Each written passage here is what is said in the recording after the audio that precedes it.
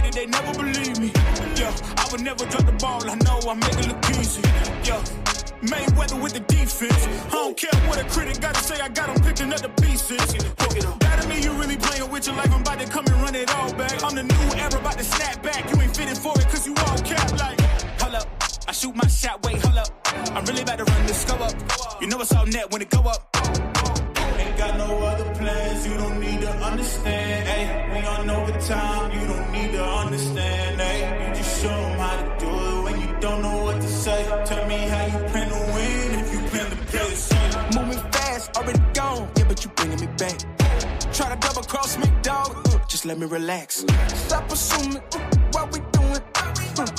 Keep it moving, what we doing. Cause it can get dangerous.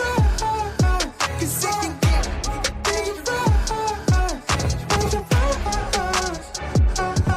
Cause it can get dangerous. Hey, please don't play no games with me, I promise I'm too much. Hey, I can never let up even if you had enough. Hey, this ain't for the faint of heart, we always playing rough. I had enough, it ain't luck. I needed a vision, I needed ambition, I needed a mission to beat a submission with no intermission. I see the collision, the crash in the distance, they coming off track, no. Now when they ask what's the motive, don't talk about the show them. They all about to see what I mean in the moment. I gotta keep going, I'm shaking the dice and I'm keeping it rolling, they already know. Ain't got no other plans, you don't need to understand. Ay, we on overtime, you don't need to understand. Ay, you just show them how to do it when you don't know what to say. Tell me how you plan to win if you plan to play it safe. Moving fast, already gone, yeah, but you bringing me back. Try to double cross me, dog, just let me relax. Stop assuming what we doing. Keep it moving, what we doing. Cause it can get dangerous. Cause it can get dangerous. Cause it can get dangerous. Yeah. Gotta aim for the top like, hold up, yeah. I can never doubt myself, I know better. All of you critics be acting like you know better. Blowing the smoke, but I know when the dust settles that I'm in my element, it's evident that there's levels to the game. All of those dark nights I got them, breaking my back to make it out, got me feeling like rain. I ain't never need your help, I know you wishing me well, a penny for your thoughts, but seeing no change. I snap for the sun like Diddy, the riches got a mad ass son, I'm like Billy. I ain't never switch up, whole team with me, putting on for my city like OAGZ. Set the pace as long as you finish, consumers find a way inside your business. Babble if they try to dabble in it and they hate the fact that they may have to witness. You tryna aim for the top like this and you're in your element with a fire like this and they hoping you fall and they praying you miss, but it's all in the risk. I got you with the switch, you know. I'm in the zone. Give me the throne. One shot, that's all that you got. That's all that I know. Foot on the gas. 155 on the road. You could be a friend of me, an enemy. Keep that same old energy, cause I know I'm in my element. Ooh, yeah. I'm in my element. Ooh, yeah. I'm in my element. I'm in my element. Ooh, yeah. I'm in my element. Ooh, yeah. I'm in my element. Ooh, yeah. Keep that same energy. I'm in my element. Ooh, yeah. I'm in my element. Flow is like water. I'm forced through the fire. I'm feeling like gold. Gotta stay grounded, stay down to earth. Following God and you grinding. You do as you told. I don't work to make you like me, but I'm front and center. Word to Spike Lee. And God came in the nick of time. They think I'm crazy, but I might be. Let's run it up, run it up, run it up. We beating the odds, this is sum it up. You know it's a rap, never waistlines, and I'm cutting the weight like a tummy tuck. That mean I'm about to give it out right now. You see what's coming down the line, I never pipe down. I give 100% and be trying to stun on my enemies. In my element is crazy as that might sound. I'm in the zone. Give me the throne. One shot, that's all that you got. That's all that I know. Foot on the gas. 155 on the road. You could be a friend of me, an enemy. Keep that same old energy, cause I know I'm in my element. Ooh, yeah. I'm in my element. Ooh, yeah. I'm in my element. I'm in my element. Ooh, yeah. I'm in my... Yeah. ATP, what's good? What is good, man? Clap it up for yourselves, man. We in the building. It's Thursday, man. One day away from fight night. A lot of things to talk about. Today. Big announcements, big announcements made this week. It's been a whole week of announcements, it feels like, all last week.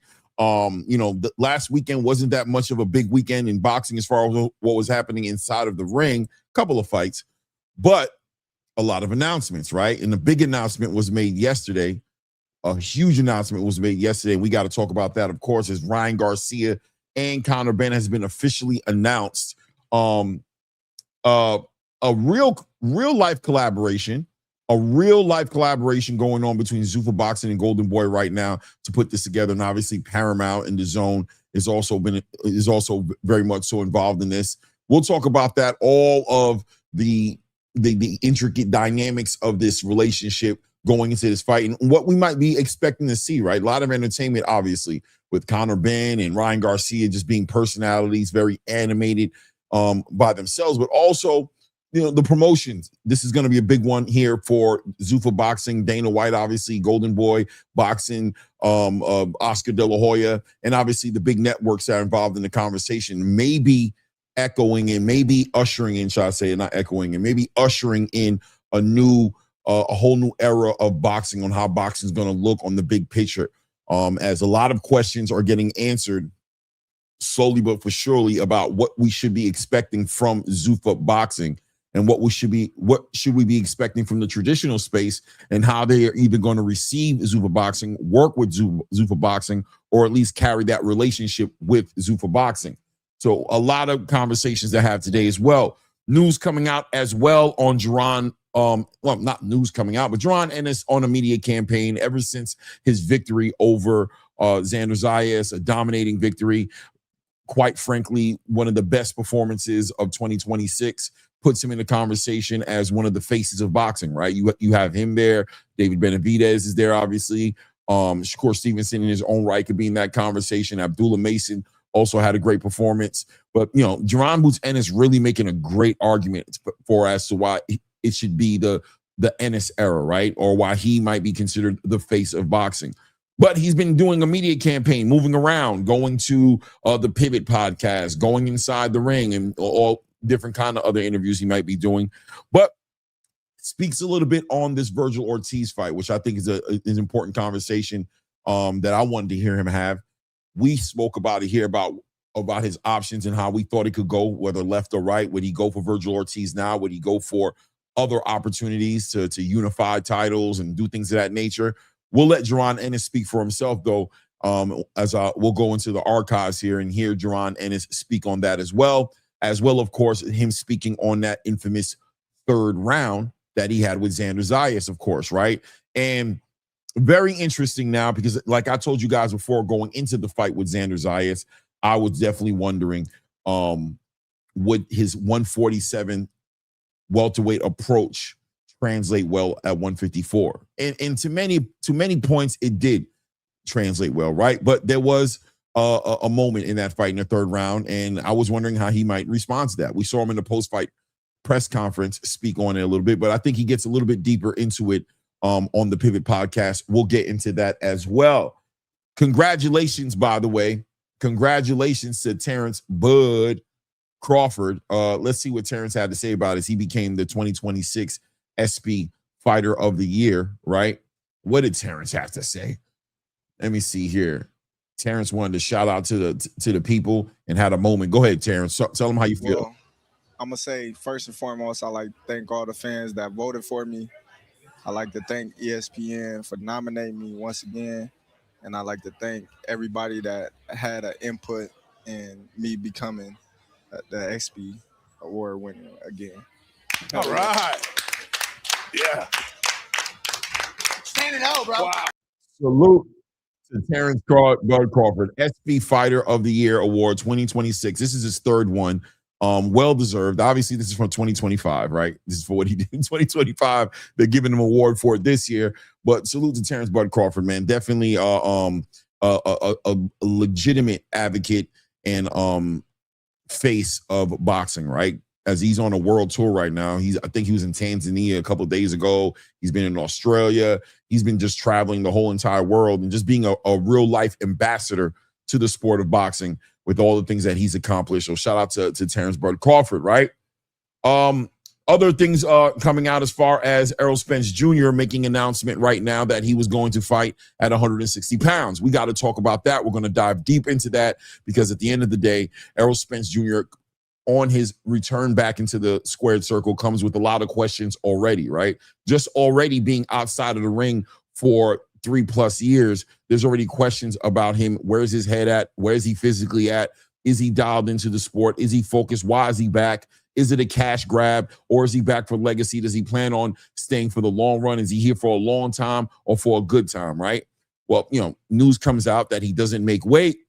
Well, not that he doesn't make weight, right? Let's put this into the right context. News comes out that he wants to move the weight limit up to 160 pounds. One would argue it's only 2 pounds. Why even worry about that? But listen, when you're coming in with all that baggage, right? When you're coming in with all the questions that we already have, this just kind of compounds that situation. We'll talk about it though, for sure, right? We're going to talk about that as well. And we'll hear from Errol Spence as well. We'll dive into Errol Spence, who landed into Australia yesterday. Got a big, Australia always so great on the receptions of American fighters, right? We saw how they treated Devin Haney. I mean, this is an ongoing thing with them. This is just how they carry it.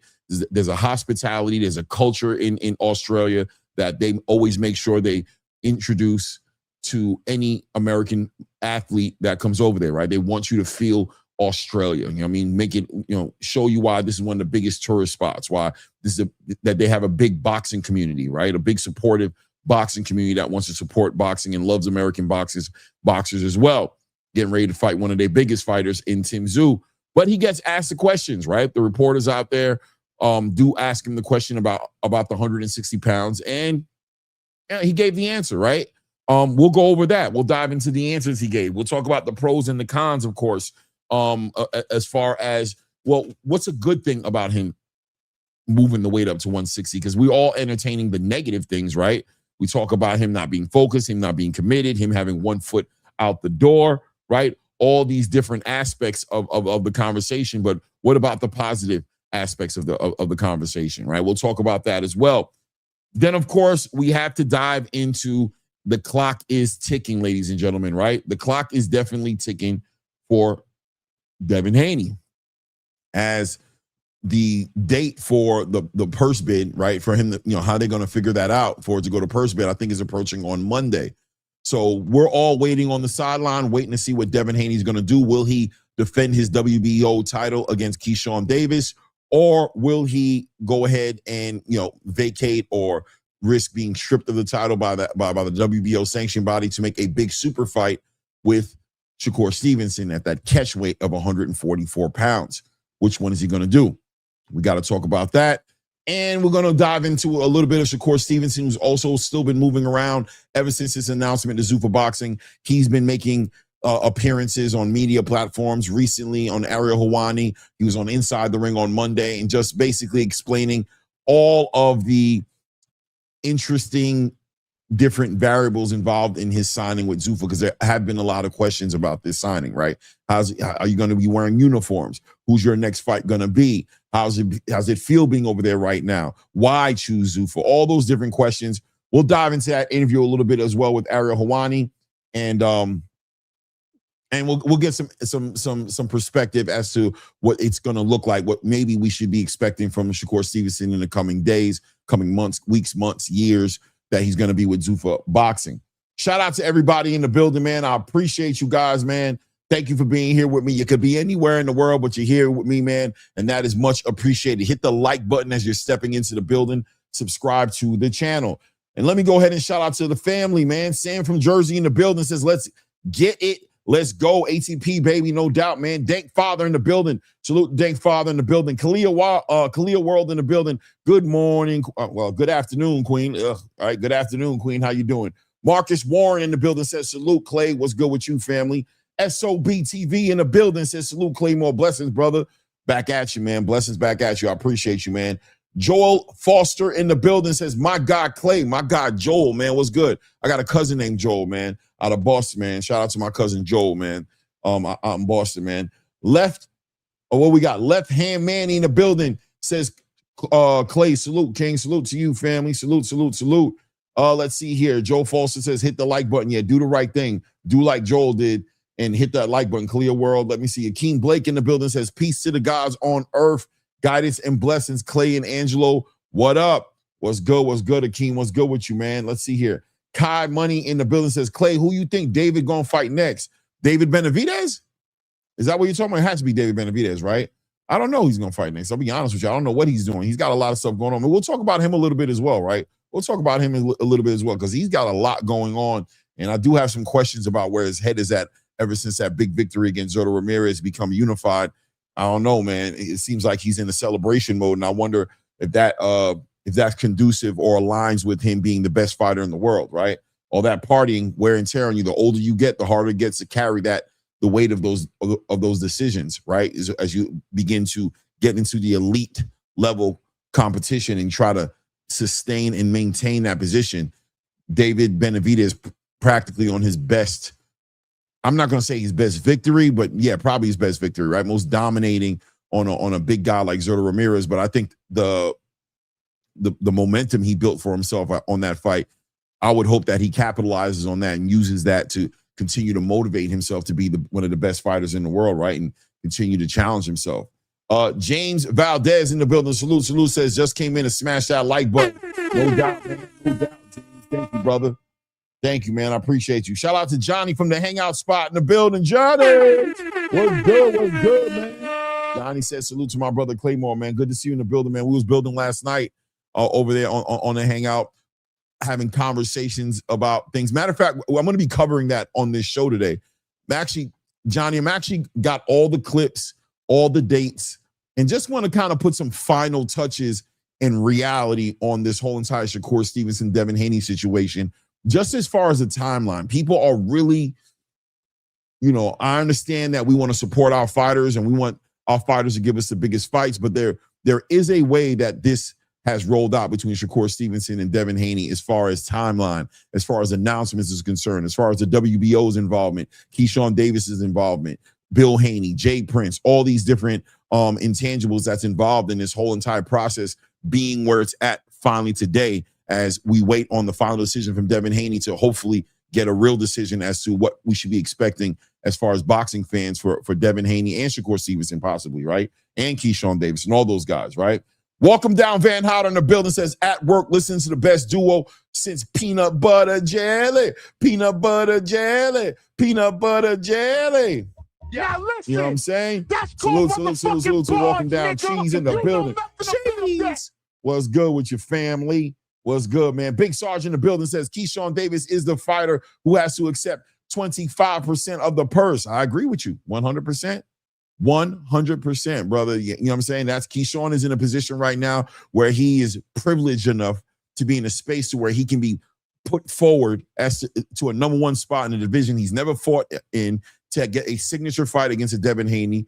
He should be humble and he should take whatever's on the table if he really believes in himself, and he should allow Devin Haney to have the lion's share of this purse to make sure that there's nothing that gets in the way of this fight happening.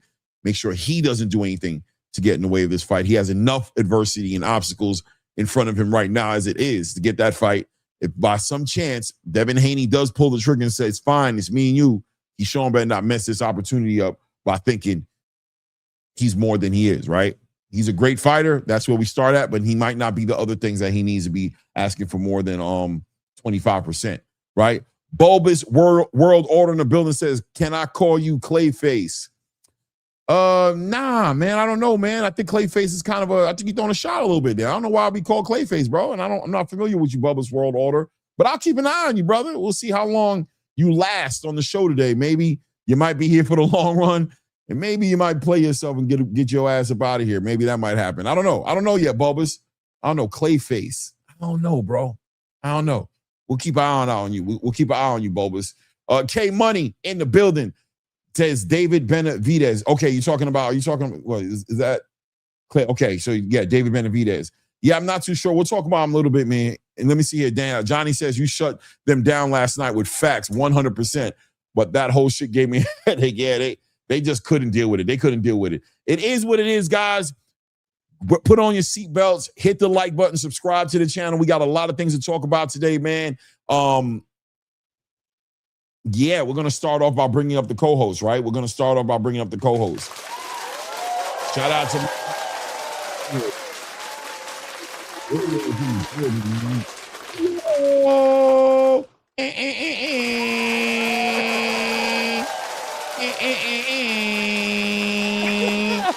You know what I'm saying?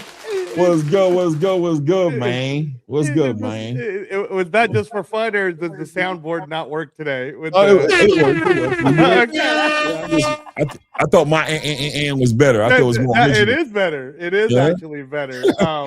So starting off the morning, Clay, I want to start off, of course, with the message of, again, thanking everybody who is an organ donor, or you've considered organ donor, or you have family members that are organ donor. Because today, brother, 4 years ago today, my life was saved because of the power of organ donation. I thank that family for the sacrifice and for their son, who is only with us now through people like myself and the other 7 people that he saved their lives to. But yeah, man, organ donation, it really does save lives. I'm here today because of that. And I always want to continue to spread that message, bro. And prayers to everybody, and positive always, because we know it can get negative in this boxing space. But I choose not to do that, Clay. I choose not to be negative. I choose to be positive. So let's talk about all the positive things in the boxing world. Oh, yeah, man. A lot, man. Obviously, we had a big announcement. We had a big announcement with Ryan Garcia and Conor Benn, as far as that's concerned, and the way that thing rolled out. Yeah, that was just a big move, right? Clearly a big move. But let's talk about Jaron Ennis real quick. Let's go into Jaron Ennis before we get into all that, man. Jaron Ennis makes an appearance here on Inside the Ring and kind of put some perspective on this whole entire Virgil Ortiz situation, right? So let me see here. Let me see if I can do this real quick here. Let's see here. So, yeah, Jaron Ennis speaks out on this whole entire Virgil Ortiz situation, which we know has been a roller coaster ride with Jaron Ennis and Virgil Ortiz, because I think it's going to be their 4th time trying to make a fight. Don't get right. This is 4th time trying to make a fight, and we had Turkey Al-Sheikh involved in it at one point in time, and then there was another time when negotiations were going on, and Rick Meridian had to get kind of involved in it and go at it with Oscar De La Hoya. That ended up being a whole entire legal situation. But now, on the back end of him showing that he can bleed a little bit, right? And I say a little bit because he dominated well over 90% of that fight with Xander Zayas. But in that one moment, weakness was shown. And of course, a lot of fighters got motivated. We heard Sebastian Fundora offer his takes on how he felt about his odds after seeing that fight. And of course, Virgil Ortiz and Oscar De La Hoya didn't even wait for the sun to come up the next morning. They were directly on social media speaking on wanting to see that fight. So, Jaron Boots Ennis now in position as a unified champion at 154, a big star, because that was a big successful event, right? That ended up landing for him that night against Xander inside the Barclays. That was the signature fight that he needed to really cement his name as one of the biggest attractions in boxing.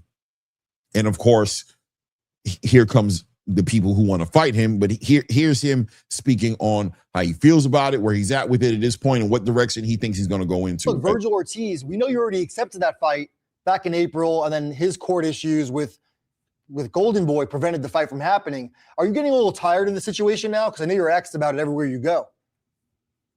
Yeah, I mean, everybody asks me about it all the time. I did my part, and like I said, I thought the fight was done. After he had Fort Lubin. And we get out the ring, he talking about he want to fight Errol Spence. That's his dream fight. So I'm like, it was crazy. And then leading up to making the fight happen, I started training for that fight in January. So because we were supposed to fight in March, then we were supposed to fight in April, then we were supposed to fight in May. Then we wound up, fighting Zayas. So I technically kind of like trained for 5 months, for Zayas, because they switched my opponent and all that stuff. But it is what it is, and right now, like I said, my task is belts. I mean, I ain't, I'm the man of this division. I do what I want, and I got 2 belts at this division, and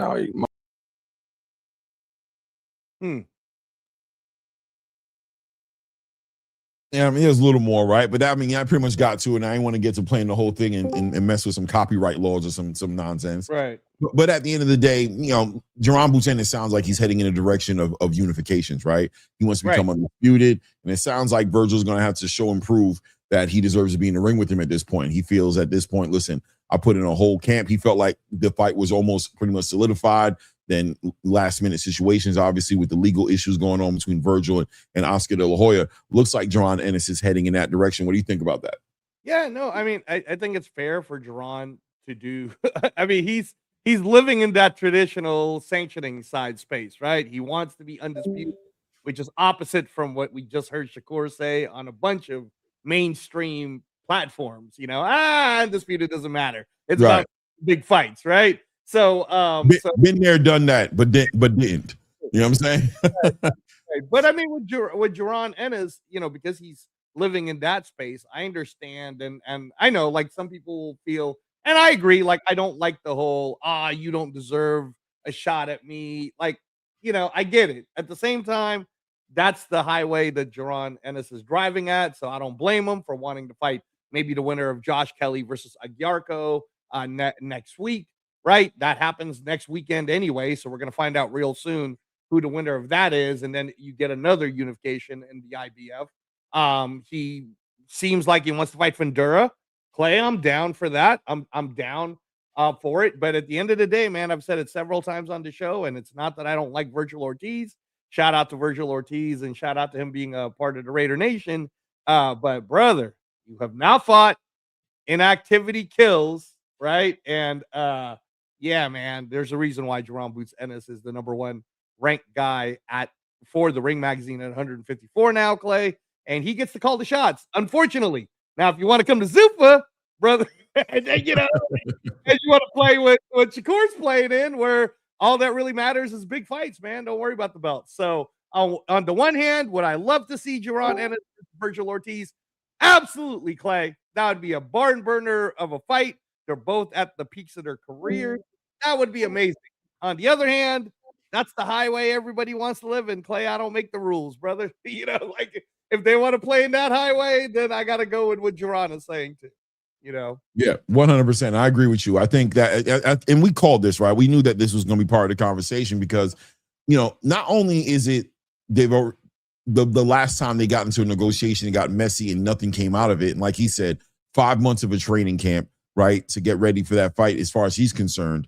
I guess he's combining that as well with the Xander Zayas time, but he's basically saying, I put my eggs in that basket. You guys called me out, told me I wasn't trying to make the fight, called me a duck. I showed up to your fight with Erickson Lubin. I stepped in the ring. I did my job to make that fight happen. And the people around you don't believe you're ready yet, right? Let's keep it 100, right? The people around you just don't believe you're ready yet, and they made me waste my time, and you end up in legal issues with them, and that's all good and dandy. But now I am the unified champion, right? I got 2 of the belts right now. You know how I carry it. You saw what I wanted to do at 147. Nothing changes at 154. We're looking to unify. We're looking to become undisputed, and we have the opportunity to do it. I've got Josh Kelly right in my backyard, right in the same stable as me. My manager, we have the same manager promoter in Eddie Hearn. And of course, Sebastian Fundora is now under the same umbrella. No across the street politics. They're right here on the same side of the street. Looks like there's opportunities for us to unify and become undisputed. Virgil, my advice to you would be,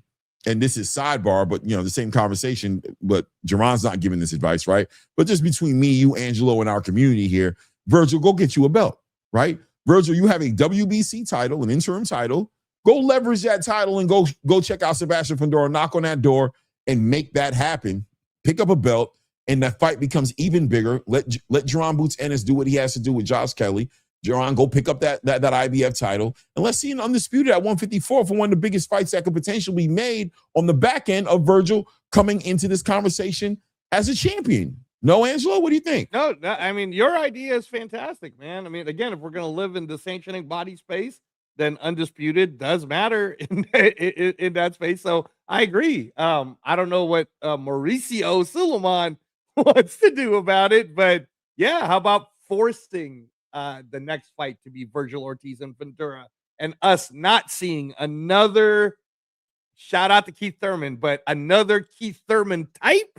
I'm kind of getting tired of this whole, everybody keeps talking about how dangerous Fundura is. I mean, there's even hardcore coaches that tell me this stuff, and I'm like, you know what? I'm gonna believe it when I see it, man. I haven't seen nothing but Fundura getting knocked out by Brian Mendoza, and Fundura having a lucky, okay, you got a decision over a Tim Tszyu that got cut with an elbow. Other than that, have you gotten better? Yes. And if I craft your career to get better, everybody can get better.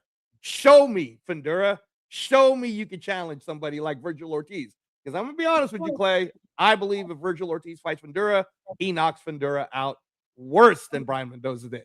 That's my take on it, at least. As long as he can reach his chin, man, I think he can do it. You know what I'm saying? At the end of the day, though, I agree with you, though. Fundora is not a proven fighter like people say he is to me either. You know what I'm saying? There was opportunities in there for him to fight Xander. He vacated that WBO title, didn't make that happen. Then he goes in there with a Chordell Booker, which was just didn't make any sense. The guy was even shorter than Keith Thurman. You know what I'm saying? Chordell Booker was even shorter than Keith Thurman. Then he gets in there, he rematches a Tim Tszyu, who's, damaged goods, one would argue, right on the back end of not only what happened to him getting his head cut by fighting Fundora the first time, but also on the back end of getting knocked out by Bakram, right? So just not the same person, and not to make any excuses, but at the end of the day, the fights that need to be made for us to be sold on Fundora haven't been made yet. And without a doubt, either Boots or Virgil Ortiz would be a great test. And hey, man, a litmus test for Sebastian Fundora. You beat either one of those guys, you got my vote. You're in the conversation for one of the best guys at 154. I will acknowledge this, though, with Fundora and say there is a cheat code element about him, man. The height, the reach, all these different things. And he's unique in the fact that he's a southpaw who's, 6'5", 6'6". I don't know how tall he is, but, and works on the inside pretty well. You know what I mean? Those uppercuts, he chose to fight like that when he didn't need to fight that way anymore. And then, of course, we add the element of the adjustments we've been seeing in Sebastian Fundora as of late, including in his sister, Gabrielle Fundora, who are now fighting long. They're working behind that reach. They're trying to stay disciplined behind that jab. That makes him that much more dangerous. And sometimes those things close the gap, where I don't think Fundora is there on the acumen level, right? I don't think he's got a better fight IQ. I don't think he has a better fight IQ than any of these guys. But I think those intangibles kind of even it up a little bit. That height, that reach, that power, that inside grit, that southpaw, all those different things make that fight interesting. So I could definitely see why any pundit in the space or hardcore coaches or, any of those guys who have to prepare or, work out strategies a fighter Fundora could look at it and be like, yeah, that's a math problem. That's definitely a math problem. You know what I mean? But it's a problem that it's going to get really tired, Clay, if we never see him fight anyone. There was also a guy, and by no means am I comparing Fundora to this guy, but Top Rank had this heavyweight named Ty Fields, built him up like Fundora style, and then when he finally got a chance to fight on HBO, ended up just losing to OK Journeyman. And I don't want to see that happen to Fundora. So if you're going to lose the title, Fundora, lose it to your mandatory. If you're going to lose, and if you beat this guy, if you beat Virgil Ortiz, who, by the way, Clay, is ranked number 2, Fundora is ranked number 3, Jaron is ranked number 1.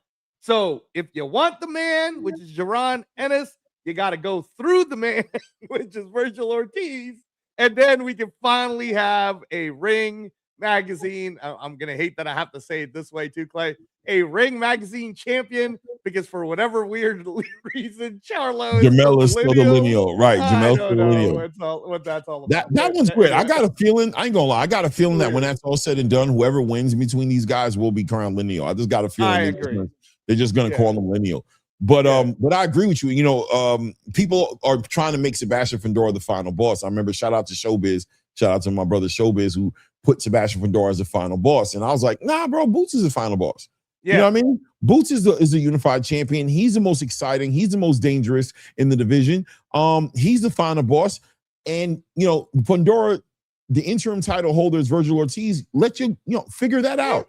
You gave up that spot as the final boss when you vacated your title to not fight a prospect / contender, youngest champion in the game called Xander Zayas, who Boots made easy work out of. And you didn't even want to fight that dude. You vacated your belt to fight that dude. So no, you're not the boogeyman, bro. You know what I'm saying? You just look like the boogeyman, but the real boogeyman of that division is 100% Jaron Boots Ennis. And any one of you guys' biggest payday. So do the work to get to the final boss. And in the meantime, I expect Jaron Boots Ennis to go ahead and chase that Josh Kelly fight, make that fight happen, pick that title up. I'm picking him to win, obviously, and let's see what happens on the back end of that, right?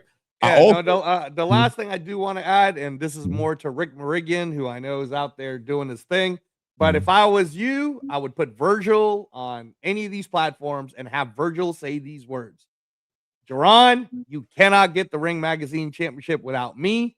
I'm number 2. It's number 1 versus number 2. So you can hide behind these little sanctioning belts that don't really matter because everybody knows the Ring Magazine belt is what matters. So if you want to run and duck scared from me, bro, that's no problem. Now, if you say that, then we might have something going at the end of the year. But if you don't say anything other than that, get Boots' attention. Get his attention by any means necessary.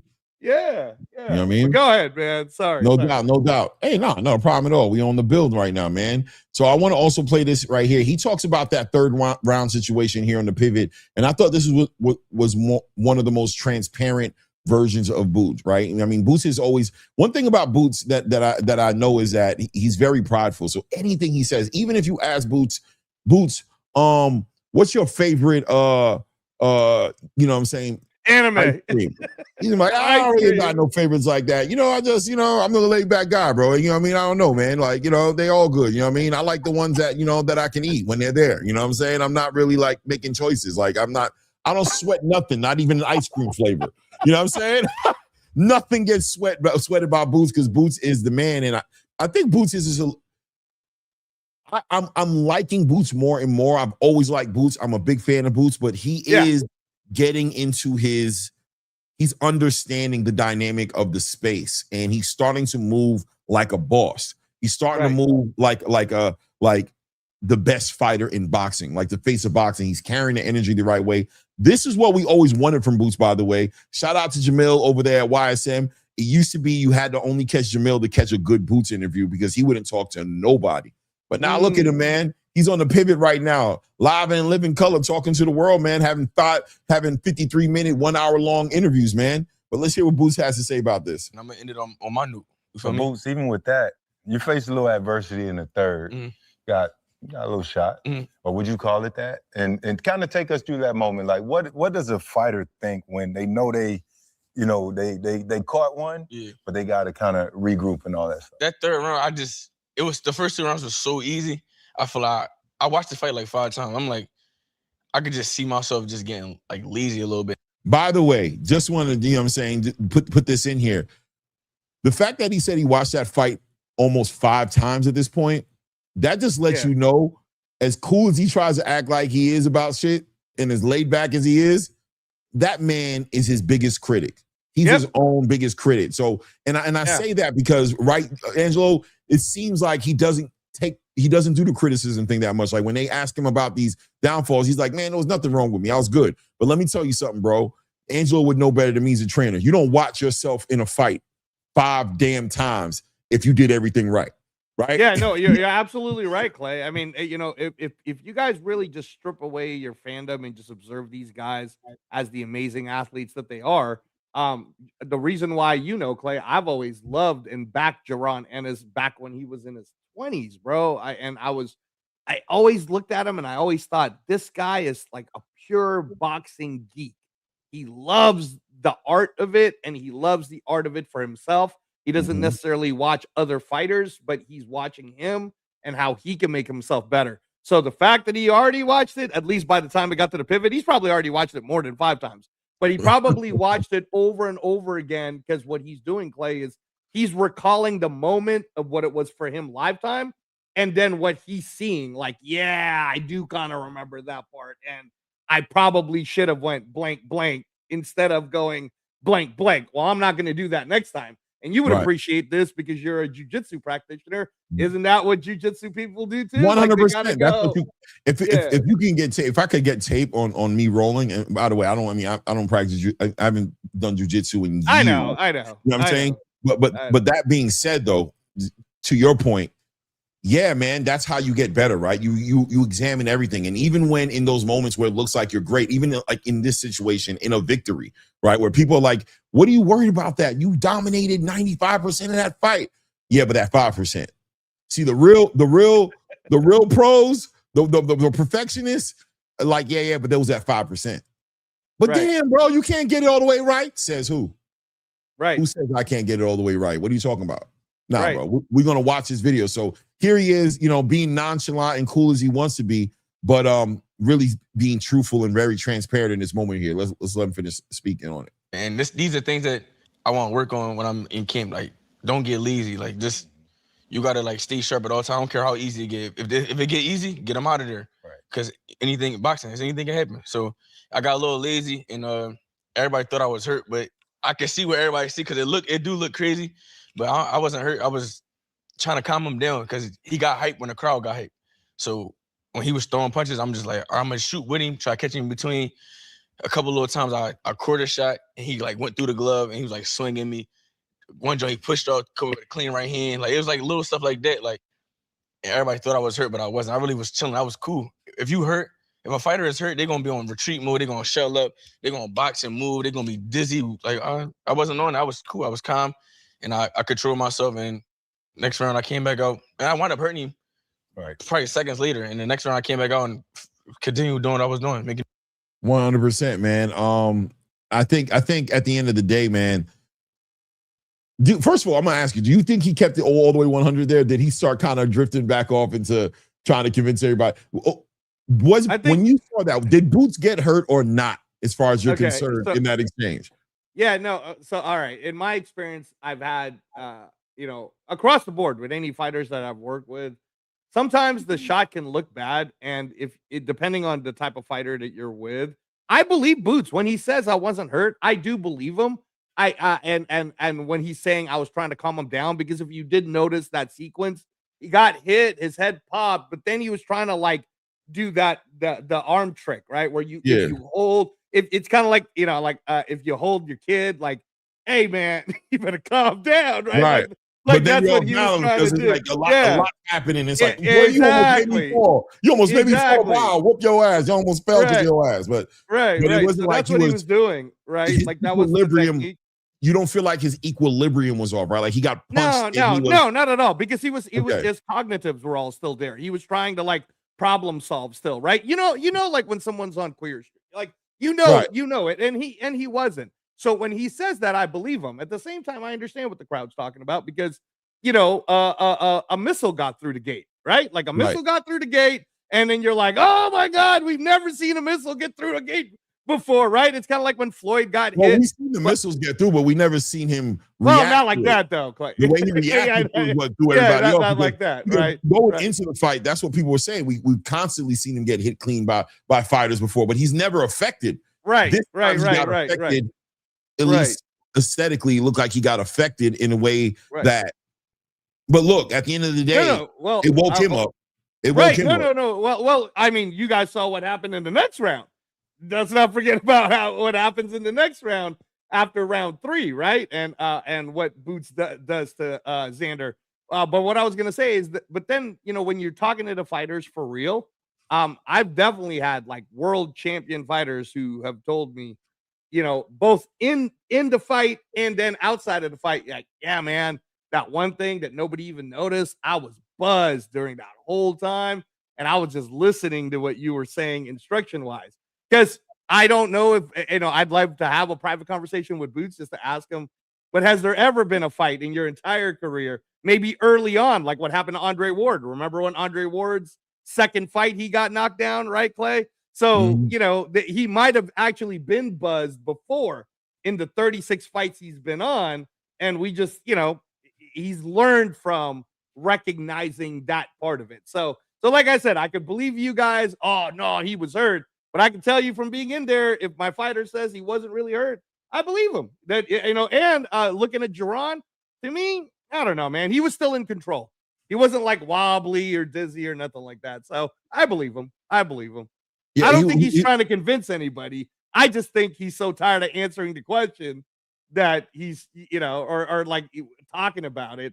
Right. He's just trying to say it. But you're right, though, Clay. Part of it is ego.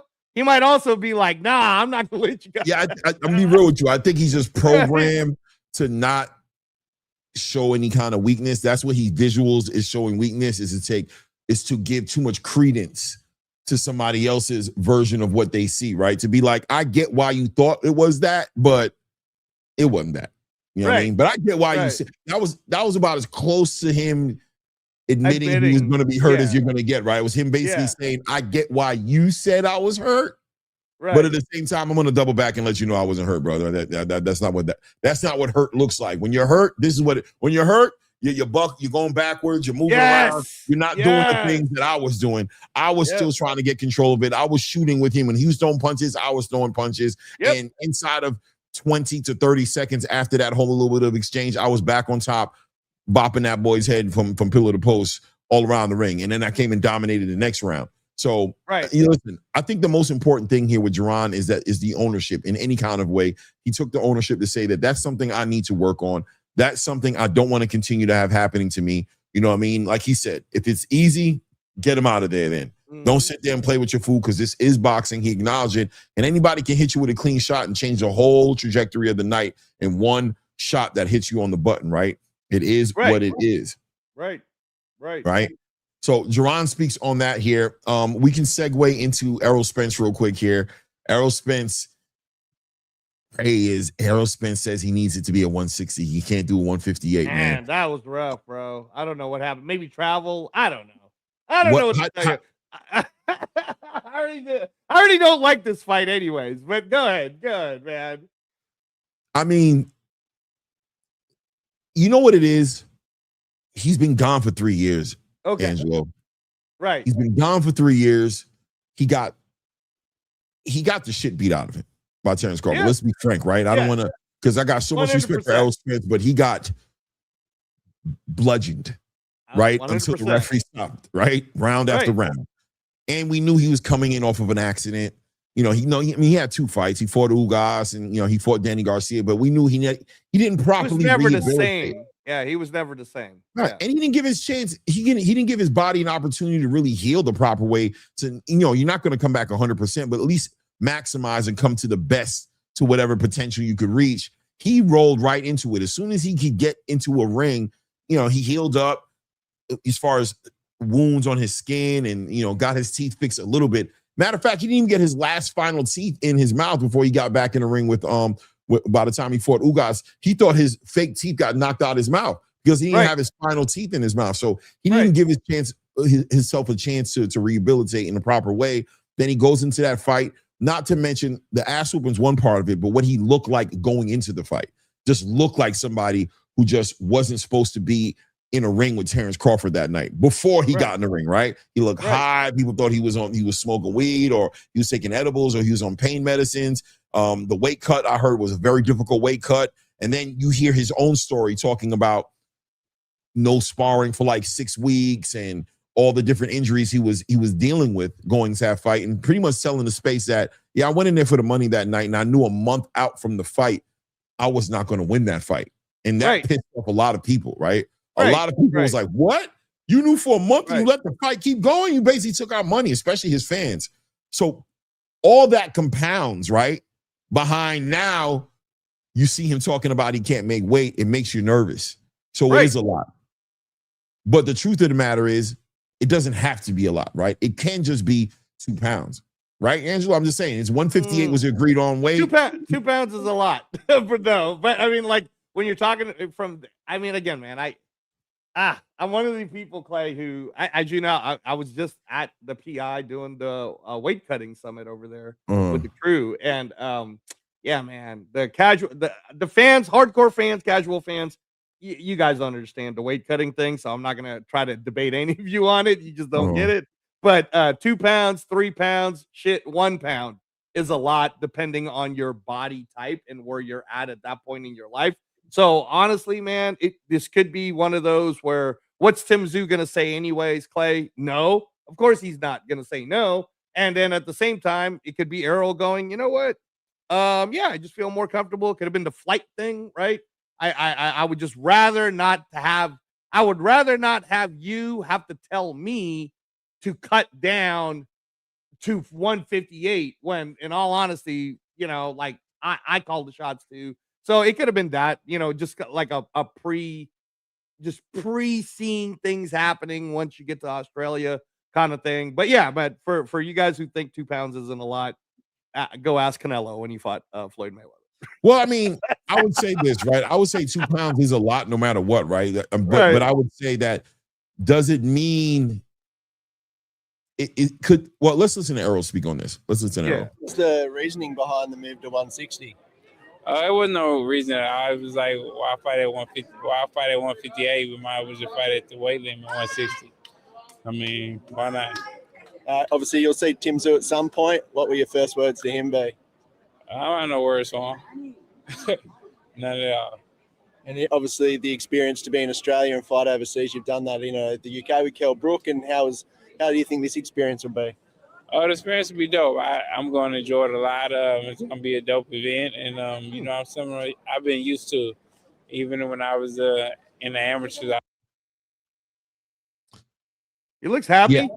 Yeah, I mean, he definitely looks happy. We talked about that before, right, Angel, as far as him clearly being in a better space for himself. But we just don't know if he's in a better space. Well, physically. Boxing. Right. Well, what did I compare this to? I said this is going to feel like Conor McGregor versus Max Holloway because we don't know what we don't know about Errol Spence, right? We found out what happened to Conor. Shout out, Donnie. Thank you for giving us that news, by the way. 16 million live views just in America and Latin America alone. That's pretty good, man. I want to know what the world numbers are. But yeah, like, think about it. If it's been 3 years, he got beat up. He wasn't really ready for that fight. Now he's going to a different country, different time zone, acclimating himself, new weight class. Have we ever seen Errol Spence ever fight at 160? No, we have not. So I don't know, but Clay, on the back end of all of that, what if he looks amazing? What if he knocks out Tim Tszyu, right? Like, well, that's my whole thing. My whole thing is, what if he's put the one thing that got in his way of him competing at the highest level with Terrence Bud Crawford to the side in this fight, right? What if he takes away the thing? The weight cut arguably hurt him against Terrence Crawford, right? All the different things that he compromised for just to get the money. Well, now he doesn't even care about belts, right? Ronnie Shields in an interview also had an interview, and he says, Errol doesn't care about belts no more. He's not chasing undisputed. He doesn't care about becoming a champion. He's just trying to make the biggest fights, and you know what I'm saying? And that's what he's interested in doing. So that being said, why can't I be comfortable at 160? If I'm, maybe I can make 158, but I don't want to because it's going to be something for me to do. And it's going to deplete me. And at 160, I'm strong, I'm confident. And, you always hear about it, even with Devin Haney, you hear about the gym version of these fighters, the ones that are sparring in the gym and how great they look. And you're like, those guys can't win. And, those fighters very rarely are bringing those versions of themselves into the ring, right? Like when it comes to fight night, they're not that person anymore because they don't cut weight. They don't did all these things to their body physically. And they're not the same person. So what if he's doing that, Angelo? What do you think about that? Him like just being as strong as he can be and the best version of himself on the night of the fight and putting all the other bullshit to the side. Yeah, no, I would love that. And I think Ronnie Shields is a mature enough coach to be like, cool, man. Management's all good with it. I'm good with it, right? Because you're right? He doesn't. What does Errol Spence really have to prove, right? If we were doing like a debate on who should be in the Hall of Fame, Tank Davis or Errol Spence, bro, it's Errol Spence and Twice on Sunday, right? Like, I don't even want to have this conversation with the Tankamaniacs. It's like, no, Errol Spence has done enough within his career and during that time span that we knew the type of quality fighter Errol Spence was during that moment in time for him, which is why the Errol Spence Terrence Crawford fight was so big, right? At least we were able to get that. We still haven't seen Tank Davis versus Shakur. We still haven't seen Tank Davis versus Loma. So if Errol Spence says, I want to fight at 165, I'd have been like, cool, man, if that's what makes you feel better, right? It's the same as, remember when Conor McGregor was fighting Nate Diaz, Clay? And then 100%. It was set for 160, and then he goes, you tell Nate I said 170. And then Nate was like, fine, fuck it. and they were both coming from 155, right? So I don't know, man. I think it's all good in the hood, and it's fine, man. If Errol Spence, I want to see the best version of Errol Spence. So if 160 is the best version of Errol Spence, great. Because you know what, Clay? If he wins this, I don't necessarily want to see him even go down to 54, man. Go get your money.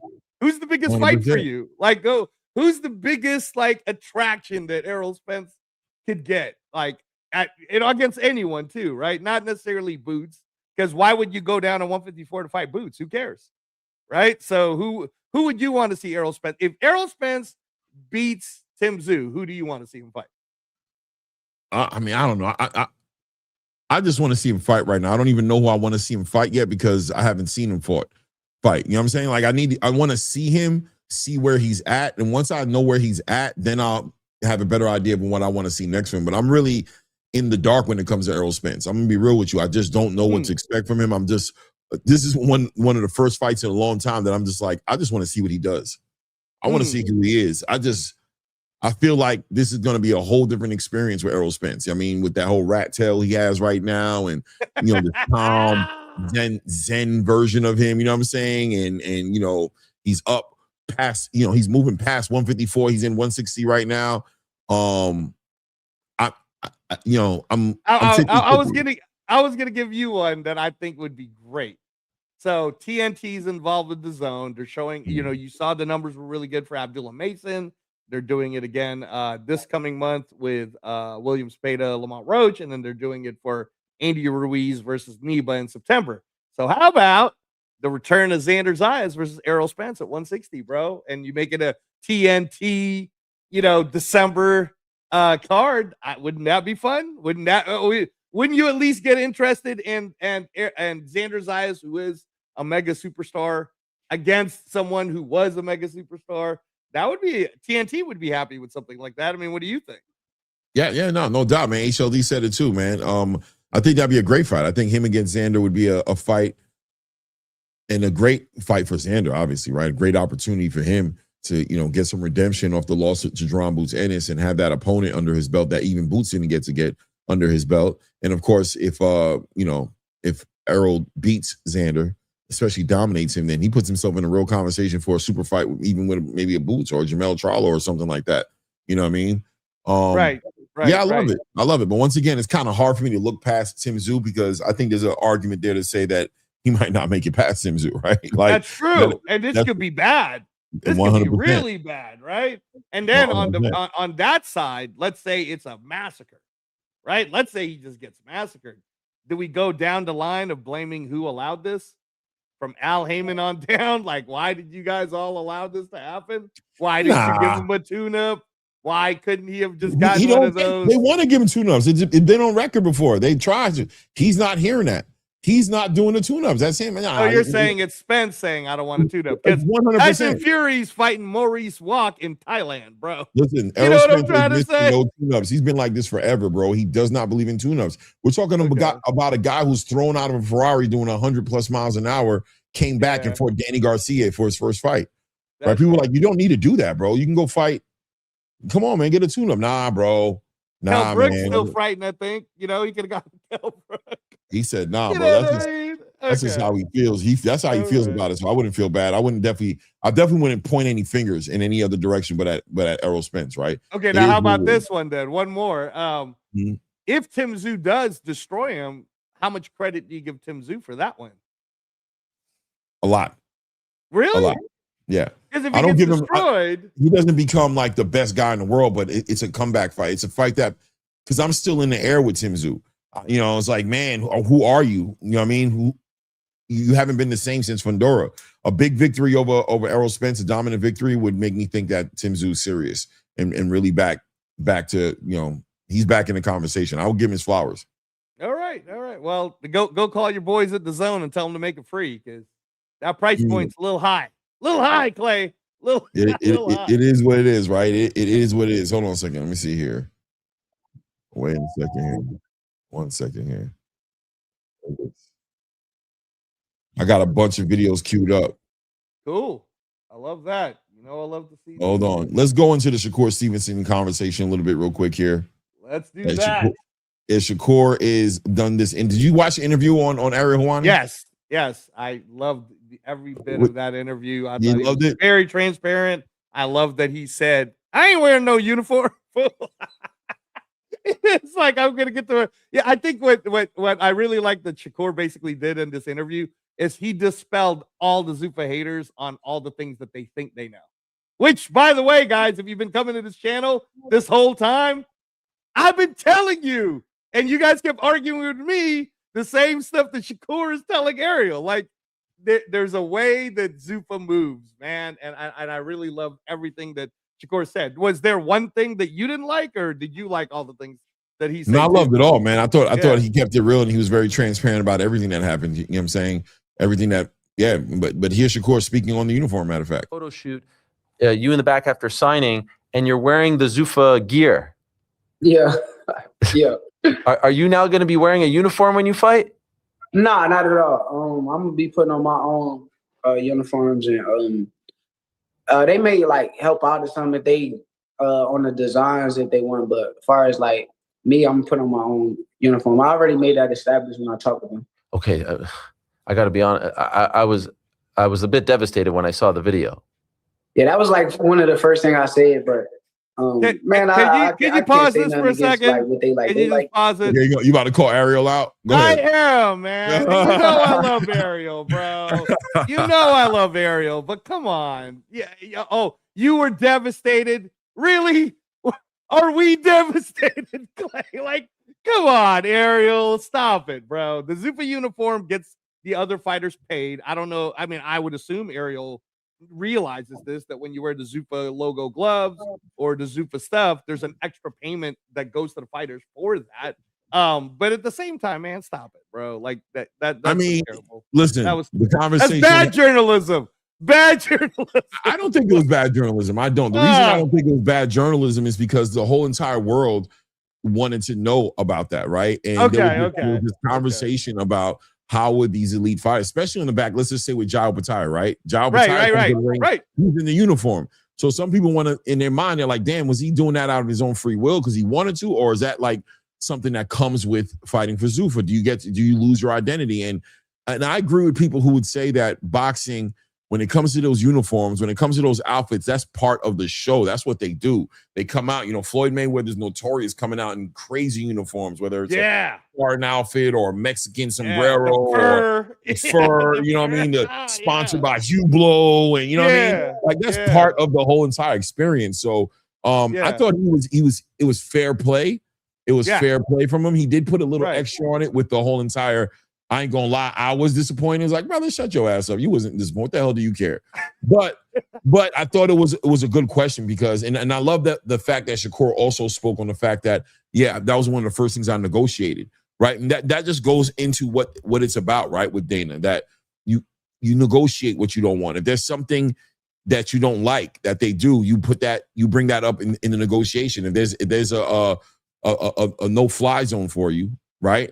Like, hey, bro, I'm down for everything, but I'm not into being forced to fight nobody I don't want to fight, and I'm not into wearing uniforms, bro. Other than that, I want to fight the best, but I'm not into fighting pointless fights. So if you bring a fight that doesn't tickle me, that doesn't, do something for me, you're not going to force me to take those fights, right? Right. And Shakur made that very clear, right? Yeah, no, I just want to say to everybody who's listening to us and everybody who'll listen to us on replay, next week when you see Zuffa Boxing 9 at Madison Square Garden, if you guys could be there, I think you guys will enjoy it. The tickets are extremely affordable, but you're gonna see some uniforms and you're gonna go, oh shit, I didn't know Zuffa could do that, right? And it's like, again, man, just trust the process, stop hating and appreciate. Go ahead though, Clay. No doubt. I like what I like. That's all. But your gear is always so cool and it's personal, and you show, look at this. We can't stray away from this. Nah, not at all. Not at all. Okay. So that's one thing that a lot of people were concerned about. As far as everything that they're doing now, like, does this mean that you can also be on ring cards as well? How does it work? Or are you just going to be on Zuffa cards? I'm pretty sure I'll be on ring cards and Zuffa cards, but it just depends. Like, it depends. Dana and Nick is with Turkey, so I'm pretty sure just as Conor Benn was able to fight on the ring card, I should be able to do the same. Okay. You're WBO champion, yes? Yeah. Still? For right now. Uh-oh. Yeah. What does for right now mean? I mean, I don't know like how the WBO feel about it. So I will hope that they feel good. Like, I appreciate them for everything they did for me. So if they not tripping and they want me to continue to hold the belt, I'm down with holding and defending my title however it go, but it's all on them, like however they feel. Your first fight for Zuffa has to be for a Zuffa title, right? Do it have to? I mean, if it is, once again, look, I'll fight for all of the belts. I'll fight for a Zuffa belt, the WBO, the IBF, The WBA. I just want to fight for the WBC. Yeah, so listen, and that clarifies it. I talked about this a long time ago, right? Remember, I talked about this with the Dalton Smith fight, right? Remember what I said? Yeah, I said the only thing I can get in front of that fight from really happening probably will be that WBC title, because he's not paying them no sanctioning fees again. He's not getting in that conversation again. So I knew he kind of felt that way. I'm glad he kind of spoke on it and just kept it 100. And I love that he still celebrated the other belts, right? He said, I'm cool with the other belts, man. I ain't got no problems with all the belts. But the way the WBC play, I mean, let him get into it, right? Let him go. I don't know if you want to speak on it before I hit play. No, I was just going to say again, like, this is a very transparent Shakur, right? You can't hate on how transparent he's being, but yes, he is making it personal against the WBC. Yeah. He's doing, but at the same time, man, he knows Gustavo's a very smart lawyer and very good at what he's done since taking over with the WBO. So if they want to drop it, if they want to, I think part of it is him saying, this doesn't matter. Like, everybody knows I am the man in this level, so this doesn't matter, which is what I've been saying about Jai Apataya the whole time. I'm like, no one cares what belt you strip him from. Until you beat him, everybody knows Jai Apataya is the best cruiserweight in the world. So I liked it, man. I liked it. You're done with them? Yeah, I don't want to fight for their belt. Forever? Yeah, I'm cool. I don't want it. They disrespected you? Yeah, I felt they did wrong by me, and since they did wrong by me, I'm cool. I'm good. Okay. That video that we saw of you and Dana together, was that your first time meeting with him? Right. That's how that went as far as that conversation went. Now there's more, obviously. I'm going to get into what people want. People want to get into the sauce because here we go. We're going to get into the sauce because that's what people want, right? They want to get into the sauce, and that's what we got to do. We got to put perspective on the sauce. But at the end of the day, that's the whole angle on the belts. That's how he looks at it. And once again, open to make all the biggest fights, and clearly Dana on the same page as well. Matter of, I can actually go up in here and just. Matter of fact, you know what? I will. That's what I'll do. How about that? Is that what you're going to do? All right. How about I just get up into Donnie. So Jai's going to fight on September 12th. I don't think that's a secret, bro. You would, so Jai's training. He's looking really sharp. So that'll be fun. There's going to be some other people on that undercard too, for you Zuffa lovers, that you're going to see and you're going to go, wow, that's awesome. But anyway, go ahead, Clay. Go ahead. It's against Teofimo Lopez. Who do you have your eye on for your next bout? It's a lot of names, my main focus right now, I would think, is Devin Haney or Javante Tank Davis, and them the guys who I think will show that I'm the one. Hey, Dana, what are the chances maybe we see Shakur and Haney or Tank? What's the likelihood? Yeah, no, those are fights that we love too. We like them, and for people that haven't watched boxing in a while or haven't. Yeah, I don't need you. He's just gonna glaze Shakur a little bit and let the world know that he's a badass, right? He's telling the truth, Clay. Yeah, I mean, it's all good, right? We only got so much time, though. You know what I'm saying? So that's what's up. We know that about him, but more importantly, that he's making it clear, right, that it's all about making these big fights. And people are going to continue to push it one way versus the other, that he doesn't want to make these fights happen. But it is what it is, right? He's looking to make the big fights. That's what he said. That's what he tends to do. That's what Dana intends to do. He has the money machine behind him now to kind of put these fights together, right? So I'm expecting to see these things come full circle for him here. Let me hold on one second here. Hold on one second here, because this is a very important conversation right here. This is when we get into the sauce right here. We're going to continue on the Shakur Haney thing. I can feel it. Listen, man, very important conversation right here. Let's talk about it, man. Let's talk about it. Here we go. Get ready for the ride, y'all. I don't have nothing to do with it. Okay. Can I ask, have they told you when your debut for them will be? I'm thinking around October. Okay. And have they told you who the opponent is yet? They want Devin. As far as I know. If they want Devin, I'm down. Okay, that would be incredible, because I do want to ask you, there was a man named Jose El Rayo Valenzuela on Twitter who said that he is your first fight, and then you called him out and said, no, you're not. Where is he coming up with this? I don't know who he's talking to. I can't tell you, but at the end of the day, a fighter has to say yes and a fighter has to say no, and that's how boxing works. And I'm not saying yes to Rayo because that doesn't entertain me. I like to be entertained. I want to get in there and have something to fight for. And I feel like Rayo ain't really do enough to where I'm like, okay, let's go fight Rayo. Like, he's not really no big name. I'll be more interested in fighting Gary Antoine Russell. I think Gary Antoine Russell beat the shit out of Rayo. So why wouldn't I fight against him rather than Rayo? But you're mentioning Devin, like, so we're talking big fights off the bat. Yeah, that's what I want. But I'm just saying, like, say I can't get that fight, I would rather go with a fighter that I know is going to bring the best out of me. What weight would the Devin fight be at? 144 is what we talked about. And have you agreed to it? Yeah. Oh, wow. For sure. Have you signed? Yeah. For real? Yeah. Okay. And has he? Oh, I don't know on his part. Wait, so you signed a contract to fight Devin Haney in October? I was told that, I'm not going to say signed, but I definitely verbally agreed that we're going to be fighting in October. And I told them, put my part down. So pausing it right here real quick, right? Because this is what the whole entire space is going crazy about, right? Because they believe the people already in here saying he's lying, he was BSing, he's, you know what I'm saying? I didn't see it that way, right? I don't quite see it the same way. I feel like, but once again, this is Shakur Stevenson needing to acknowledge the fact that people are listening to every word that comes out of his mouth and they're trying to find. They're dissecting it, bro. They're dissecting and they want to find a hole in it. So you need to be specific, right? So from Shakur Stevenson's point of view, from what I can tell, is he's basically saying, I've signed to Zuffa. Zuffa's told me what they want to happen. I've told Zuffa, I'm all with it. I'm ready to go. So there's no resistance from me on my side to that fight happening, right? So he nonchalantly answers, yeah, man, I already signed the contract. Yeah. But Ariel doubles down, like, hold on, bro, you signed a contract? So now he's realizing and he's seeing like, okay, Ariel's really trying to hold me to this. So no, I didn't literally sign a contract, but as far as I understand, you know what I'm saying? I verbally told them, put me down for that. That could be my next fight. I'm ready for that.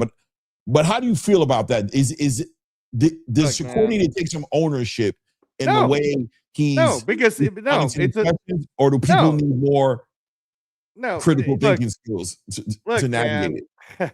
Look, the only thing you all should care about is whether or not the fight happens. That's it, right?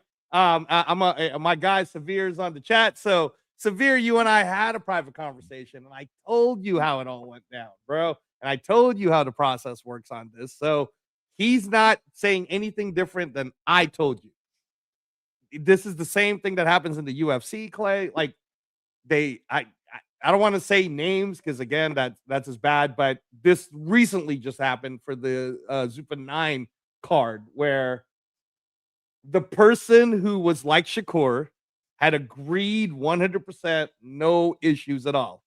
The other person took 4 weeks to basically say the yes that he already had said he was saying yes to 4 weeks ago. So I do agree that from what Shakur's side, as of this interview, is the Shakur contract parts of it all and the Shakur agreements of it all. It's with Zuffa, Clay, right? Right. And then the Haney part will be with Zuffa. And it's not this whole Haney's negotiating with Shakur. It's not how it works. So Zuffa laid out a whole thing for Shakur. Here's what we got. If we don't get this, then there's this. And if Shakur did the whole, I'm cool with all of that. But I'm definitely cool with the first 2. 100%. You don't have to worry about me. Just let me know if that's all good. And I think that's what he was trying to tell Ariel. But you're right. Ariel was doing the journalistic thing and saying, wait a minute, bro. Have you signed a contract? But Clay, let me ask you right back. How can I sign a contract to fight you if you haven't even agreed yet to the terms of what the company wants to do? Right. Right? I can't do that, bro. Like, there might be a contract available once you, Claymore, say, yeah, I'm good with the company too. And all of this is good too. And I'm good with whoever you put me up against. All right, cool. Then a contract comes that says Claymore versus Angelo for the X whatever. And then we can look over that contract and talk about, like, all right, man, well, Clay can't get 2 hotel rooms if I'm not getting 2 hotel rooms. You know what I mean? Like, I think that the question for me is, does a contract even exist yet? Right? In other words, what are the stages to put? Does Shakur have a contract in his mailbox or in his possession that needs his signature that he has not signed yet? Or has this begun with a confirmation from Shakur, and is Zuffa waiting for a confirmation from the Haney, from DHP, towards this fight happening next before they actually print up the contract, right? Before they actually put it out. In other words, does that exist? Does this contract physically exist?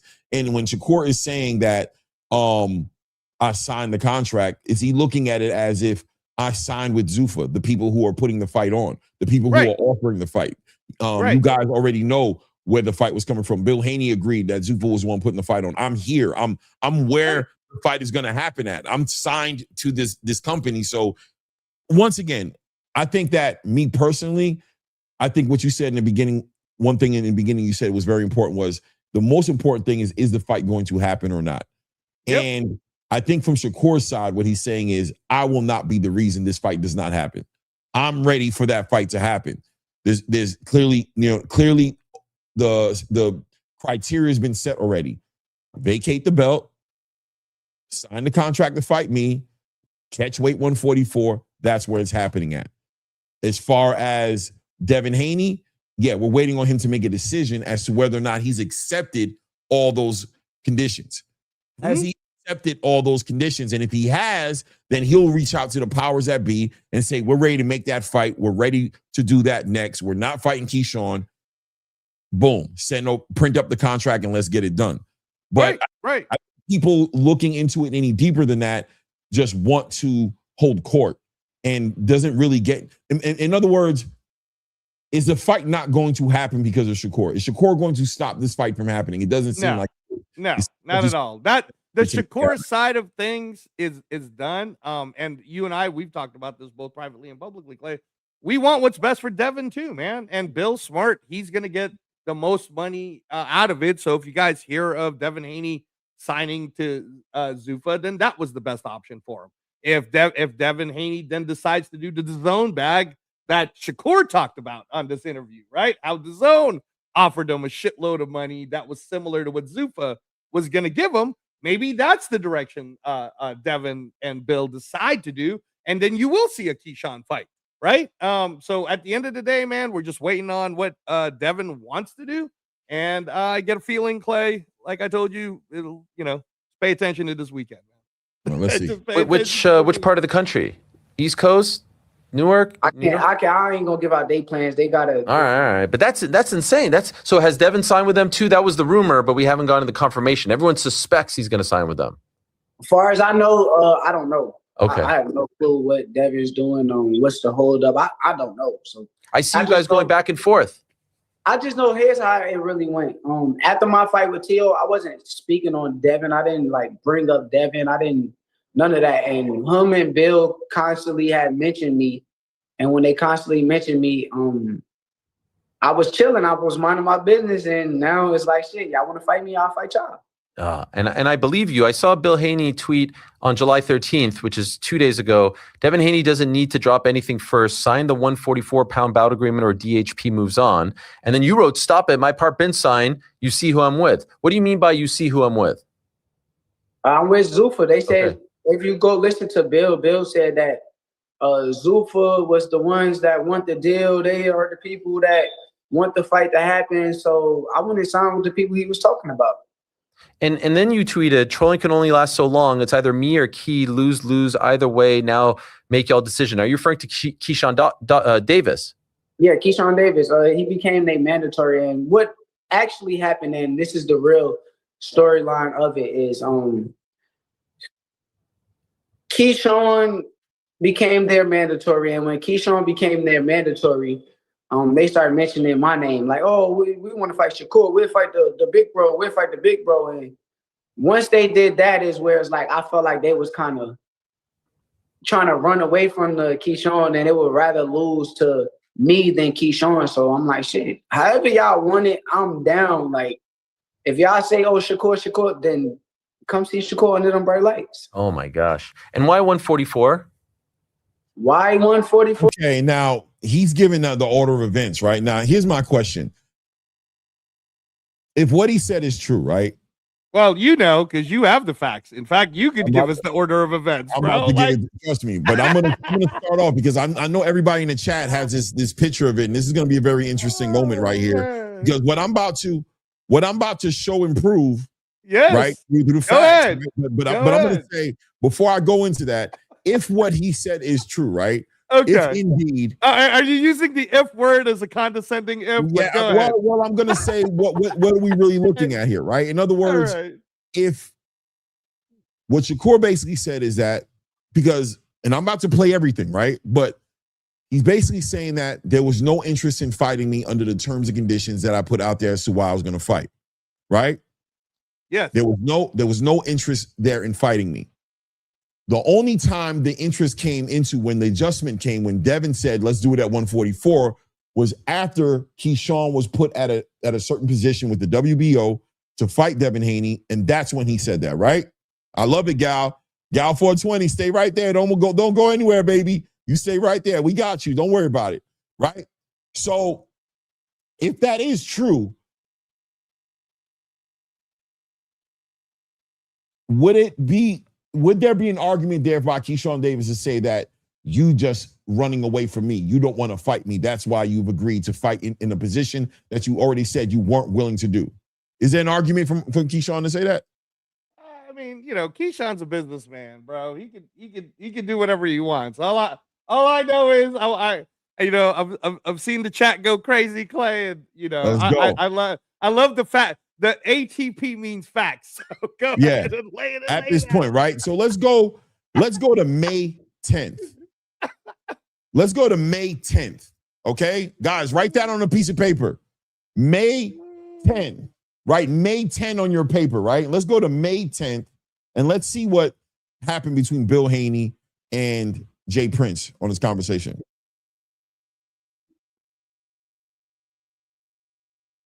You queuing it up, right? Yeah, hold on.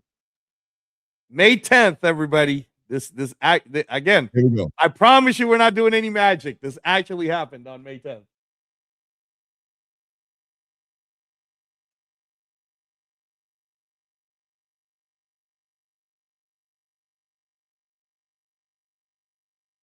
Or what Clay puts it up.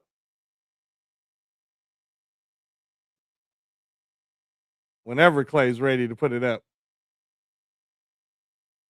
He's almost ready.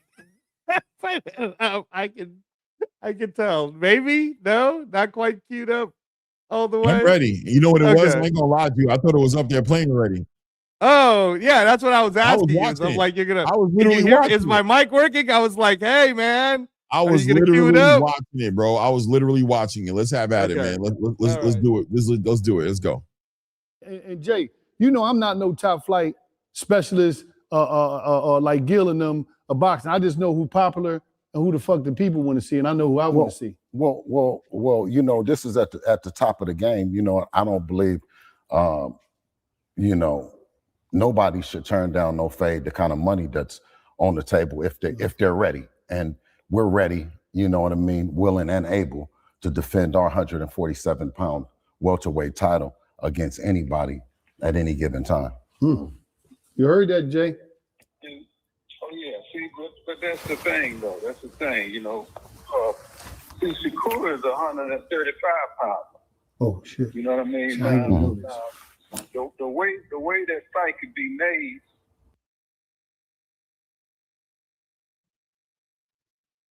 Oh, it's a commercial. Oh Lord, child. Let me go ahead. Damn commercials, bro. I'm glad it muted. Look at this guy.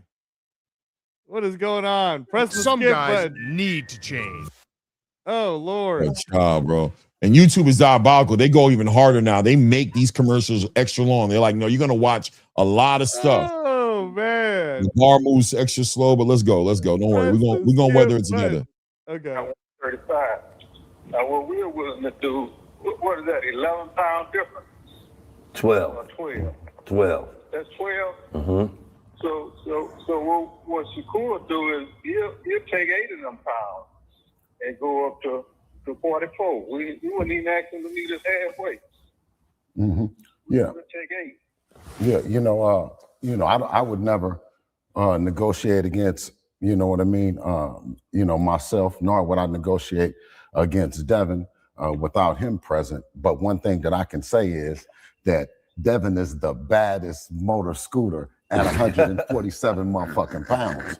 And he's the welterweight champion of the world, the king of the welterweight division, the money division, the glamour division, something that, not only has my guy, my big homie, right, that taught me that it's time to get the money. And whoever wants to mix it up at 147 pounds for that, you know what I mean, then that's what we're going to go with. And so if it's at a catch weight, if it's at a catch weight 144, then it wouldn't be for the belt. No, nor to me would it represent what a truly potential five division champ, and Shakur would make him. Devin, the youngest undisputed champion, 3 division title holder. You know what I mean, and somebody that's hard to deal with. So I think that it's a great fight at 147 pounds. When they're ready to go, at 147 pounds, if that's what they want to do. But we're not going down no more pounds. Okay. So there y'all have it. They're not going down. We're not going up. Yes, sir. But yeah. But see, here's Okay, so that's May 10th. What you basically just watched right there was open and shut case, right? Grand opening, grand closing. We want a fight. This is where we want the fight to happen at. Bill's like, we're not doing that. There you have it. There's no fight happening. It's May 10th, right? Are we in agreement? Yeah. No, that was May 10th. I'm just a little upset, Clay. So y'all are diabolical, man. There's over 90 people in the building. Get the likes up. What is wrong with this? Yeah, get the likes up. Stop being haters, right? Stop being haters. Let's pull this up real quick here. I want you to see something here, right? Now, on May 28th, 18 days later. 18 days later. Okay. So now, look. So what's happened here is it's been closed. Open, closed case. Jay Prince has gotten the confirmation that this fight's not happening between Shakur and Devin. So what does he do? He moves to put his other fighter in position. This is where they're trying to play the whole block game, right? The whole idea that Jay Prince put Keyshawn Davis at number 1 to block the Shakur fight. He didn't have to do that because the fight was already done. Right? The fight was already done. There's no blocking. So in its latest rankings dated May 28, 2026, the WBO has installed Keyshawn Davis as its number 1 contender at welterweight, making him the mandatory challenger to belt holder Devin Haney. Right? All righty then. No, hold on. And by the way, Clay, that's the organization doing that. So Shakur doesn't work for the WBO. So why are you guys getting mad at Shakur get mad at the WBO if you want to get mad at somebody? But anyway, no, they're mad at Jay Prince. They feel like he purposely moved him in there to block the Shakur fight. How's he doing that? Okay, so here's the thing. You either believe the belts are cool and they're legit, or you don't, right? But don't do this. Don't go blaming Shakur for something that he didn't do that. And what you're saying, Clay, so Jay Prince is the all-powerful Jay Prince that called Gustavo and made him do it, I guess. Right. So then let's look at on July 9th. No, June 9th. Sorry, June 9th. I got to go down to June 9th, right? Okay. That's why I need to go down. Hold on one second. So May 28th, and then we go to June 9th now. So on June 9th, there's a text message. There's a Twitter war that goes on that the whole world saw happen between Devin Haney and hold on one second here. I'm almost there. Hold on a second. June 9th in Vegas right now. And you hold on one second. Did they what? Don't do that. Hold on. I want to make the biggest. Hold on one second here. Oh my God. I'm in July, bro. I'm in July. I'm sitting here like, what the hell am I missing here? All right, July. I need to get to June. Sorry. I'm almost there. Hold on. July. Boy, July look like June. July look like June. Let's go. Keep going. There we go. We in June. Let's keep going. Let's get down to the 9th. Let's go down to the 9th.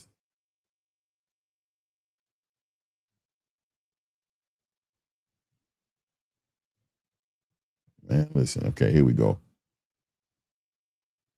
All right, all this BS. Bop. June 10th, June 9th. Shakur got the best job. He not lying. Hasn't fought in over 340. Boom, boom, boom. He'd rather lose. I'm going to show y'all. Fight of the year. Yes. 144 is 2 champions. Boom. Let's open this up. Yeah, 135. Let me go to 144. I'm trying to find it. I understand. I think they erased that shit, bro. Well. All right. So look, it doesn't matter, right? June 9th is when the famous Twitter thing happens where Devin Haney says, and you guys can go check it. It is what it is. I'm right. June 9th was the date when Devin Haney got into it with Shakur Stevenson and asked Shakur Stevenson, if we do it at 144, can we make the fight happen? Right? Okay. So May 28th, the WBO puts Keyshawn Davis in position. Right. May 10th, the fight was squashed because it had to happen at 144. Bill Haney said it's not happening. We're not cutting no weight. We 147-pound fighters, right? Okay. Boom.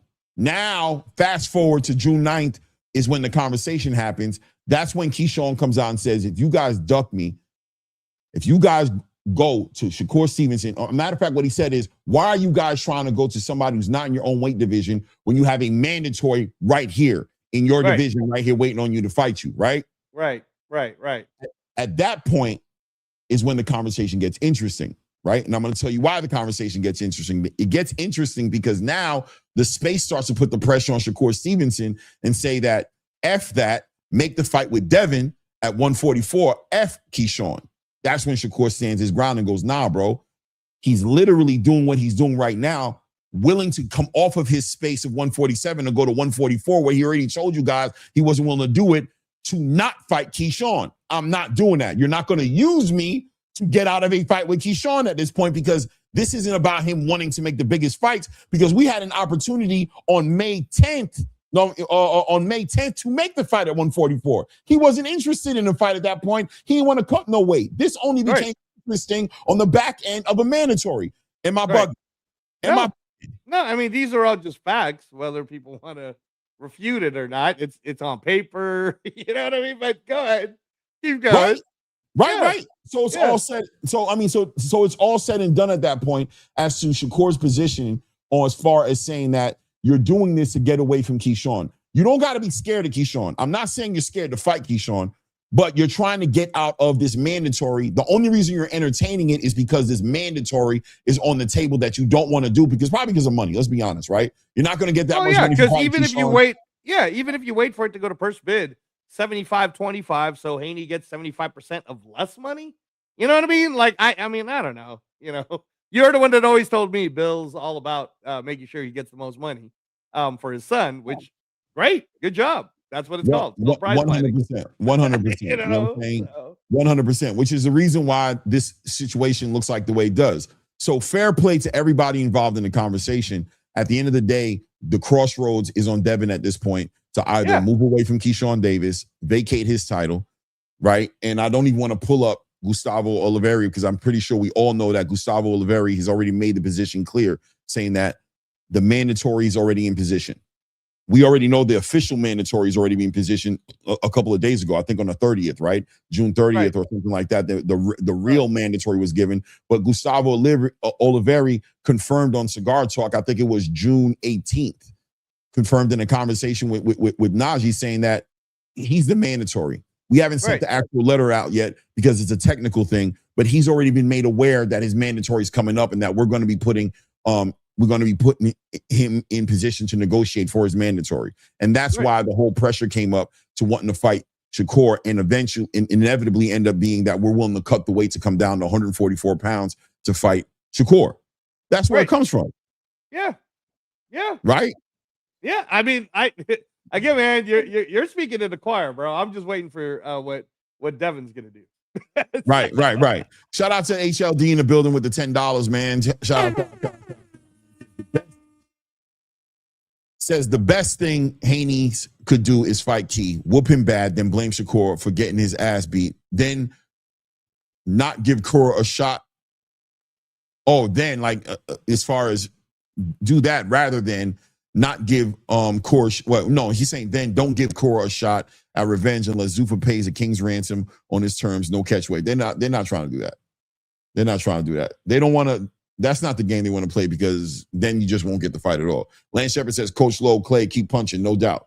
But that's the truth of the story. No matter what anybody in this building wants to feel anything about it, how they want to feel about it, the timeline is clear. The reality is that Shakur Stevenson is not the one on the side of necessarily getting in the way of this fight because the fight was already squashed early May. The only reason this fight came up is because of Keyshawn Davis having a mandatory to fight Devin. That's the only reason why it came back up. Right. Period. Right. Yeah. Yeah. So no, and I if mean, you want to make the fight for the payday, vacate the title and come get the payday.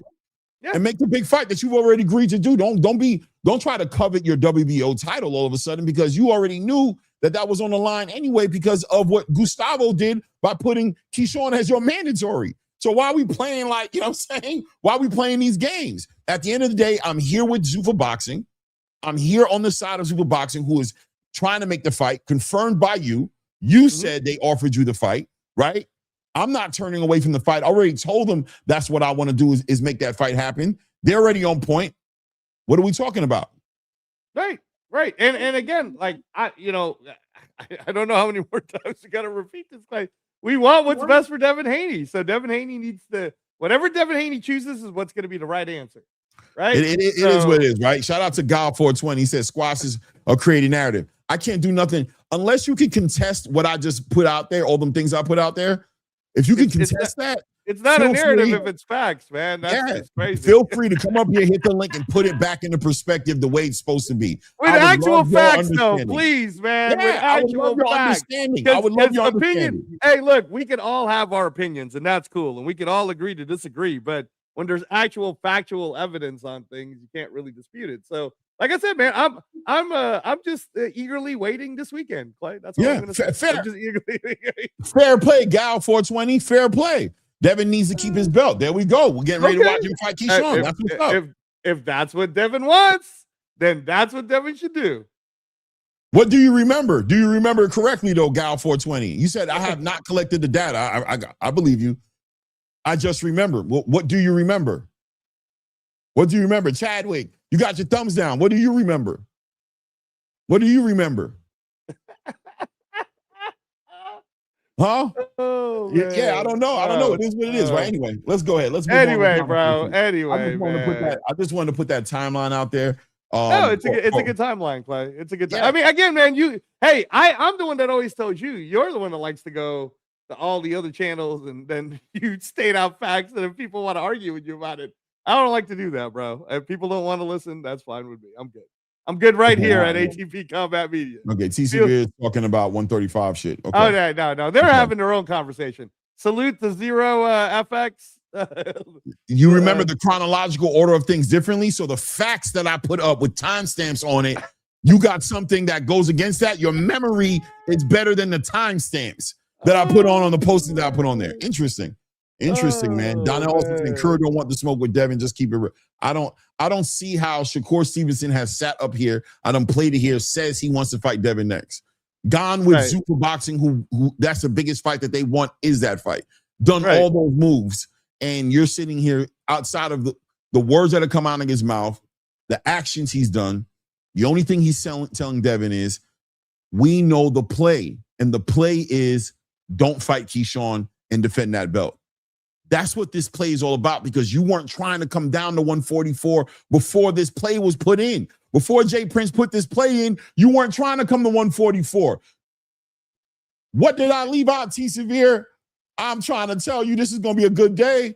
What did I leave out, brother? Tell me what I left out. What did I leave out? I'm interested. We can find it, whatever it is. It's no problem. T. Severe, T. Severe, bro. Here, I'm gonna send. No, I'm gonna send Severe the link. I did. I'll send it to him because nobody else. T. Severe, come up here and put that's my guy. Because I know you got it. I know you're articulate. Come up here and put it in perspective for me. Yeah, no, he's a good dude, man. And he's gonna keep it factual too, which is I hope so. What we like. I hope so. If he does, then we ain't gonna have no problems. As long as it's factual, no issues. Yeah. Yeah, right? no, let me. Yeah, I'm gonna text it to him too because I hope he's free. I don't know if he'll be free or not. I hope. I mean, he's free enough to be typing in the chat. I wonder if he's free Oh, enough I to know, be but away. there's a lot of people. There's a lot, the third shift works and all of that. People can still type if they're working, bro. Yeah, yeah. It is what it is, right? It is what it is, man. So, hold on one second. Let me check one more thing here just to make sure everything is clear over here. Okay. By the way, anybody who wants to hit the link, feel free to hit the link. It is what it is. We could just go back over some of the old topics. Anything that you want to talk about that we ain't talking about? The only thing I want to do, salute to Zero FX Given, Clay. Look, that's nice. Appreciate promotion of content with Context. Yeah, with context. Some opinions deaf out of hand when using facts without reliable source. Yep, and that's the whole thing too, is right. So thank you, appreciate that. Now, brother, if you guys want to check out me and Clay's breaking opinions on Garcia versus Conor Benn, it's getting a lot of positive feedback. It's on the video section. It's our Read the Ring episode 13.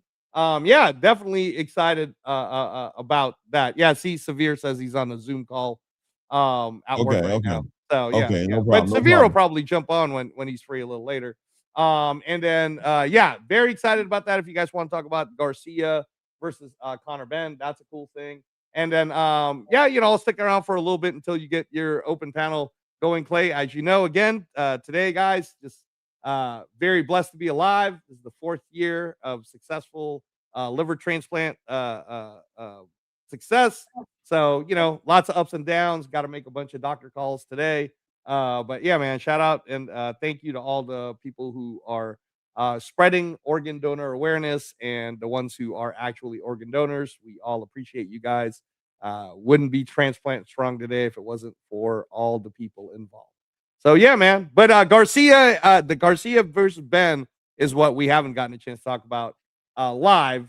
The video is great though. I've gotten nothing but positive comments back about our takes on Garcia versus Benn, because for the first time we're seeing everyone in unity, like in unity, working together, dispelling all the things about it. So yeah, man.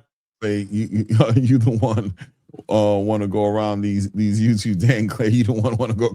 It is what it is. It is what it is, man. What's up, HLD? What's good with you, man? What's going on, Reyes? Congratulations, my friend.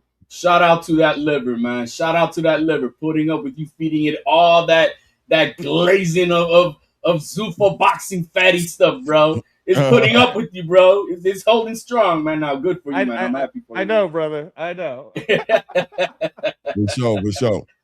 For sure, man. Yeah, man. So what's good, man? What's on your mind? I know everybody wants to. What'd you think about my little presentation? Was it crazy? Was I just making what happened? No, you're going through what we see out here as far as the forefront of what's fed to us is what we know out here. But it always comes down to money. And Bill, yeah, he I know you're trying to. I mean, I don't know if you're trying to. That's what you're trying to paint. That he's trying to get out of the Keyshawn mandatory. I just think that he sees that there's a big opportunity to make a fat bag with Shakur, and that's what it is. And he's trying to leverage it and see where it's at. If it's the king's ransom that he thought it could be, and apparently it's not. Apparently it's not the bag that he thought it is. I mean, you can see that right now on Twitter. I don't think this fight is happening. Oh, what happened on Twitter? I missed this. What's going on?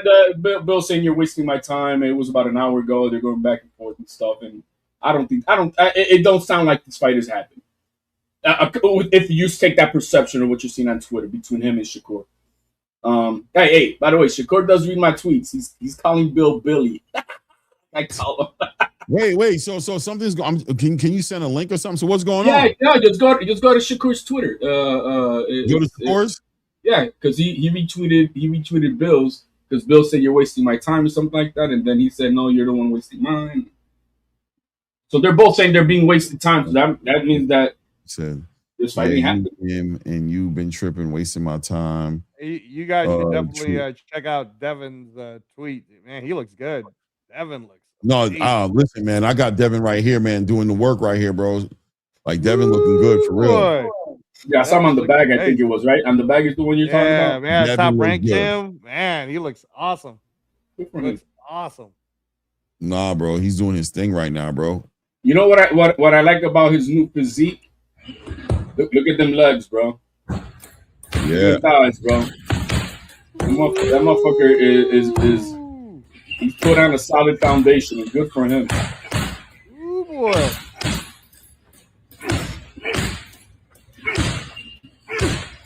They're snappy. They still don't push though. They don't.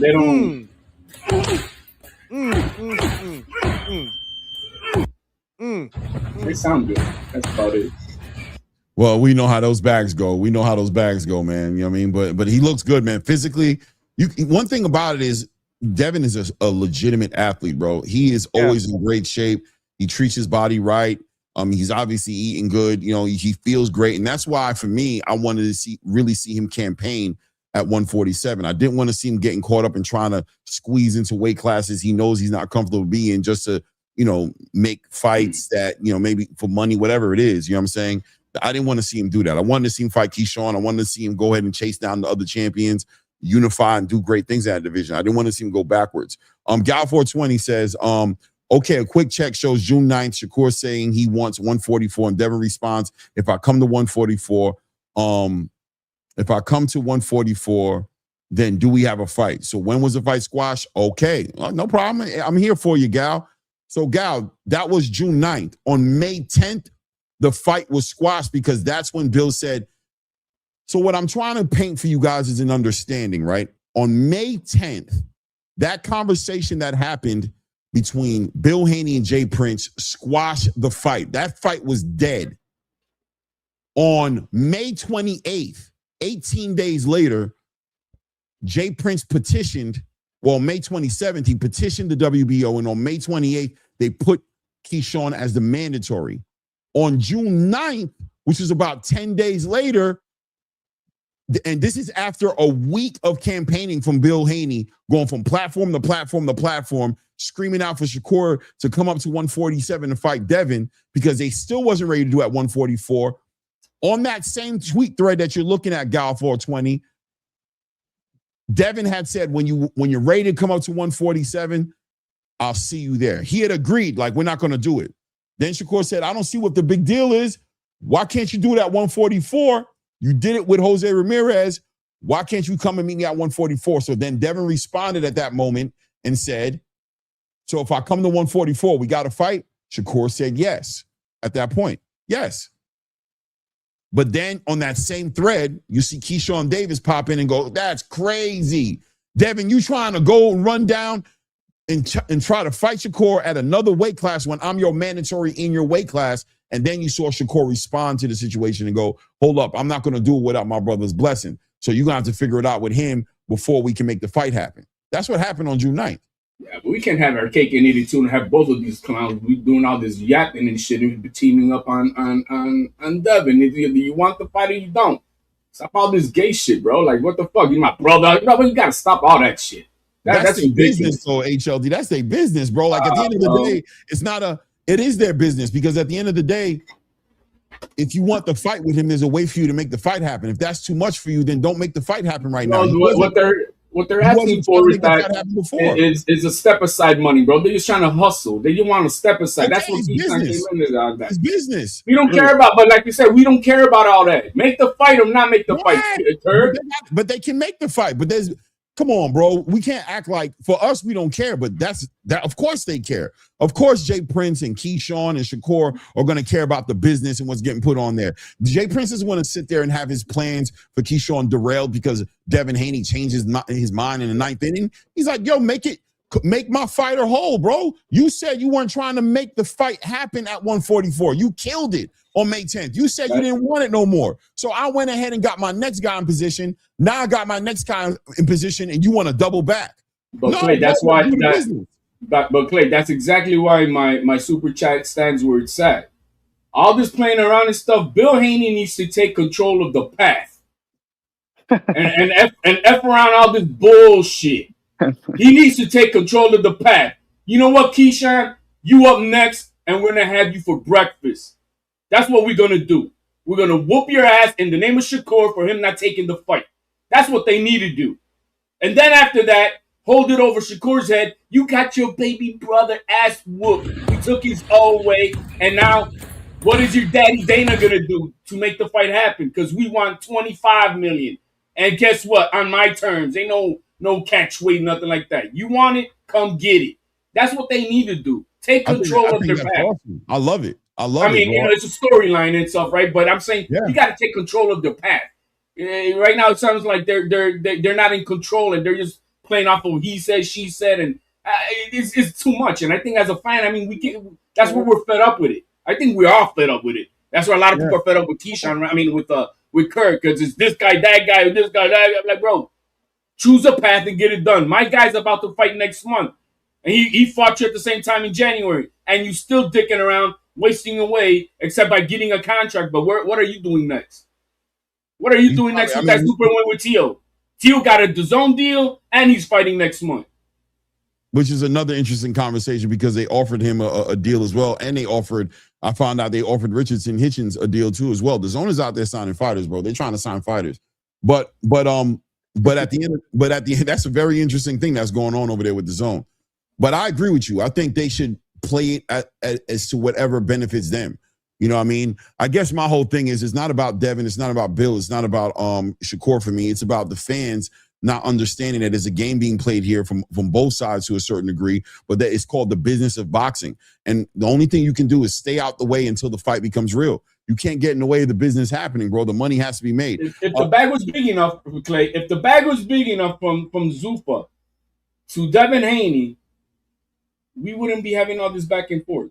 Apparently, it's not big enough. It's not big enough for them. It's not big enough now. It's big enough before. So I don't know what money was that we talking about before? I never heard of any number. I mean, why was Bill on a campaign trying to make that fight happen? He was trying to. Hey, I'm trying to get them to bite. He's throwing out the bait. That's what Bill's doing. Zuffa reached out to them for the fight. Okay, and was the bag big enough? I mean, I don't know what the bag was, but I mean, you saw Bill on that campaign. What motivated him to be on the campaign like that if the bag wasn't on point? Come on. 100 million is what he said. I don't know. He was looking for 100 million. Apparently, he wasn't close to that. I mean, whatever it was, I'm just saying it was good at one point and it changed. And at another point it changed and it wasn't good enough, I guess. What's up, 444? What's going on, panel? What's going on, Clay, Reyes, HLD? Quick question. Clay, do you happen to have the date that Bill Haney told Keyshawn Davis that he was up next after he would fight Ortiz after the Ortiz fight? January 30th. What date was that? January 30th. Okay. And so then after Keyshawn Davis fought Ortiz and dominated him, who did Keyshawn call out directly after that fight? Wasn't it Devin Haney? I don't remember if he called him out directly. He called him out. He called out Devin Haney in the ring. They said, "Who you want next?" And he said, "Devin Haney." Whatever he called him out in the ring, if I'm not mistaken.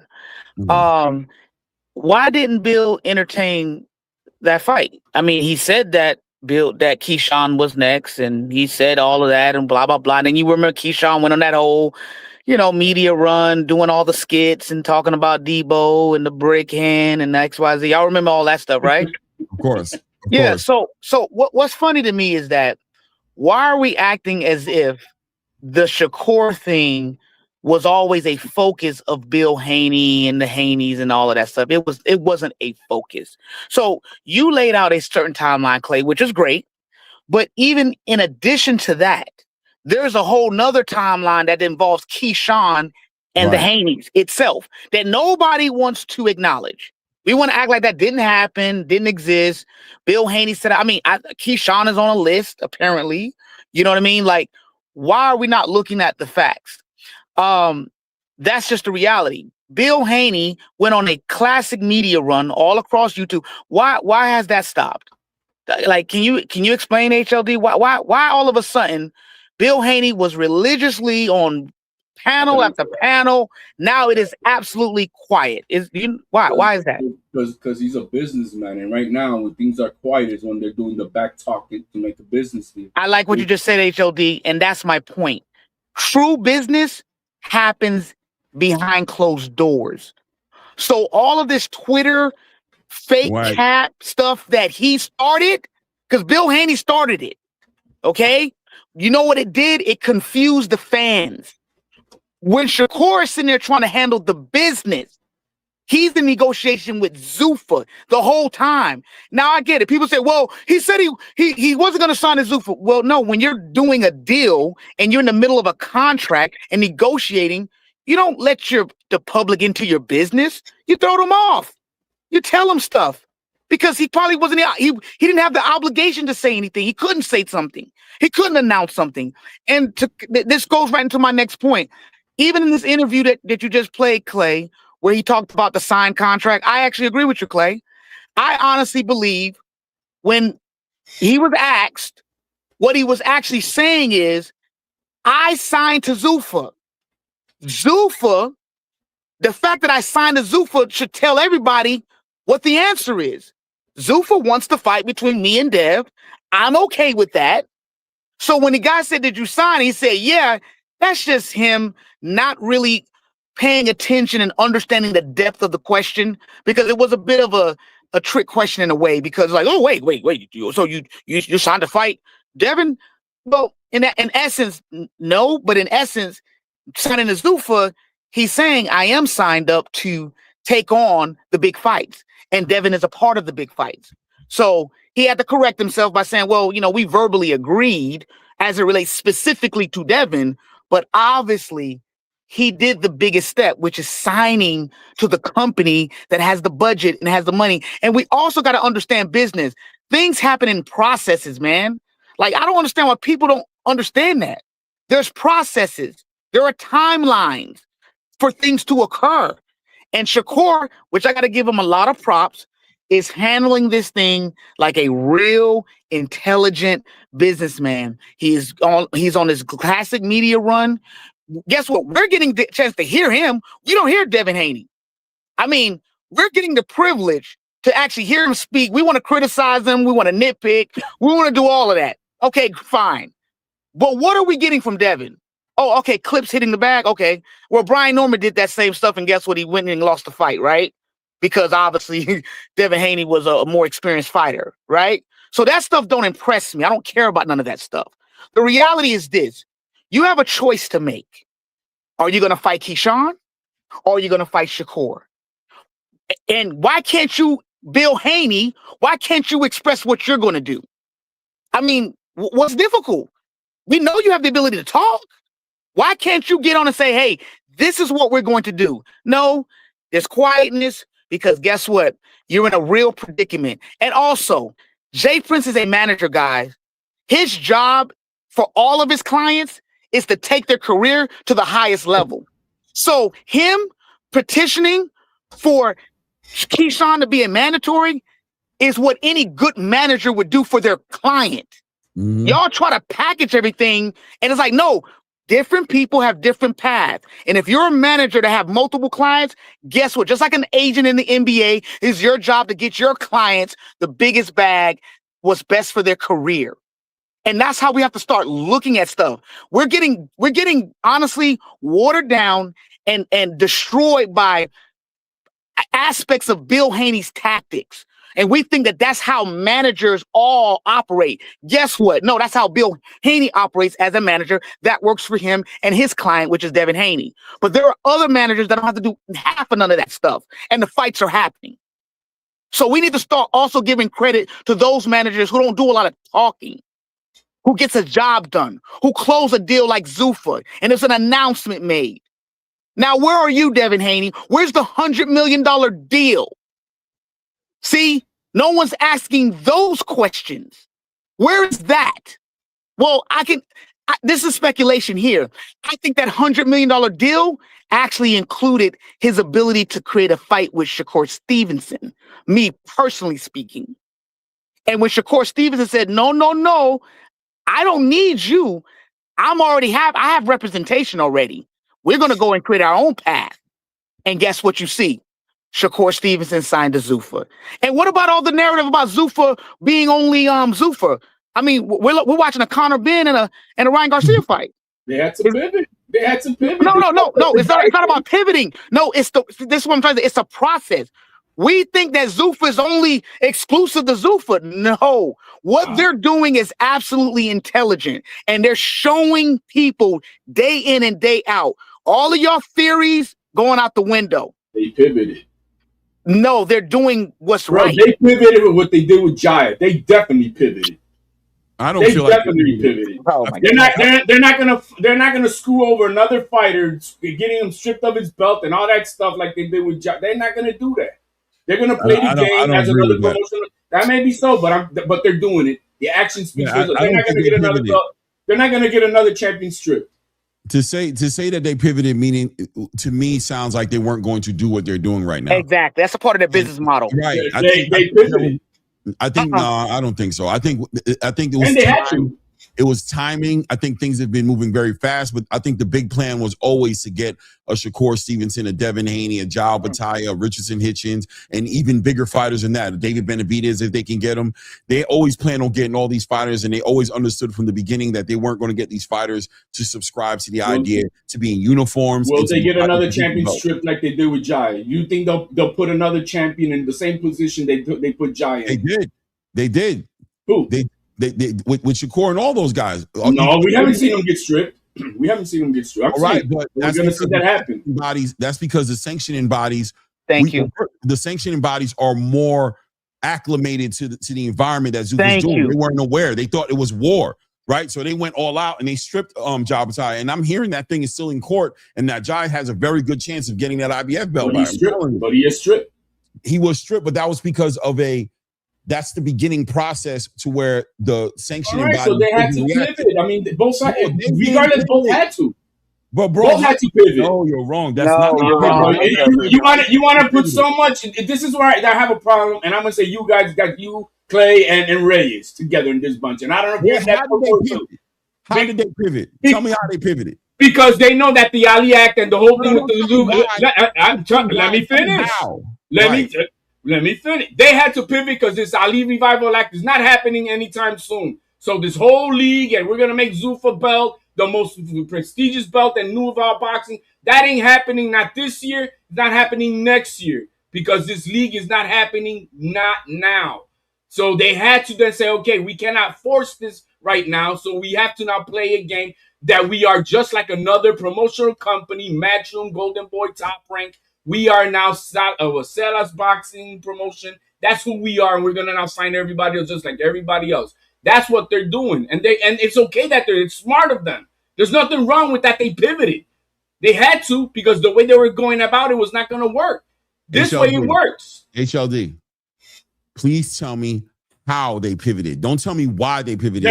They're not gonna force that Zuffa belt as being the king's ransom over all the other sanctioning body belts. They're not gonna put they're not going to put Shakur in the position or any other champion that they get from a sanctioning body in the position where he could get stripped. That is not going to happen. They're not going to do what they're not going to do what they did to John. How they pivoted is they stopped putting out the Zuffa belt. That's basically they stopped making it as it's going to be the all be off for them. They're going to play ball with everybody, and that's what they're doing. It's not going to be that. But were they not when Jai Battaglia got stripped? Were they not in the midst of playing ball? Did they not have the IBF belt up there and pay attention? No, they had the McDonald's belt in the middle and the other belt on the side like it's some stepsister. They had the belt. They had the IBF belt in front on the side. No, it wasn't. You put it up last time, man. I showed you that. His was on the table on the Zuffa belt, the center of King. Right, because the belt in the middle is nobody's belt, and the belt that's in front of Jai Battaglia is his belt. Why would they take Okay. Come on, Clay, man. Come on, Clay. I don't know why you guys insist on doing this, but one thing I'm not going to do is jaw jack with you. I'm just going to go right to the video, and we can just. Yeah, I remember we talked about this last time. I don't know where you're at with it. I don't know how you're. The belt was the stepsister to the side. It was not the center promotion of that promotional fight. It was at the side. Okay, all right. Kind of like what Turkey did when he didn't want the WBC belt. Remember what he did with Canelo in it? He just like, hey, put that to the side, bro. It's only the Super belt. Come on, man. He did the same thing. They did the same thing. Right.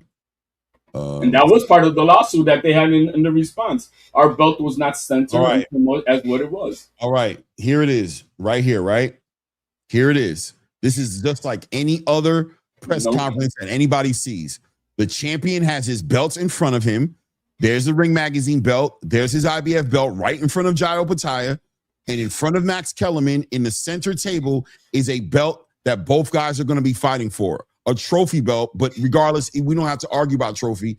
There's the belt there in the middle. We don't have to argue. I'm saying I'm cool with you thinking it's not a trophy belt or thinking it's a trophy belt. I don't want to argue that because I think it's a trophy belt because it can't be sanctioned because of the Muhammad Ali Act. So it's not a sanctioned belt. But I don't care if it's trophy or not a trophy. I just don't give a shit, right? Because the belt. Don't. Okay, fine. But what I'm saying is the belt that's in the front right there, and this is what we're going to do. We're going to cross-reference, and we're going to go to other press conferences that have nothing to do with Zuffa Boxing, and you tell me how this stage looks different than any other press conference you've seen. Pick one. I'll pick one and I'll pull it up. I don't care unless you just want me to pick randomly. What does it say on top of it? Zuffa Boxing. And what's the center belt? Zuffa Boxing. What does it say, Zuffa? What does it say, Zuffa? On the top there, on the screen, on the podium. The top. Hold on a second. Did I pull it down? Is that Gallegos speaking? Yeah, that's the name of the promotion. Just like Golden. I understand. IBF Boxing on the top. Exactly. It doesn't say it. So what is the belt that's being has it? All right, so let's look. Anybody who tunes in, what is this fight for? With a Zuffa belt in the middle. Brother, we about to pull up another press conference. No problem. Hold on. No, Clay. I mean, like, look, man. I think that again, what's being missed out is we already did this on a video. We even showed the actual telecast in where Paramount Plus, you said, here is Jai Opetaia, the Ring Magazine and IBF World Champion. That's Paramount. So, that's Paramount. That's not the promotional company here. That's just the network. All right, man. I go ahead. That's just the network. That's just like Top Rank saying one thing and ESPN saying another, and okay. They had to pivot. The other one, they had to pivot. All right. All right. It's not that they did. Okay, here we go. Here we go. They're not perfect. You guys got them way too wanna like they perfect. Tell me a flaw. Tell me a flaw. Tell me a flaw. I think they need to communicate better with the traditional space so that doesn't have to have all these confusion. Literally, this confusion that we're having right now, I think is on the back end of Zuffa Boxing not communicating clearly what they want to do. They're moving and they're like, read our actions, but their words, they're not sitting up going, because it's fluid. Okay, but you asked me and I gave you an example. I'm going to tell you, bro. I gave you an example. Everything that they're doing is fluid. Right, so nothing is cemented in stone. Okay, fine. That's cool. Here is Canelo Alvarez, one of the biggest stars in boxing right here, right? Where are the belts in front of Canelo Alvarez and everybody on his entourage? There's no belt in the middle because there's no belt being fought for. Those are all his belts. That's the same way Jai Opetaia was set up. Which one's a trophy belt? Which one's a trophy belt? There's no trophy belt because the ring belt is the trophy belt, but it's still not centered stage on that thing saying it's Ring Magazine. Oh my God, bro. It is not. That is Canelo Alvarez's ring belt, bro. I understand that. But that belt is not up for grabs. Like that is not in the center. I'll put up another one. Hold on. Because what you're saying is not consistent. I'm sorry. And it's not about Zuffa being perfect, but those belts are on the table where Canelo Alvarez is because he owns those belts.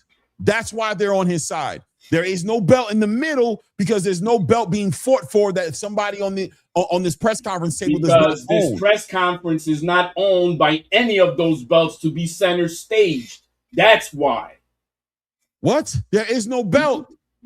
Clay, you heard what I said. Clay, this press conference is not being run by any of one of those sanctioning body belts, including the ring belt.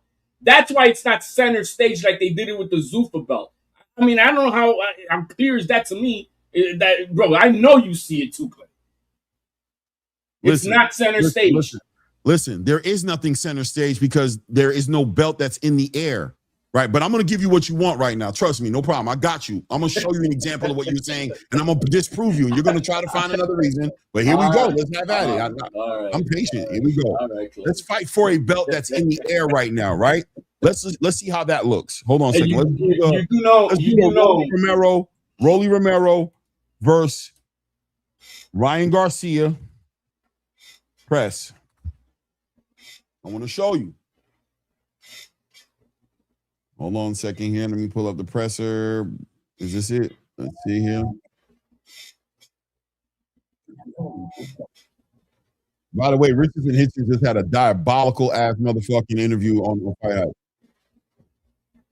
How was it diabolical? That guy's been yapping too, man. He was talking crazy, bro. He was talking crazy. Like he was telling a lot of shit that I just don't understand why he was talking about that shit. Like it was crazy. Well, I'm trying to see if I can get a picture of the whole table with him because this press conference has everybody on it. Hold on, let's see if I can get a backup picture. Everything is okay. Just like, and guess who's pivoting now too? Bill Haney's gonna have to pivot. He's gonna have to pivot, and he should be pivoting to try to sell this Keyshawn Davis fight to make it big because he's wasting time. He needs to just make it big because he doesn't have a backer of the promoter right now. Who's gonna bid on this fight for him if they don't come to an agreement? Because they don't got money behind them. Bill, I don't know. I don't know what Bill is doing. But I think this is, unless he lands a humongous, fight, a humongous fight with Zuffa, and he doesn't, bro. This is the worst move I've seen Bill do because he's not moving the way Bill does. I think personally, Bill, I can't find another one. I'm trying to find with the Ryan Garcia and the Rolly. They didn't do that because they had all. It was. I'll take your word for it, Clay. I'll take your word for it. Yeah. It is what it is. I'm saying because this one is exclusive. This Canelo Alvarez, Jaime Munguia fight is a more better example because there's nobody on there except for Canelo and Jaime Munguia and their entourages. Whereas the other press conferences had Ryan, Rolly, Tio, Devin. So they had all these fighters up there with a whole bunch of different belts. So they weren't going to be able to post it up that way. I think maybe the heavyweight. I think maybe the fight between Dimitri and Bivol and Artur Beterbiev, the first one that had a lineal belt attached to it. I think that one was a good example. I'm not going to put it up. At the end of the day, though, the way Jairo Pataya had that belt positioned, his belt, the IBF belt position, was in accordance with how every other fighter has had their belts positioned that they owned in every press conference, including this one right here that we're looking in front of us. That's how the belts are propped up. The belt that was on the middle of that, the Zuffa belt that was put on that podium, that was put there on that podium, on the front of it was Zuffa Boxing's trophy. And I believe they had the same trophy type system set up between Canelo Alvarez and I want to say Terrence Crawford when they made that big belt, when they made that belt for the event, when they made the Fatal Fury belt for them. I think that was the event, right? Or was it Canelo and... No, they made that gold belt, the ring belt, $300,000 belt. No, okay, so what was it? Was it Angela, what was it? The undisputed? Was it heavyweight? It was the heavyweight. It was the heavyweight belt. It was the undisputed heavyweight belt between Tyson Fury and Alexander Usyk when they made that undisputed belt. Remember? They were like, I'm introducing this belt and it said undisputed. It was an ugly belt. Y'all remember that shit? Yeah, it was a secondary belt to the WBC belt in itself, right? Wasn't it? No. It was an ugly ass undisputed belt. It said undisputed on it. But who made it? Was it the WBC? Turkey made it. No, Turkey made it. Yeah, I don't remember. But I remember what you're saying, but I don't remember. So Clay, he did it twice. He did it for the Fury. So this was the whole campaign of him trying to put the best versus the best. Right. In 2024, he does it for Fury versus Usyk, and then he does it again for the first time. We haven't had a light heavyweight undisputed in a while for Bivol and Beterbiev, and then he basically stopped after that. So. Hey Clay, I just one last question, and we could get off. I mean, I'm okay getting off it. Did you ever read the statement by the IBF of why they stripped Chad? Yeah, they included all the propping of the belt, and they didn't like the way the belt was being shown and things of that nature. Yeah. All right. I remember that. That's all I wanted. Right. Anyway, so back to Billy Bill. I love it that Shakur is reading my tweets. Billy Bill. Yeah. I don't think this fight is happening, Clay. I don't know how but I'm getting the notion that this fight is not happening. And you saw what and I don't know, I put it in the private chat what Shakur commented on that punching bag video that you was just having up here. You saw what Shakur said about that? I put it in the private chat. Yeah, I saw it. I saw that he basically said that Devin is like 180 in this picture, which is, I was going to ask the same question about how much you guys think he weighs in that picture. I was going to ask because $175 easily. $175. $175, $180, right? He a big dude, man. Shakur, Devin is a big dude, bro. Them drumsticks are not small, bro. That kid, he put in the work. I could respect because I know what it is. He put in the work to get the physique where he's at because he had some chicken legs before, bro. He put in the work. Good for Devin. And you know what? It's Shakur, Devin, Tio. Out of that group, they're the most dedicated, always in shape, never cheeseburger looking kids. Never. I seen Tank looking like a cheeseburger away from heavyweight. We've seen Ryan Garcia blow up all crazy with all his, but those three guys from that generation, true professionals as far as always being in shape, and I respect that part. That's a fact. I agree with you 100%. Guys, we're going into the fight this weekend though with Diego Pacheco and Emmanuel Alim, right? But this fight right here is significant because next week we got Hamza Shiraz also getting ready to defend his title. Looks like these guys are going to get on the same schedule. If Diego is what he holds a WBO belt, one of those interim, international, intercontinental, whatever the hell NABO belt, right? type of belt. Yeah, whatever, NABO, whatever the hell the belt is called, he owns one on the WBO. And last time I checked, he was number one on the WBO, right? Is he still number one? I think he's number one. I doubt they dropped him.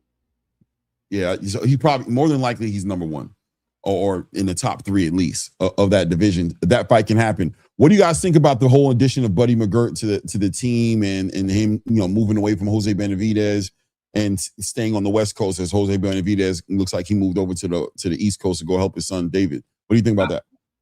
I'm okay that he's trying to do better, and I'm okay with that. Look, when a fighter's at least looking for a path to do better, there's nothing wrong with that, and that's actually admirable. You know what I mean? So just like Norman Jr. did and whatever, like, hey, I don't think I'm doing it. I got to do better. That's good. There's nothing wrong with that. But when it comes to Pacheco himself, I'm just not high on the kid. After that fight with Nelson, Steve Nelson. After that fight, he fell off the cliff for me. But Steve Nelson was a good fighter. I mean, was he supposed to die? Steve Nelson was 40 years old with the same type of peppermint beard that you got, man. Come on, man. That guy, like, no, man. He should have smoked them. He should have smoked them, bro. He should have smoked them. That was an opportunity. He was on a good run, man, putting hands on people, man, all the way up until that point, bro. Going into that fight, I thought Steve Nelson had a legitimate chance of winning that fight. I picked Diego to win the fight, but I didn't pick Steve Nelson to get dominated by Diego Pacheco. If anything, I ain't gonna lie to you. I say the Kevin Lele Sajo fight is the one that had me like, this dude might not be ready, especially on the back. That was after, right? That was after. And after he I don't want to say I was about to say duck. I'm not gonna say duck, but after he did not fight Christian Mbili, right, for that WBC interim fight, and did not fight Hamza Shiraz for that WBO title. Yeah, so my eyesight of time frame, it holds right. To me, he sucked after Nelson, and after that, he's been sucking since. And so I'm not high on him. He's on the show me right now. You got to show me. Right now, I'm not high on the kid, and it is what it is. Hey, Buddy McGirt, a great trainer. Hopefully, he does better for him, and hopefully, changes the mindset. But I'm not high on the kid. Yeah, man, just, us forming our team here in LA, I feel like Buddy was that missing piece that we needed, that experience, that Hall of Fame, just knowledge and experience, him being a world champion himself and obviously being in the corner of many world champions, just the little things, for example, my last fight, we saw me get knocked down because of a simple little mistake that I've been making that I have been getting away with my whole career. But, now at this level, all those little things need to get tightened up. And, that's why we brought Buddy in. And it's been a great outcome this camp. I feel like we made a lot of adjustments, a lot of improvements. And I'm happy with how this camp went for sure. So that being said, he's acknowledging the Kevin Lele Sajo experience, right? Him getting knocked down. We watched him. Some people thought that he might have lost that fight. I didn't think so. I think he won the fight, but I think it was a very close fight. But that being said, he's getting ready to get inside the ring with a very similar fighter in Emmanuel Alim, who's about the same height as Lele, maybe a little taller, but ultimately has that same package, right?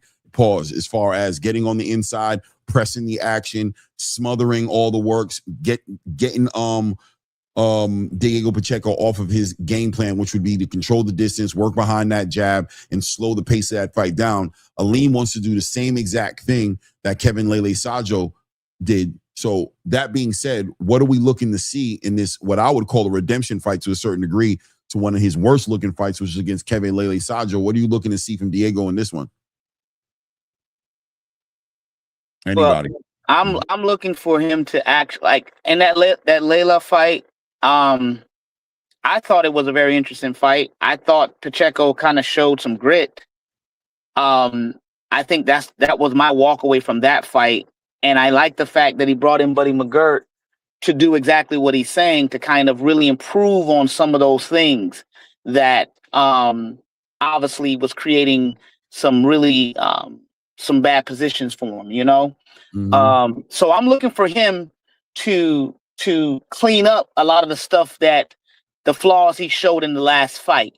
But the one thing that I do know is that he got some grit, and I think that makes him a pretty decent fighter, right? I think if he can get some of the stuff from Buddy McGirt, improve on those things, you know, he'll be a decent fighter. You know what I mean? I'm not completely sold on him, but I will say I'm curious to see what Buddy McGirt does with him, because if he can tap into a certain fighting style that fits him, to where he can kind of get the most out of his dimensions and all of that, he might be something to deal with, though, because he showed that grit in that last fight for sure. I thought he won too. It was a close fight, but he definitely edged it out, though. Yeah, I thought he won it. HL, what do you think going into this fight? What is it that you need to see? I'm noticing that a lot of these Mexican American fighters, they're not tapping into what we know Mexican fighters be, and that's a killer to the body. Yeah, we take a fucking punch and we're gonna steamroll you with that. And we're seeing that they're trying to be something more than they're not, to try to be more of a boxer style, more and it's never been a Mexican strengths. It's never been. It's very how many you know, I don't want to call it slick fighters, but you know, technical boxers like that, and from Mexico, we don't see that. They're supposed to be what they are, and then overwhelm you with what it is. But these guys are trying to be something that they're not, and I don't think they got what it takes to be that. Because for me, with my experience, I'm not used to very tall Mexicans, you know what I'm saying, in boxing, you know what I'm saying?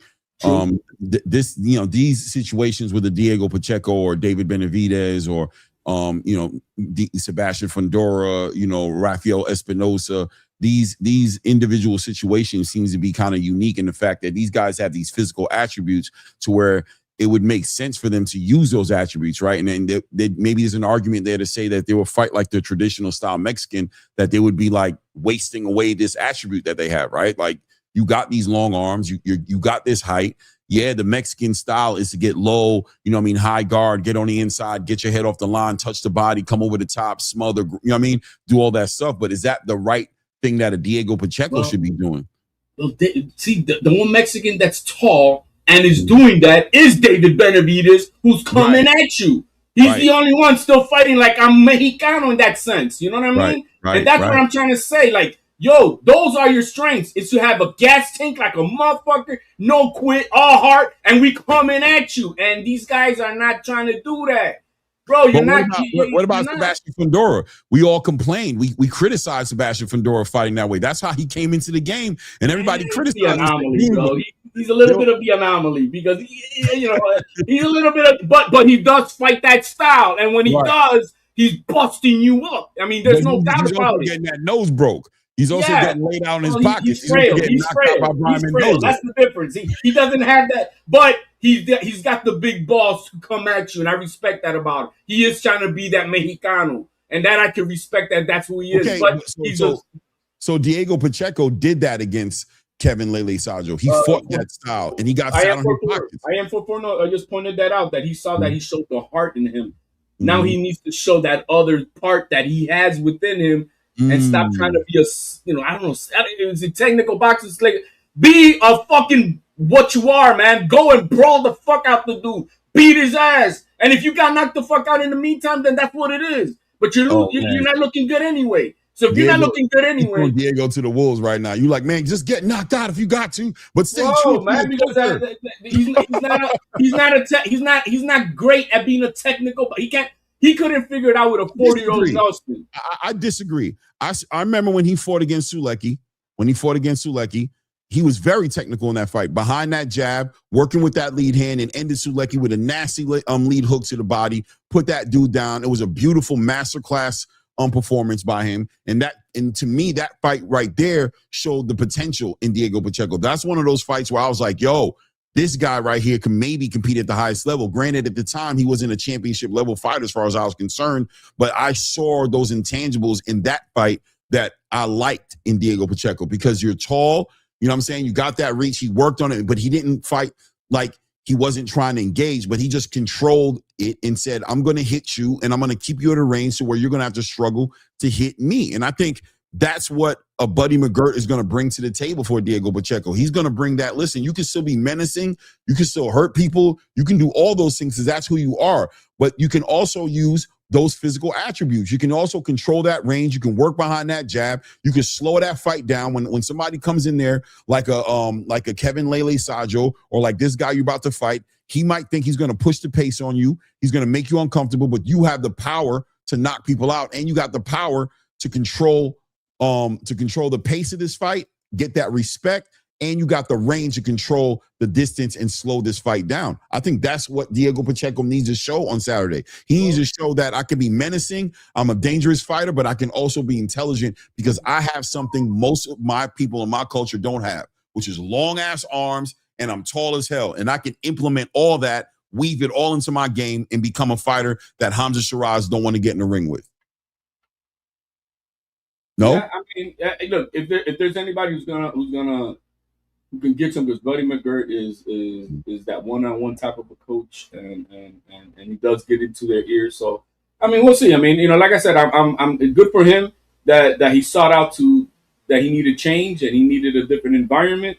Good for him, and we'll see what happens. But as far as who is he right now? He's on the show me for me, and that's it. If he does it this Saturday and he does great, good for him, and that means that Buddy McGirt was the answer.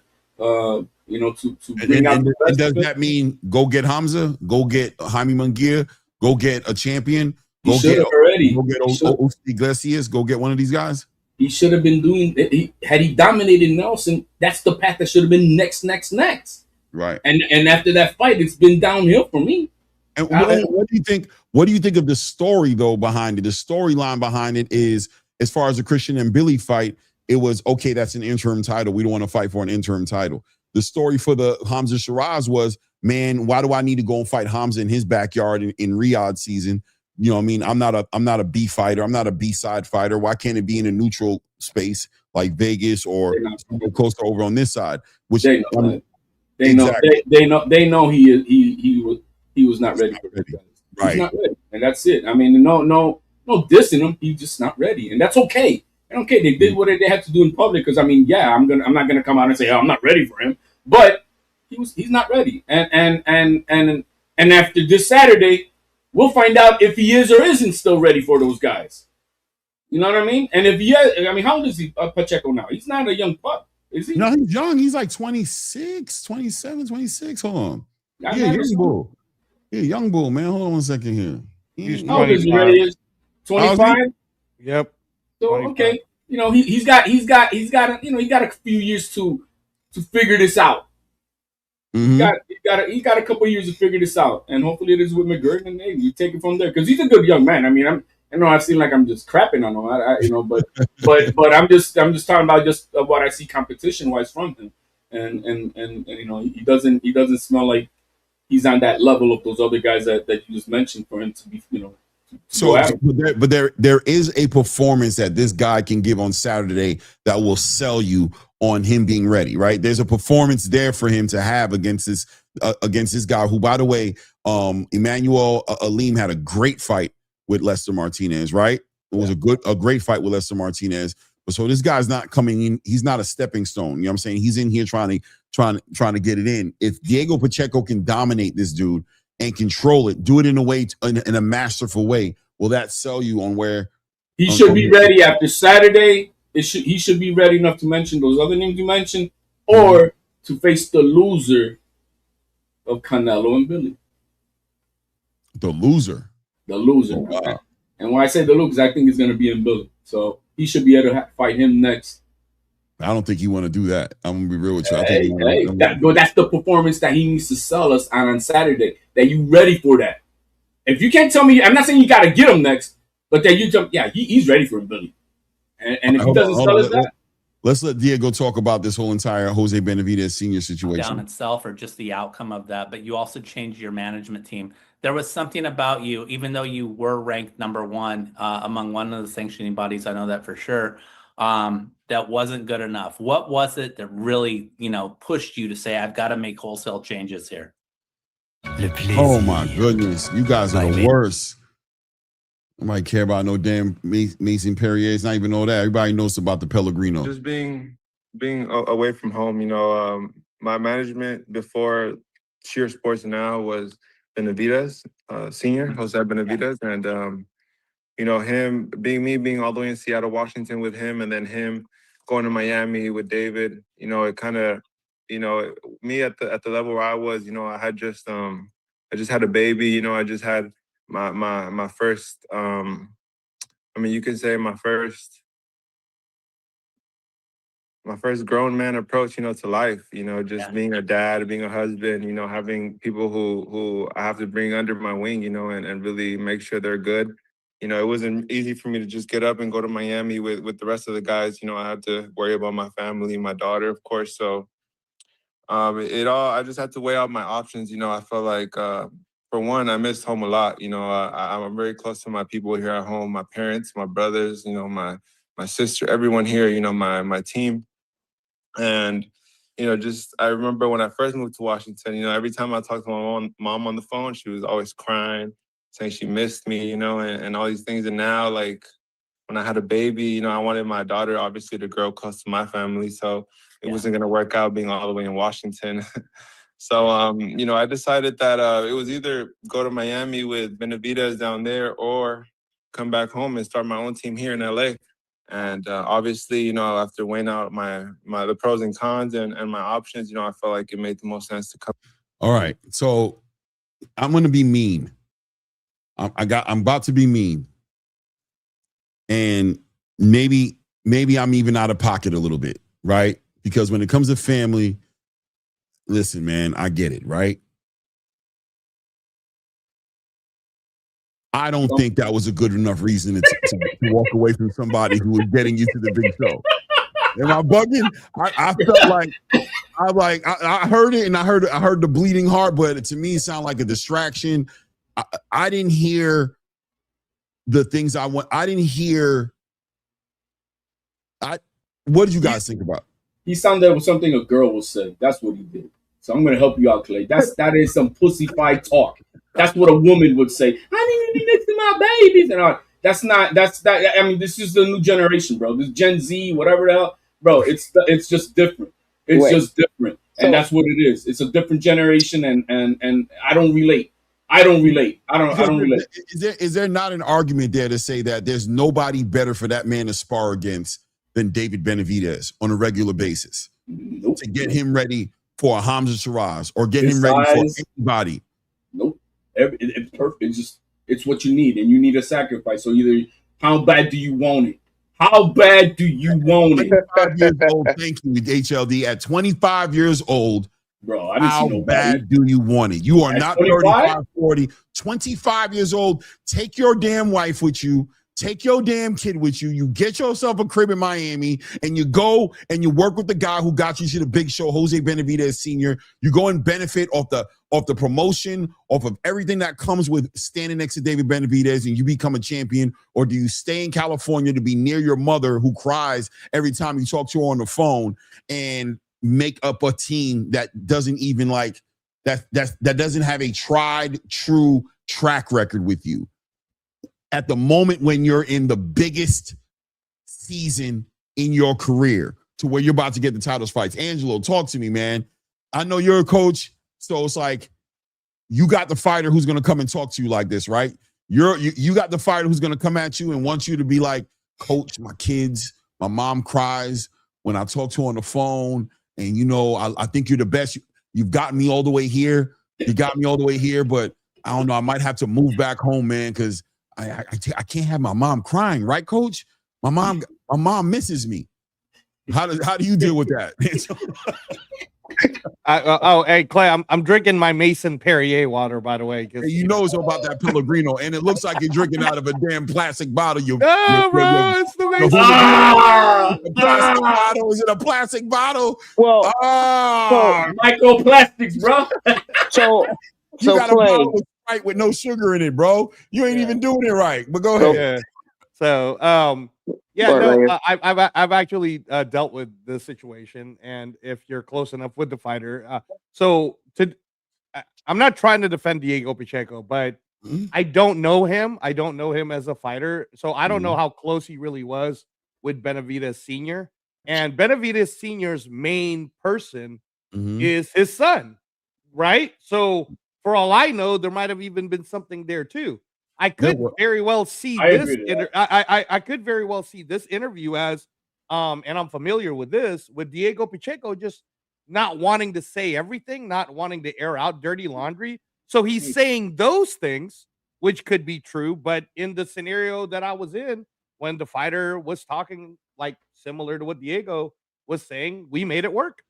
Because if you want to continue to work with the fighter who ended up winning that fight, you make it work, man. I mean, so I would go back to go, okay, let's say that was a real conversation, the one you gave out, Clay, where Diego Pacheco is walking up to Benavidez Sr., and I'm Benavidez Sr., and he's saying all the stuff.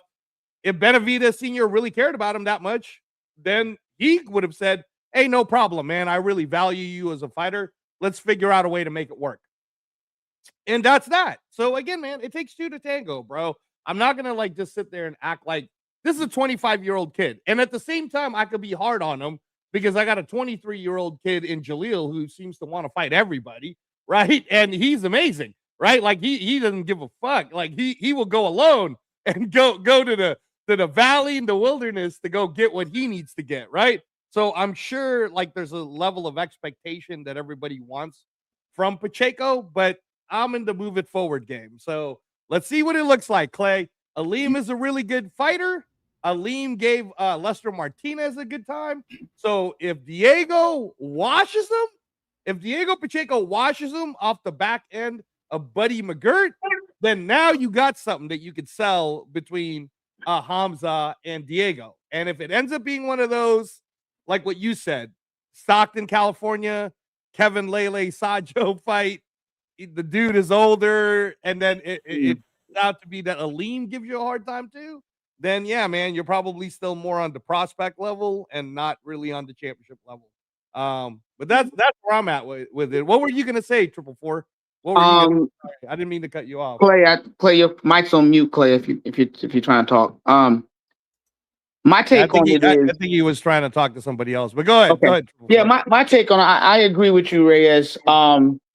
Another thing that I think that people aren't really speaking about, and maybe it's not important, but I also think that there's the fighter that we see, you know, in these media, and then there's the things behind closed doors. So to be honest, I think the fact of what David Benavidez is going through as far as with his relationship with his wife or soon-to-be wife and the cocaine, I'm gonna be honest with you. Some people,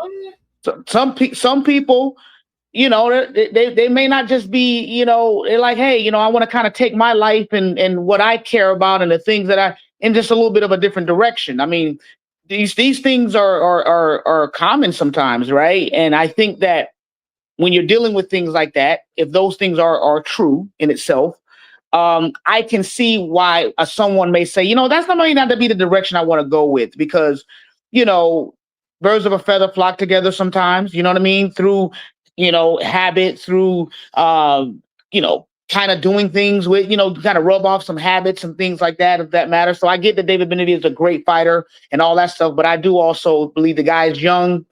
Pacheco, young, trying to carve his own path.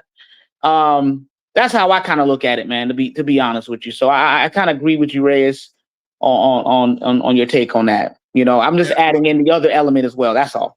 Yeah, and by the way, I was on the phone, guys. Sorry about that, but I agree. And what Angelo was saying was right on point. We actually talked about this before anyway, so it's kind of like we already kind of knew.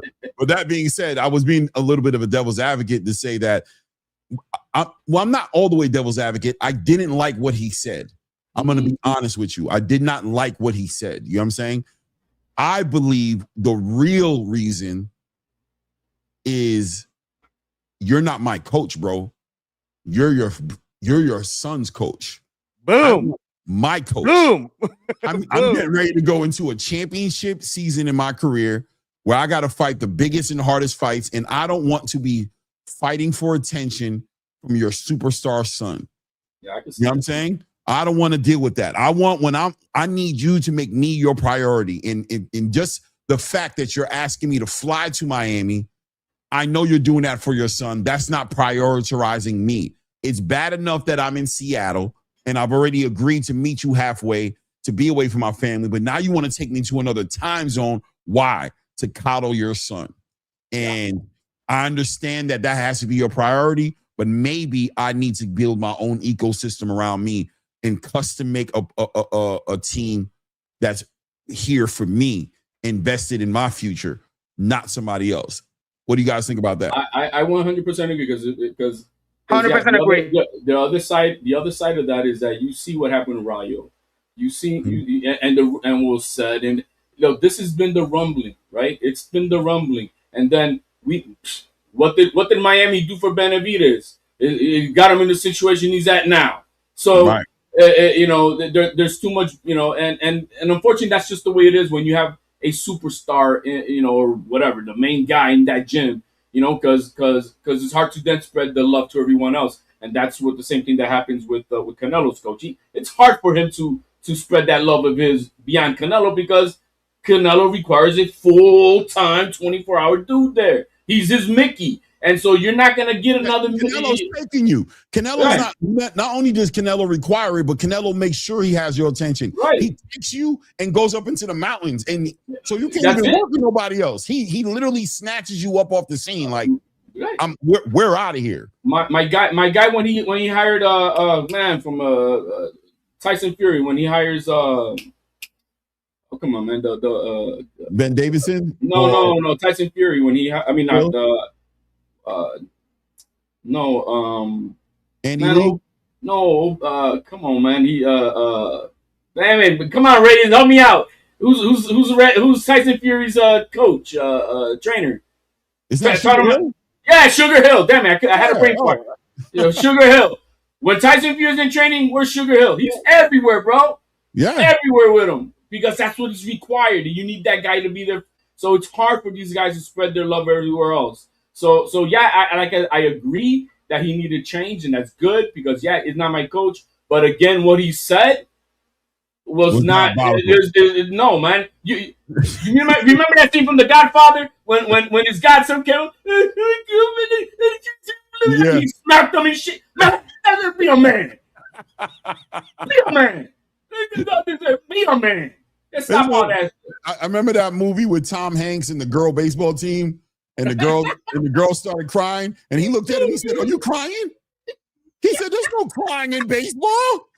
What are we doing?" There's no crying in baseball. There's no crying. He said, "When I was in the game, 1940 something, I got hit in my knee, and I wanted to cry." My coach, he said, "There's no crying in baseball. What are we doing here?" You know what I mean? But he had to work with the women, right? So he had to kind of deal with that. But it's a woman. Exactly. Yeah, it's a woman. It's it is. We got it is. It's a woman. They're bringing this toxic energy into this match. Oh hell no, bro! We gotta deal with people crying. We gotta deal with people crying in baseball. But Diego did look like I didn't like his answer. I think the picture I painted was a more reasonable and I'm hoping an accurate depiction of the reason why, you know what I'm saying, he moved away from that situation. Because if you're gonna get your emotions involved in it, I don't know. It could work for some people, and I know it could work. It could definitely work for some people. I mean, that's why I pointed that out, Clay. Is for all I know, Pacheco right there in that interview is just masking the things you said. He didn't want to have to say all that shit, so you just leaving it alone and letting it be. And man, at the end of the day, none of this shit matters. If Buddy McGirt is the genius that he is and Diego Pacheco knocks out Aleem in 4 rounds or less, that's not even going to be, none of this is going to be the subject. If anything, it'll be more of a subject for McGirt to say something like, and in fact, I think Diego beat the shit out of David Benavidez. You know what I mean? Like that would be. So is Jose Benavidez Sr., does it also speak to the fact that Jose Benavidez Sr. is not all that? Like, I mean, because, and I say that tongue in cheek, right? I say that because I feel like if there had to be a decision to walk away from Keyshawn did it, right? I was gonna say Bomac, but like, an Eddie Reynoso or an Andy Lee, or what I'm saying, a Robert Garcia, a Hall of Famer trainer, a Hall of Famer trainer. Would you agree with him walking away from that type of? That's a super asset to him, right? That's a part of his, and we're talking about somebody who's developed him. We're not talking about like you have a chance to go work with Eddie Reynoso right now, and you choose not to. Eddie don't know you. He's great for who he's working with, but Jose Benavidez seemed to be pivotal in the creation of this kid's professional career. Like he knows Diego Pacheco. He's taken him through everything from a prospect all the way up to this point. Buddy McGirt doesn't have that relationship with Diego Pacheco. He doesn't know him like a Jose Benavidez Sr., right? Buddy McGirt didn't have that relationship with Arturo Gatti, and I could argue and say that Buddy McGirt was the best coach for Arturo Gatti. And again, man, this is just the industry, Clay. Like when you're the fighter and you're the one taking, punches to the head, and you're the one that's got to be, going home with the fucking stitches and the bandages, you got to do what's right for your career. And if I'm not doing my job for you as a coach, man, I'm mature enough to say, hey, in fact, during my time, Clay, I was mature enough to take fighters to other coaches. That's how I got a great relationship with Roger Mayweather. That's how I got a great relationship with Freddie Roach. Like, you got to be cool with also learning from everybody else. Right. But this situation is a little different for me because it doesn't sound like Jose Benavidez Sr. wasn't doing a good job for him. It doesn't seem like what Jose Benavidez. But we don't know, though, Clay. Well, I'm just saying what it seems. That's what I'm saying. It doesn't seem like that's what it was. It seems like this was more so about sharing and being closer to his family. And like, it doesn't seem like Jose Benavidez Sr. wasn't the right choice because of he wasn't the right coach. It seemed like it was more so about his comfort. It seemed like it was about Diego Pacheco being comfortable, which is important. That's part of the game as well. That's a part of, hey, you just talked about the whole team mentality of things, right? Well, guess what, Clay? Your mom could be a part of that team because it emotionally does regulate you. Your wife could be a part of that team because as a fighter, it does emotionally regulate you. Your kids could be a part of that team. So like I've told you before, I've given you examples of when, in my opinion, I've said to the fighter, hey, I think it's a better idea if we're not around all of this, and then that worked out. And then in other times, it's like, you know what, man, the fighter wants to hang out with his family all the time, and it's actually not taking away from all of the stuff that I needed him or I needed her to do. So fuck it. If that, for me, Clay, I'm about winning. I want to win. So if it's gonna win because Claymore wants to be around his kids, I'm good with it. If we're gonna win because maybe it is a better idea for me to take you to the mountains, I'm good with that too. So that's what I'm saying is I feel like Diego's answering it, but are you really answering it, kid? Do you not just want to look at a camera? Sure. Yeah. Do you not want to just look at a camera and say, truth of the matter is, I wasn't getting A-level attention. And I feel like I'm an A-level fighter. Nothing wrong with that. Yeah. I mean, the thing is, the reality is there's great coaches and all types. There's those great one-on-one coaches, which it seems like Benavidez Sr. is good. He was good for his elder son. He was good for Benavidez, El Monstro. He's good on those one-on-ones, but is he good to spread himself over with others, like on those one-on-ones? Maybe he's not. He's not a Robert Garcia type of a coach who can spread that love all over with his entire stable. I think there's great one-on-one coaches that are full-time one-on-one coaches, and then there's other coaches who are great at spreading it, amongst others. And sometimes you're just a Mickey type of, great coach, like one-on-one with Rocky and no one else, or you're a team player and you know how to spread it around. I don't think Benavidez Sr. is good like that. I don't think same thing with Eddie Reynoso. Bomac. I mean, he was great with Bud, but who else is coming out of that staple that was on a one-on-one like he was with Bud? I don't think anybody else. So great coach. There are great coaches that are great on one-on-ones full time, and then there's others who are better when they have a staple and they can spread their knowledge amongst many. And it takes a different craft and mindset to do that. That's all. Oh, you're muted, Clay.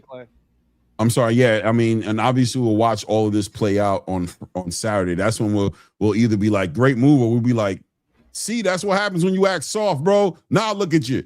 But let's just see him kind of finish painting this picture of what the decision was based on. So, I decided that it was either go to Miami with Benavidez down there or come back home and start my own team here in LA. And obviously, after weighing out the pros and cons and my options, I felt like it made the most sense to come back to LA. And obviously, I met Ken and Lau and the rest of the team, at Sheer Sports, and I really love their vision. I love their vision. I love the way they have a really solid team that all comes together and makes everything possible for me. We just had a media workout here this past weekend, and it was a big success, and that was all thanks to my management, Sheer Sports, who set that all up. And yeah, man, it was a great outcome. But, I want to give a shout out also to Benavidez Sr., because I had a good talk with him, and I told him that, I felt like it made the most sense for me to come home and start my own team here. And he was all up for it, man. He wished me the best. He told me that he thinks I would be a world champion very soon. And I had a couple of years left in that contract with him as a manager, and we came to an agreement where we both agreed to break that contract off, and he released me to go and do my own thing. So that was a lot of respect to him for that, for sure. That's great. I think.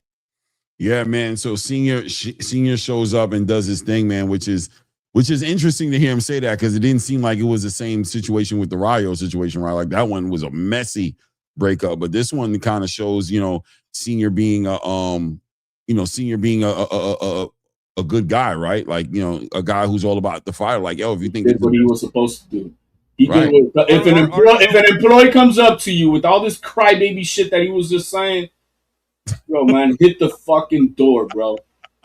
Hit the fucking door. You're fired. Get out of here. I don't need that. The other thing too, Clay, is Senior could have learned from the Rayo example, because fact of the matter is Rayos look better without Senior. I'm just saying that's just a fact.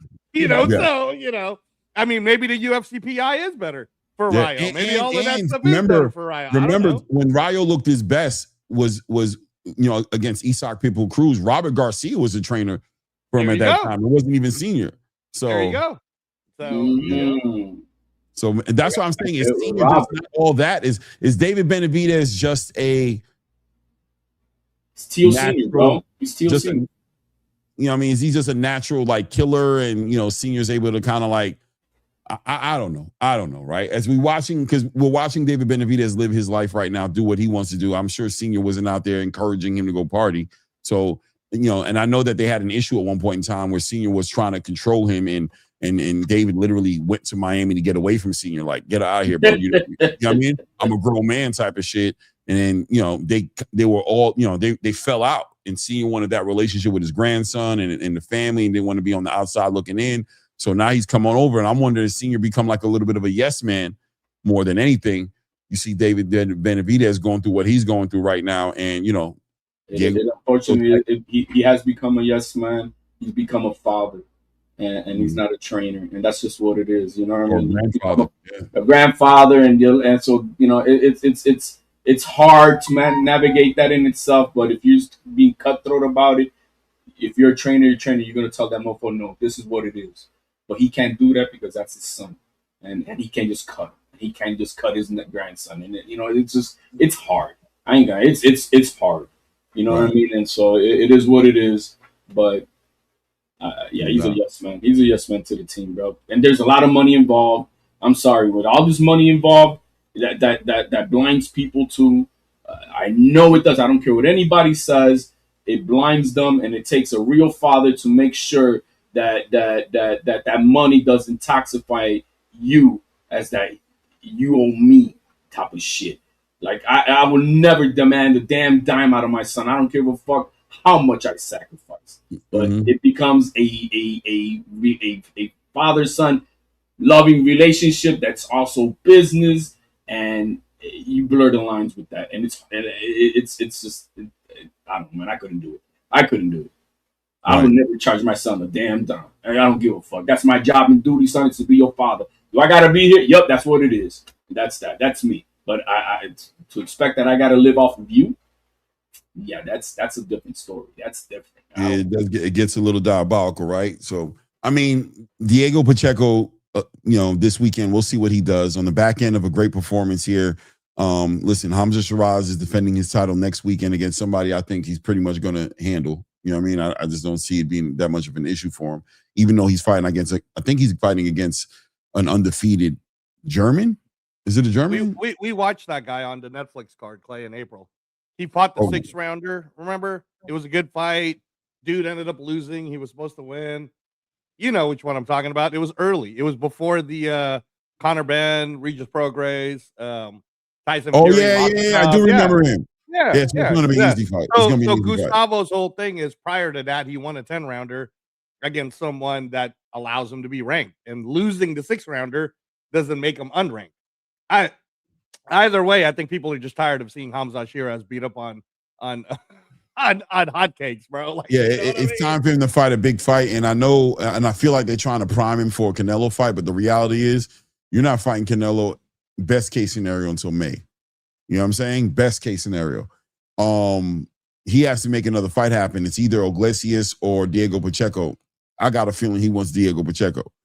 You know what I'm saying? Hey, man, that'd be a hell of a fight, though, bro. The build up to that, McGirt versus Andy Lee. Right. Like, I mean, again, all Diego's got to do is look amazing. That's it, brother. Knock out Aleem, look at the camera and be like, Lester Martinez couldn't do what I just did. Right. Look what I just did to this guy. So for all you guys who don't believe in me, like HLD, fuck you. and Angelo, by the way, because Angelo don't believe that. I knew. But no, because I remember Angelo was like, this guy ain't got no smoke for Hamza. He gonna get ran through. No, that's true. Don't go against my guy, Hamza, man. Don't do that. Yeah. Hamza's my guy, man. I've been rocking with Hamza even when back in the old days. I knew the kid was gonna be good. Now with Andy Lee, Clay, come on, man. You know, I like Hamza. I like Hamza the way you like Moses, bro. I like Hamza the way you like Moses. Yeah. Could he be digressing though?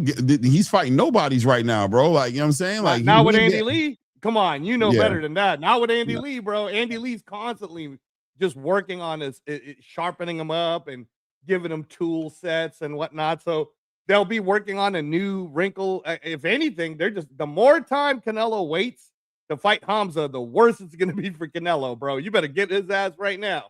If you wait till May and you're telling me, Clay, Hamza got a chance to fight another whoever mannequin, right, bro, he's just going to get better. He's just going to keep getting better with Andy Lee. So now, bro.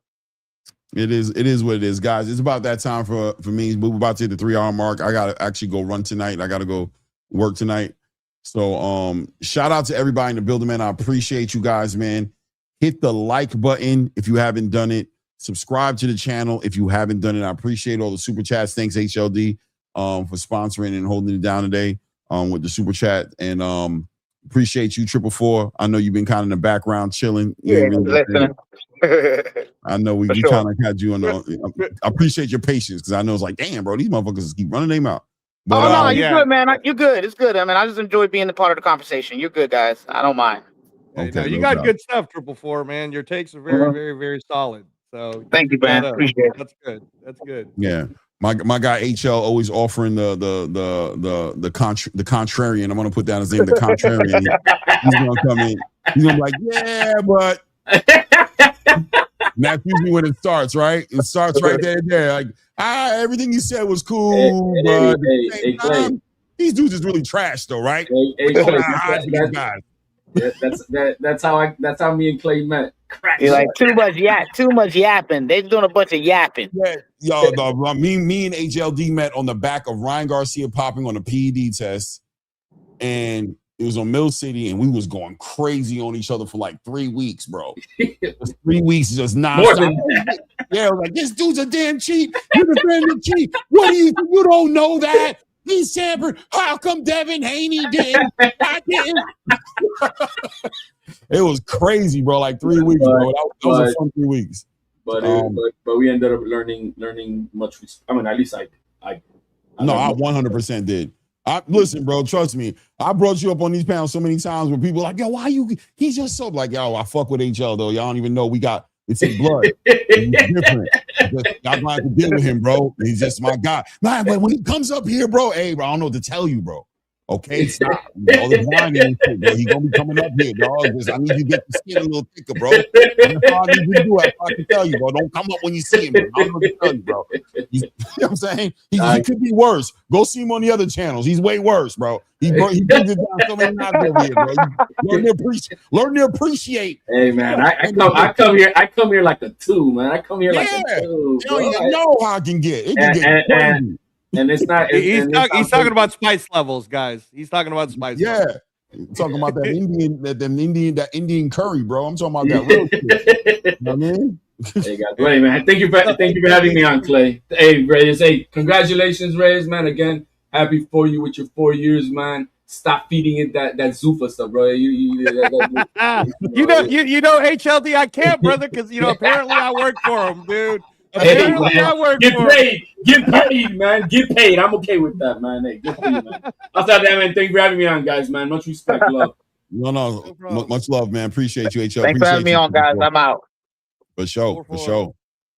Yeah, man. It's another one in the bag, bro.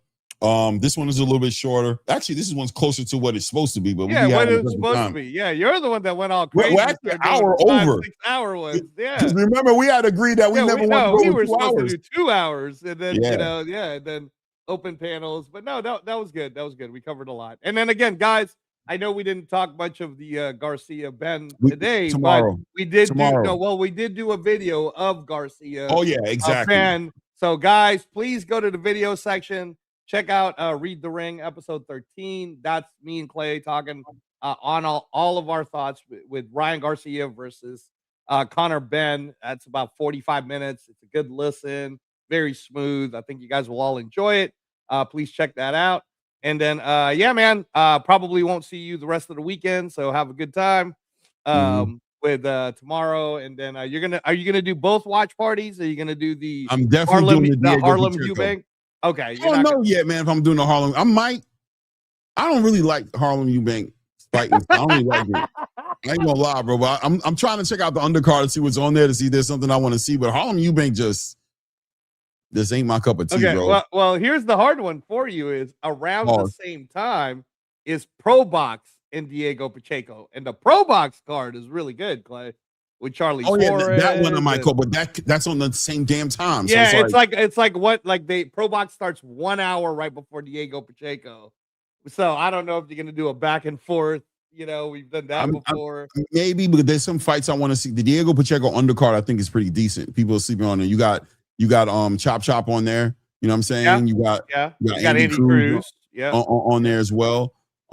There's some fights on that card that I'm kind of wanting to look at. So. I don't know all the way yet. You know what I'm saying? It's not a bad undercard either. People keep sleeping on it. And I'm telling everybody, I know it's not pay-per-view worthy, but I'm telling you that Anthony Joshua undercard ain't bad, bro. Anthony Joshua versus the undercard ain't bad. You know what it is, though, man, is that it's just like, I don't know. You saw the price tag on it, right? No, it's crazy. It's crazy. Yeah, it's crazy, bro. It's crazy. Ain't nobody paying no $75 for no damn Pranga versus Anthony Joshua. I don't care how cool your commercial look. So man, I hear you though, Clay. Like, what's your favorite fight on that undercard? Is it Josh Kelly versus Aguiarco? I like those two. I like that Josh Kelly fight because I think he's going to be in a real fight. By the way, okay. I want to see. You know what it is? It's not fights. I want to see. It's fighters, right? Like I want to see. I want to see Ryoto Sutsumi. Yeah, he's got a real like play in front of him. He's 4-0. He's fighting getting somebody who's like 10-1 or something like that. I want to see the Indian kid. I can't remember his name. Oh yeah, Nishan Dev. Nishan Dev. I want to see him fight. I want to see my young bull, man, Muhammad Alakel fight, man. They trying to climb my they try to mess boy. with Muhammad Alakel, Yeah, bro. man. I'm like, no, leave it. Yo, He's Muhammad trying. be cooking, man. This little young ass, he's trying to do his thing, man. He's getting better. Come on, bro. Abel Sanchez working with him, bro. He always going for the kill. He just ain't able to do it yet, but he be going for it, bro. He be trying to make it happen, bro. Trying to root my young bull on, man. I want to see him do good things, Why you man. guys hating on Saudi, bro? Like, and that's his coach is Abel Sanchez. You know, come on, man. Yo, he be trying to go for the kill, bro. He be going for it, bro. He just can't get it yet. And you know what I mean? You got to appreciate and respect the effort that he puts in and try to be. And you know, look, he hasn't lost yet, so I want to cheer him on. But no, the card is not worth. The money is crazy. The pay-per-view is stupid. It don't make no damn sense. So what is your overall thought on that strategy? Do you think that the DAZN CEO guy, who seems to be doing a good job right now for DAZN, in the sense of it's being made public that he is going to turn down fights, like he said that. He said we get to choose which fights we want to put on, right? And then he's doing the whole TNT thing. So do you think it's in his mind? What do you mean? Like, put some perspective on that for me. Oh, no. The CEO guy, remember on TNT, he was doing that interview that week, and he even said how, you know, the thing about the DAZN group is they can turn fights down. They're going to pick and choose from the roster which fights they want to put together. Remember this whole interview? Yeah, man. He was he was saying as a DAZN. He was saying as the DAZN CEO, right, we're not going to just sit there and just, you know, let fights happen. He's saying that he will pick and choose. So like, this is an example of this probably is getting funded by Turkey, right? It's in Jeddah. So the fact that it's priced the way it's priced, I don't know, man. I don't know if this is a Turkey thing, if this is a Matchroom thing. I don't necessarily know if it's the DAZN CEO going with it, but maybe it is.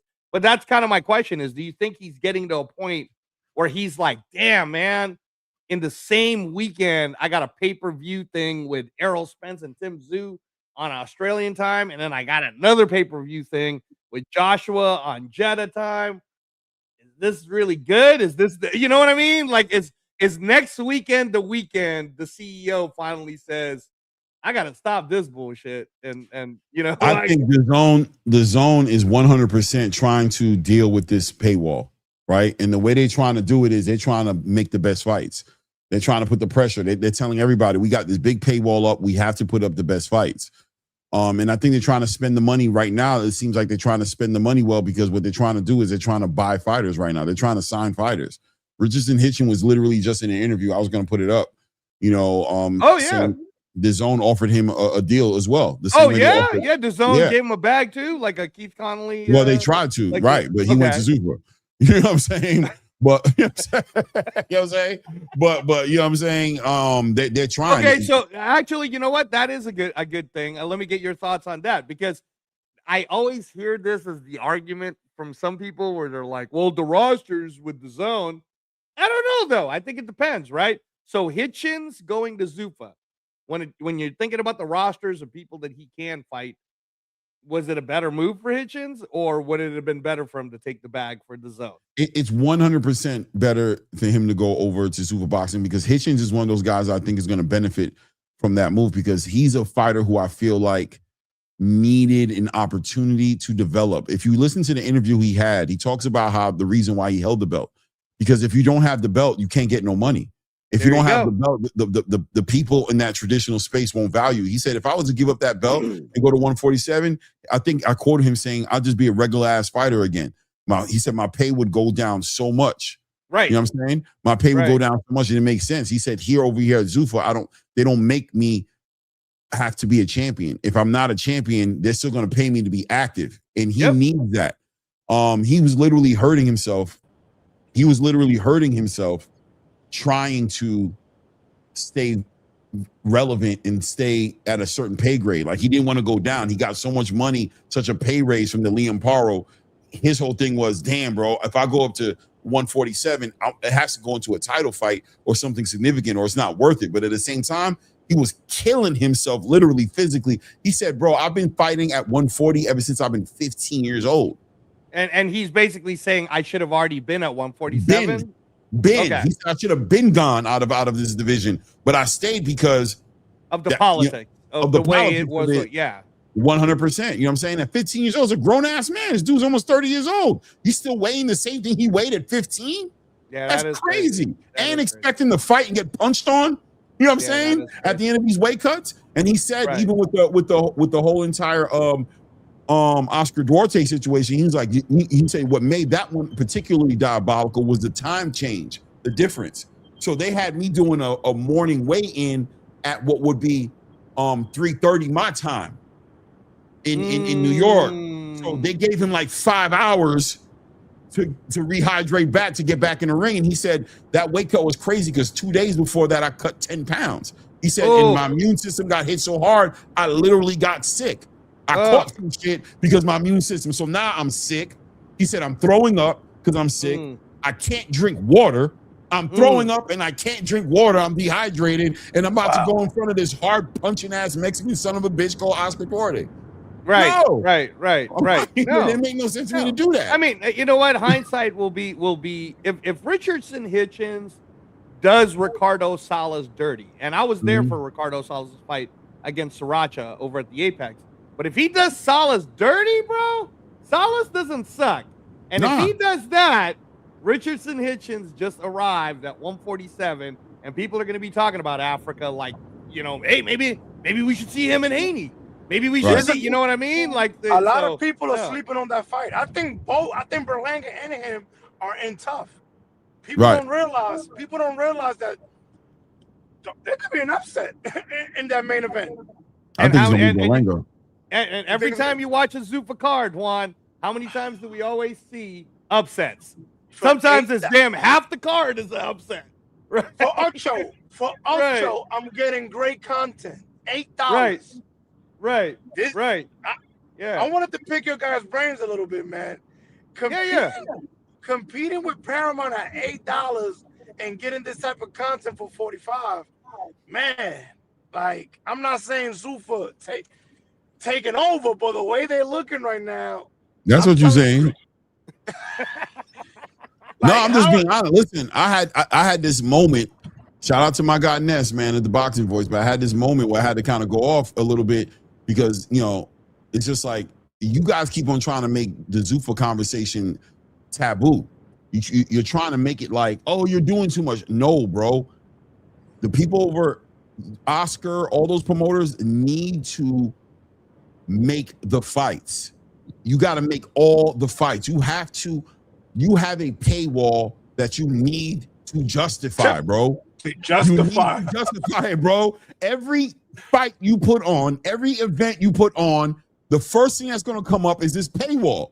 So it's either going to be it was worth it or it wasn't. You made your smash burger $150, bro. And it's a smash burger. Okay? We love smash burgers. Smash burgers are delicious. Everybody likes a good smash burger.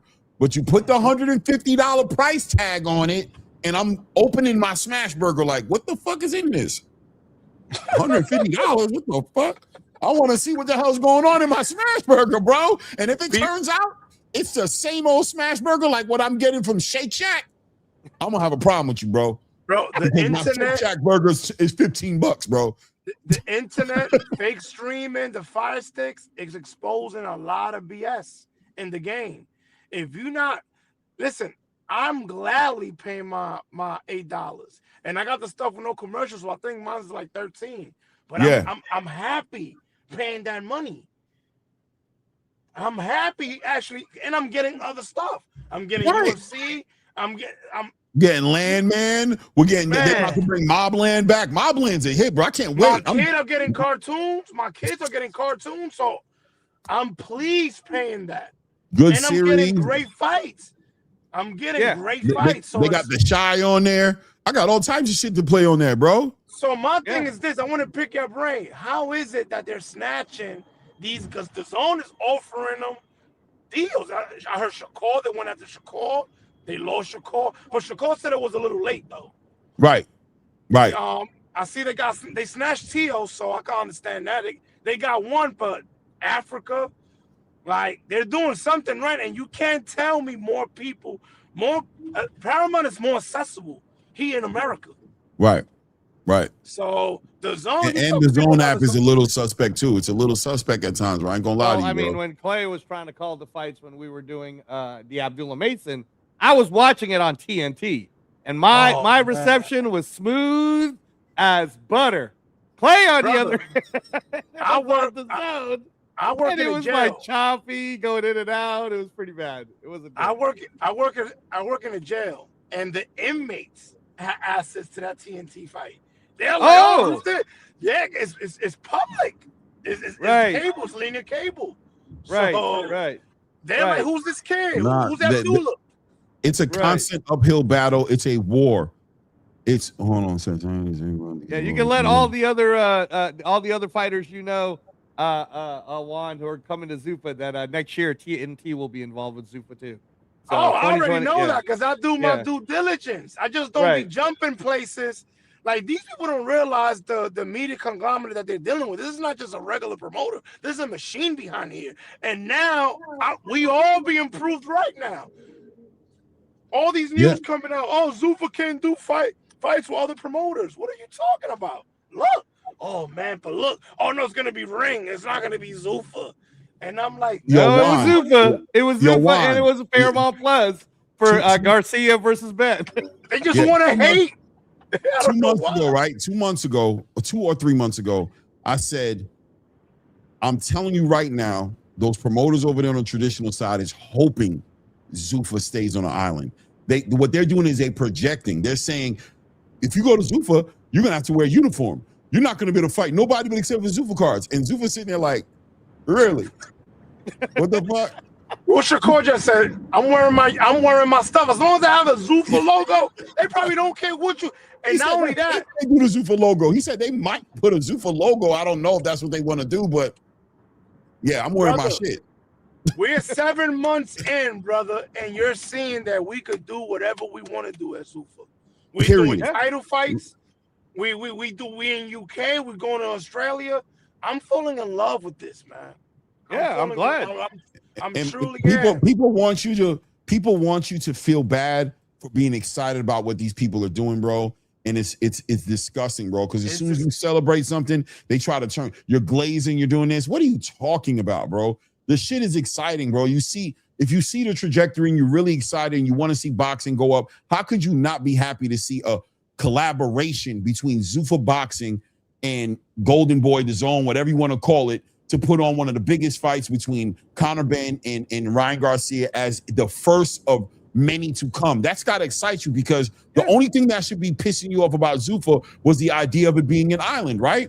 Like the idea of them not fighting nobody else. That's what you were. That's why I was like, okay, you're mad? Fine. When they do this, though, and show you that it's not a problem, how are you not celebrating that? Right. How are you not celebrating that? Because the problem was supposed to be that they were going to be an island, but here they go cross-promoting. Right. You're still mad. Right. No, I mean, there's even people, Juan, that got kicked out earlier in the first part of the year, and then they're already being called to come back, and they're happy to get the call. But even the ones who got kicked out, they were like, you know what? I got nothing but good things to say about Zuffa. They paid me more than anyone else paid me, and they took care of me. Like I said, man, there's nothing to hate about someone trying to make our sport better. But it is, and if you get this opportunity and you seeing the fighters, they're fighting with more oomph. They're fighting like there's an incentive because they know they're going to get rewarded. They know if they win, you're going to move up the card. We're going to put you more. We would have never heard about a Robert Hirsch if it wasn't for Zuffa. Right. Yeah, hey, Tony Hirsch, absolutely. Yeah, absolutely, man. Come on, Tony man. Hirsch. Look at the guy that just beat Floyd. Even though he was losing every round, he got an opportunity. Right. Even this one coming up, like I'm gonna tell you right now, Juan. And you're probably gonna go to the New York card. The tickets are great.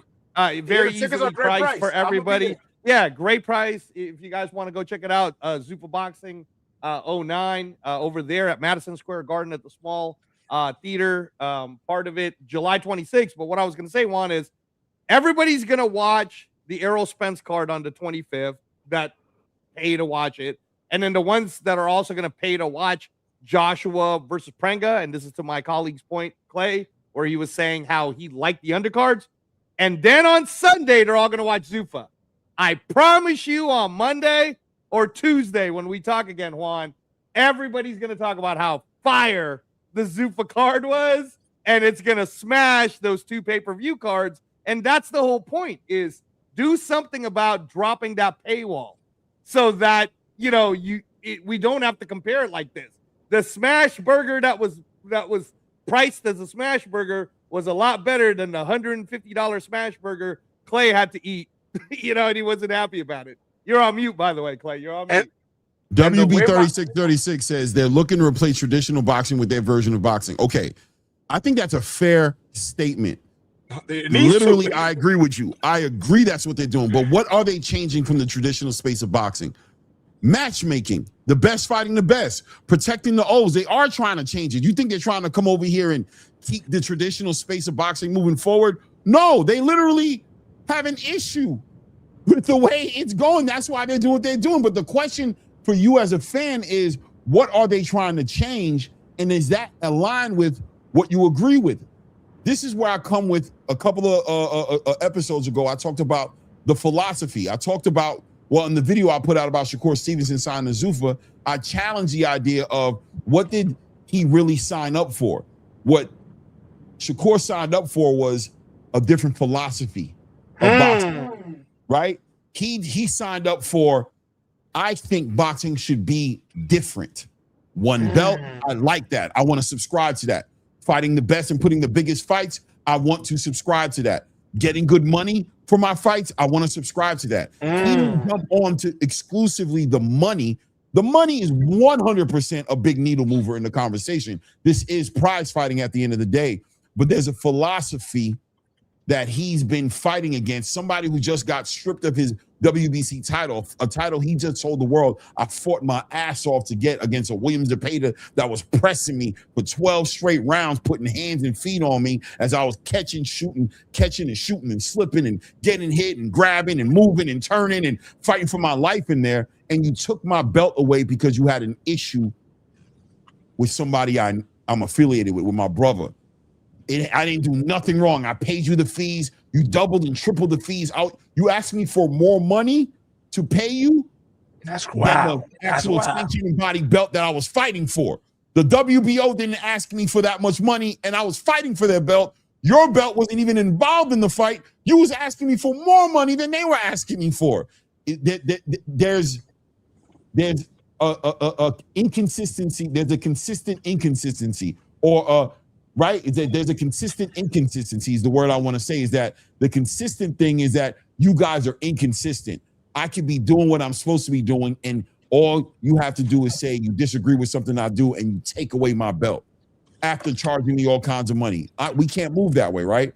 I want to go ahead. No, absolutely. You're about to play it. I just want to say shout out to our guy, Coach Bernard Hackett. They're in the middle of the training camp, but if you guys haven't listened to our Jaleel Hackett interview, he came here first when the Derevchenko fight came up. Listen to how he sounds, and if you listen to how Jaleel even sounds on every interview, he's keeping it real, Clay. He's keeping it real about Zuffa. He's keeping it real about the matchup. He's like, yeah, I prefer to fight the harder people now because at 23, I need to find out if I'm good enough to do this.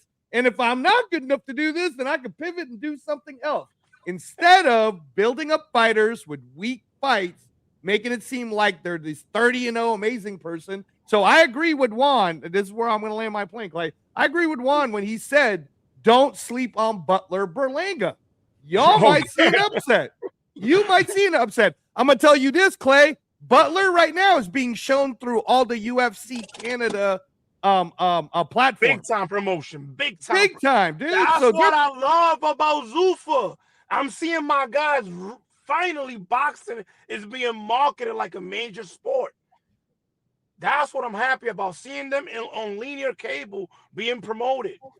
And I'm telling you, you guys don't even realize, bro. This guy Hitchens. You know who his first fight was supposed to be was Zuffa. It was supposed to be Elvis Rodriguez.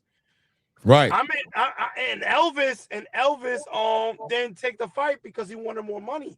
So a lot of all the big names are not getting pushed. Nah, they giving these guys hard matchups. But at the end of the day, both teams got to agree. You know. Yeah, you got to sign up for it. Let's hear Hitchens talk about this whole entire transition. He gave a good explanation, a lot of stuff, but a lot of this, I ain't gonna lie, a lot of this interview, that boy needs to work on his media training, bro. He was a whole lot of N-bombs, a whole lot of maybe you should talk to Jaleel about how to do it. Man. Zuffa's gonna help him with that. He need to change that up, but this is very informative. To sign with Zuffa. I mean, you were with Mayweather Promotions at one point. You've been with Matchroom. I mean, you've seen all kinds of different promoters. So what was it about Zuffa that made you say, yeah, this the place to be? Honestly, before my last fight, we were sitting down with different promoters. I had a deal from Eddie that was supposed to be in play, and something happened with that. I guess Eddie kind of reneged and just kind of went missing. He didn't really want to go on with the deal we were supposed to work up. Then Oscar, me and my manager and Oscar sat down. Oscar presented us the deal, and then before Zuffa came along, before the Duarte fight, DAZN offered us a contract for us to go straight to the network and make something happen with DAZN. And after the Duarte situation fell off, my manager was telling me as a new promoter, and that's coming into the play, and they're very powerful people, and they're gonna be great for boxing. And I got to go sit down in Vegas with Nick Khan, Dana White, and just everybody else from the Zuffa team, you know. And after that, I felt like Harrison, Dana, and Nick we all was on the same page as far as promoting me, and I feel like they do believe that I can be as big as I see myself, you know, because I feel like I'm a star in boxing. I got the skills to pay the bills. I got the personality. And I thought it was the perfect mix. And before I even signed the paper, the first thing I was very advocate about was making sure that I'm back in my hometown more often, because that's important. I feel like when I was with Mayweather Promotions, I fought everywhere but New York when I got to TV. Not the undercard fights, you know. When I was like 5-0, 6-0, I was fighting at Barclays. But then when I got with Eddie again, I would fight everywhere but New York till I had to earn my stripes and become a world champion. And then Eddie kind of granted me, you know, gave me that as a present to myself. Like, okay, you won the world title. We'll bring you back to New York. But I felt like I could have been built up in a bigger start in my hometown, kind of like what they did with Boots Ennis. You know, Boots Ennis, most of his fights been in the East Coast. They build him up to be a star over here. So Dana, when we sat down, Dana was like, by the time we done with you, you shouldn't need reservations to go in any restaurants anywhere in your hometown. So the money was definitely a big factor also. And yeah, everything played out how it's supposed to play out. You know, that's great. I actually didn't know that you were in talks with Oscar as well. So just having, you know, sat down with Eddie, you know, Oscar, these are two guys that have been in boxing for a very, very long time. And then sitting down with Dana White and Nick Khan. I mean, obviously they've been in combat sports, but not necessarily boxing. Was there any difference in talking with them as opposed to, you know, the longtime promoters that have been in boxing for a while? Did they come off as maybe more corporate or just maybe more structured than, you know, a regular boxing promoter? You know, with Matchroom, everything was, you know, good. I have no complaints about Eddie. Eddie was the first promoter to give me structure in my career. Say, you know, when he said I'll be back in September, I'll be back in September. When he said I'll be fighting for this much, I'll be fighting for this much.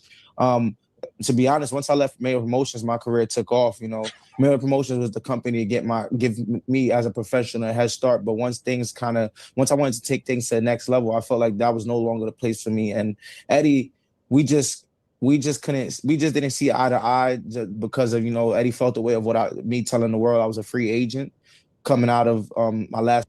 That was diabolical. He better learn from that mistake. Yeah. But let me tell you, he better never do no shit like that again in his career, bro. He better not play those games ever again. That was not smart. I don't know if Keith Connolly put the battery in his back for that one, But that just didn't make no sense. After Eddie took you to that point where you become a champion, you're being celebrated. He's in the ring celebrating you, bro. And you're just gonna go out there and be like, yeah, I'm a free agent after this, bro. What? No, we hold on, spoke though. about But that Clay, privately. now, on one respect, Clay, yes, agreed with your sentiment on that. There's a relationship that's built. On the other one, though, can I just do the devil's advocate and say, yeah. Boxing is a hard business, period. And all friendships aside, you saw Conor Benn. And I agree when Dana's like, you got Eddie crying, ooh, we're friends. Well, if he's your friend, then why don't you just pay him what I paid him? What's the problem, right? So at the same time, if Hitchens felt like it, and I'm not saying what Hitchens did was right or wrong, I'm just trying to say that there is a middle ground, Clay, that if you are a free agent and you want to announce it to the world, just like the NBA does it, the NFL does it, Major League Baseball does it, because you want your price to come up, then why would I fault you if that's what Richardson Hitchens wants to do? And I say that to land my plane like this, Clay. Bam Rodriguez got a shit offer the first time from Matchroom. Zuffa came in and gave him hella money. He signed that, and then Matchroom had to be like, whoa, we don't want to lose Bam Rodriguez. So they went ahead and doubled back and did the right of first refusal. So good for you, Richardson Hitchens. Get your money, boy. Good for you. Good for you. Nah, bro, I disagree 100% with the way he handled that. That didn't help him. It put him outside looking in. Bam, all that shit that happened was not public. That was all the way it was supposed to be done. Sitting there in the middle of the ring with your promoter standing there right next to you after you win a belt that he worked his ass off to get you in position for, right? And in that moment, instead of thanking him, thanking everybody that supported you to get you to that point, you knock him in front of the world and go, yeah, man, I'm a free agent, so I'm going to be looking at him. And, there's no reason for him to have done that way. He could have easily said, thank you to everybody, man, whatever he has to say. And then when he went to the back, he could have been like, Eddie, it's free agent time. You know what I'm saying? Go live. Moving around, doing some things. Because I would say another promoter is going to look at him and be like, bro, I don't want nobody sign nobody who's doing promoters like that. He's going to do me like that. Like that. Right, but Clay, but apparently not, because Zuffa did come in and sign. Well, listen, in the nick of time, because he was struggling. He was struggling, bro. He wasn't getting all that. Well, let's hear what Coach Bernard Hackett has to say about this. Coach Hackett was good. Hey, what's going on, fellas? How y'all doing? Doing good. Feeling great, Coach. I'm alive today. 4 years, baby. 4 years. Hey, congratulations and blessings to you. Yes, sir. Bro. Yes, sir. Yeah, I've been listening to the show. I'm a fan of the show. I'm gonna say it like this, just from I hate making things personal, I do, but just from this time I have to, from my personal experience. I don't think Richardson Hitchens did anything wrong. I'm gonna tell you why I don't think so. Once again, I started by personal experience, so this is personal. When we left Mayweather Promotions, everything was done very well, very respectable. Everybody above board, shake hands. We still friends to this day. When we left Matchroom, I want to say this. When my son had the fight in Puerto Rico, right? Eddie said every effed up thing you could say about a fighter who signed to your company. Damn. Right after the fight. And not a single soul who had anything to say about the promoter except for, well, it's a business. They do hire you. That's his opinion. Blah blah blah. Have no problem with that. When we went our way, perfectly fine. So when it came to what Hitchens did, I'm gonna say this. I think he may have seen the writing on the wall. Like, damn, if they did this to a young fighter, then when it's my turn to be a free agent, I only get one Sunday to say I'm a free agent in front of the world. That's the night that I win. So if I don't take advantage of my one Sunday, I saw how Eddie Hearns did one of his own. Why am I going to wait till I get to that point and let him screw me? He's like, I'm not going to do that. And you got to think, Eddie has come to the aid of fighters that he wanted to sign who were with other companies before he did the same thing to his own fighters. So Eddie kind of dug himself in a hole where, once again, it's strictly business. So I see Eddie today and I shake his hand, ask him how he's doing. Hope he have a great day.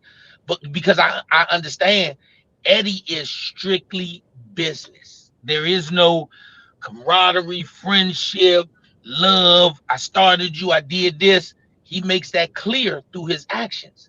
So if he does it as business, then why am I wrong for doing the same thing as business? I fulfilled, in the Hitchens situation, I fulfilled everything I was obligated to you for.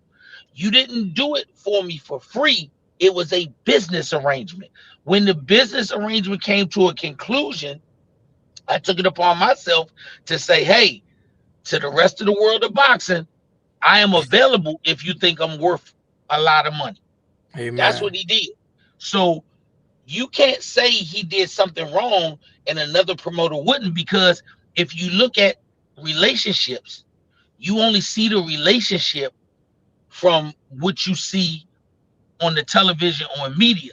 Behind the scenes, we kind of screw ourselves dealing with people like Eddie Hearns, because we wait till we're behind the doors where he has all the power to say what we're gonna say, as opposed to making it known when we have the one opportunity to make it known. You got to think Eddie Hearns has a conglomerate machine behind him. I only have one night for the use of that machine. Now, fast forwarding, when it came to our situation with Zuffa, they put everything on the table up front. There was no fake handshakes. I love you so much. We're family. It wasn't none of that. It wasn't none of that. It was, hey, we'd like to work with you. We think that we can help move your career. And if both of us do what we're obligated to do, we have a long future. That's a conversation that I can take all day and twice on Sunday. Dana White did not come to me and my son and say, hey, we think you're the best thing since Sugar Ray Leonard. We can do X, Y, and Z. You know, if I was there in front of you right now, I'd kiss you on your forehead. None of that BS. We talked to Mike Styles. Mike said, hey, I'm one of the guys over here. We think we can do something with you. I actually respected that more than if Dana would have called me. They made you feel like you're a second round pick. That's very good. That makes you slightly above average. I'm a assistant coach. I'm talking to you because I have faith in you. Let me get you on board. For Hitchens coming from a world champion status, he was a lottery. So Dana went and spoke to Richardson Hitchens and his team and said, hey, we want you, X, Y, and Z. That's the way it's supposed to go. So many times, these promoters kiss your forehead, shake your mama's hand, put their arm around your daddy and say, I want the best for your kid, but you come up with a loss, or you have a fight that's not the crowd appealing, or I'll be the one to say it because I don't mind being a bad guy. Your hue ain't good enough for them to rebuild you, then guess what? They throw you out on the curb. All these boxing contracts, they have language that says I can cut you or drop you with no hesitation and no recourse. So I'd rather be with Zuffa, who says, hey, bruh, welcome to the NFL. One of the assistant coaches talk to you second round picks. Now, if you go out here and you get 1,000 yards. You get 1,000 yards this season. Next season, I am going to talk to you as the owner or the head coach. Soon as Jaleel won his first Zuffa fight, Nick Khan, great guy. He said, hey, young man, excellent job. We hope this relationship develops. But I saw what you did. Guy was in the hallway and he kept on walking. That's what the damn owner's supposed to do. We're not going to talk about we having dinner tomorrow. Now Jaleel got this fight right here, and he beat Sergey Derevchenko. Then it's like, damn, hey, Dana wants you to come sit right here and y'all gonna laugh and hit elbows because you earned the right to sit on the plane next to the head coach. Now, if you enjoyed this plane ride, next season is your season to negotiate your new contract. When it's that time, we're gonna call you and say, hey, fly out to Vegas. Let us sit down and let's talk about where we are. We'll tell you what you're worth to us. You tell us what you're worth to yourself. If we meet in the middle, we're gonna do this one more time. Then Jalil will get his chance to shake hands in the office, stand arm in arm with Nick and Dana, and he made it as a second-round pick to the starting offense. That's how it's supposed to be done. They shouldn't. That shit that happened with Hitchens, with Jalil, with Matchroom, with Eddie, Conor Benn, yeah, and Conor Benn. Let me tell you all something about this boxing. I apologize, being long-winded. Let me tell you something. Oh, we loving it. We loving it. When it comes to the sport of boxing, like any other pro sport, from the Zuffa side, because they running this shit like the corporation of 7-Eleven, not a shitload of corner stores. That's how they're running it. When you do what you're supposed to do, your rewards are there. When you don't do what you're supposed to do, then they let you go. When you fall short of expectation, they give you another opportunity. See the 3 stages? That's everybody who made the fucking team. That's everybody. Wow. You're not gonna keep a second-round pick who fumbles in his first carry, who turns the ball over on the goal line, and then on special teams he makes a bonehead play. You're cutting him that day. Where if it's a first-round pick, he's gonna get a second opportunity. Hitchens is getting first-round pick treatment because he deserves it. Conor Benn's getting first-round treatment because he deserves it. That's true. They had their opportunity and they made the best of it. Turkey Al-Sheikh and that whole team, they didn't come into boxing on Monday and say we introduced a Zuffa. They've been here for a few years now. They got to look at the landscape of the boxing NFL, and they got to pick what team they thought they could make the biggest difference with. So don't be an owner and you treated your players like shit and then get mad at the new team that's an expansion that says, I don't want your stars. I want the guys that you thought little or nothing of, because those guys I can build and make stars. That's where this is. Riches and Hitchens wasn't getting his level of his just due appreciation at Matchroom. He didn't feel he had that at Mayweather Promotions. The boy was a world champion. He deserved more. He deserved better. When he didn't get that, he walked away. Nobody walks away from a good marriage. You walk away from a fucked up relationship. Right. You know, but that's my part. I'm sorry. But just to bring it full circle, right? And I agree with. I completely understand. It's great commentary.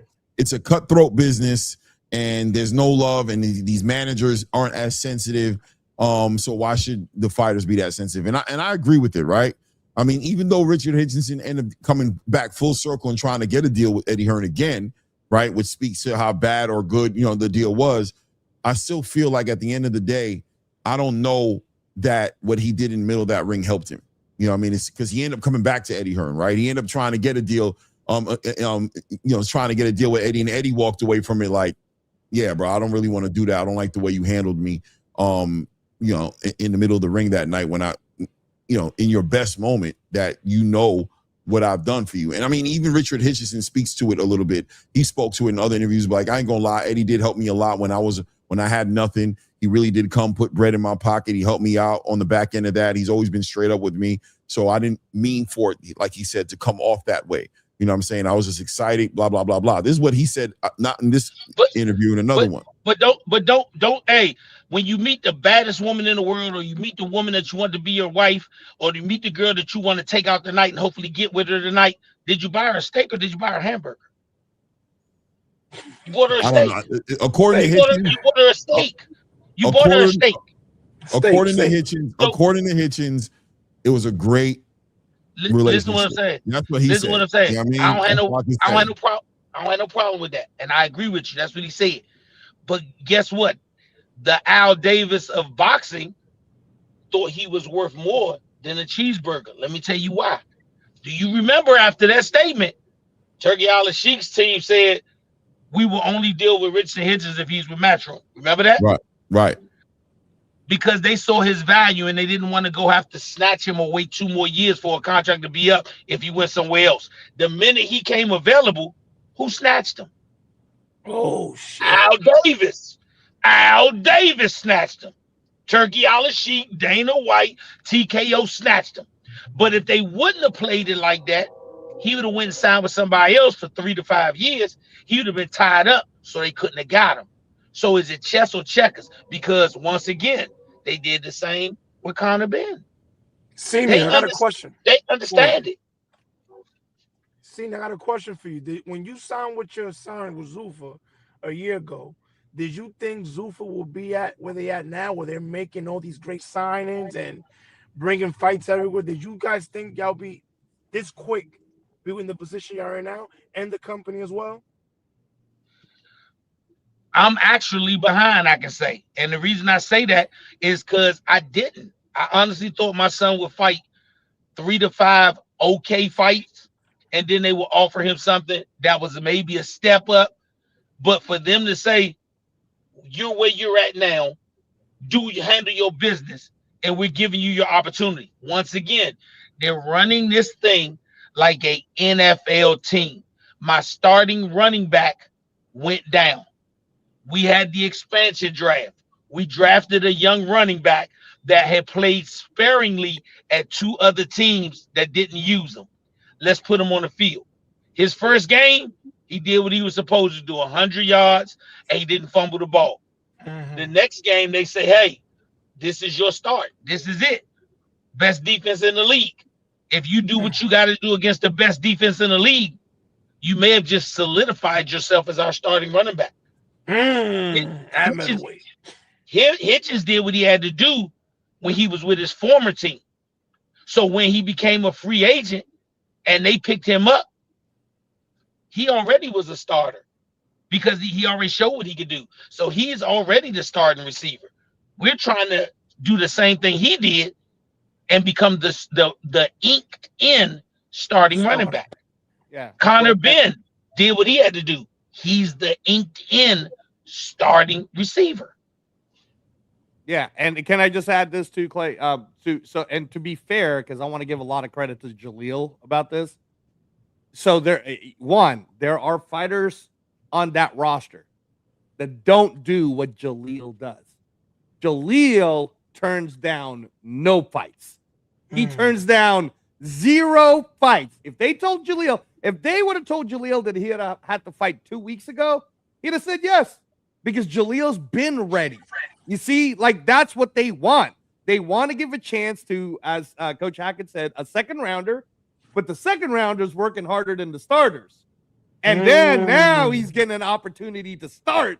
If he fucking runs for 200 yards and scores 4 touchdowns July 26th at Madison Square Garden, bro, it's over.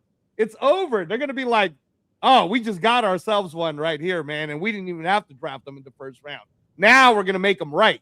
We're going to give them an extension. We're going to make them happy. You see what I mean, bro? I love the analogy. And this opponent is not no easy walk in the park.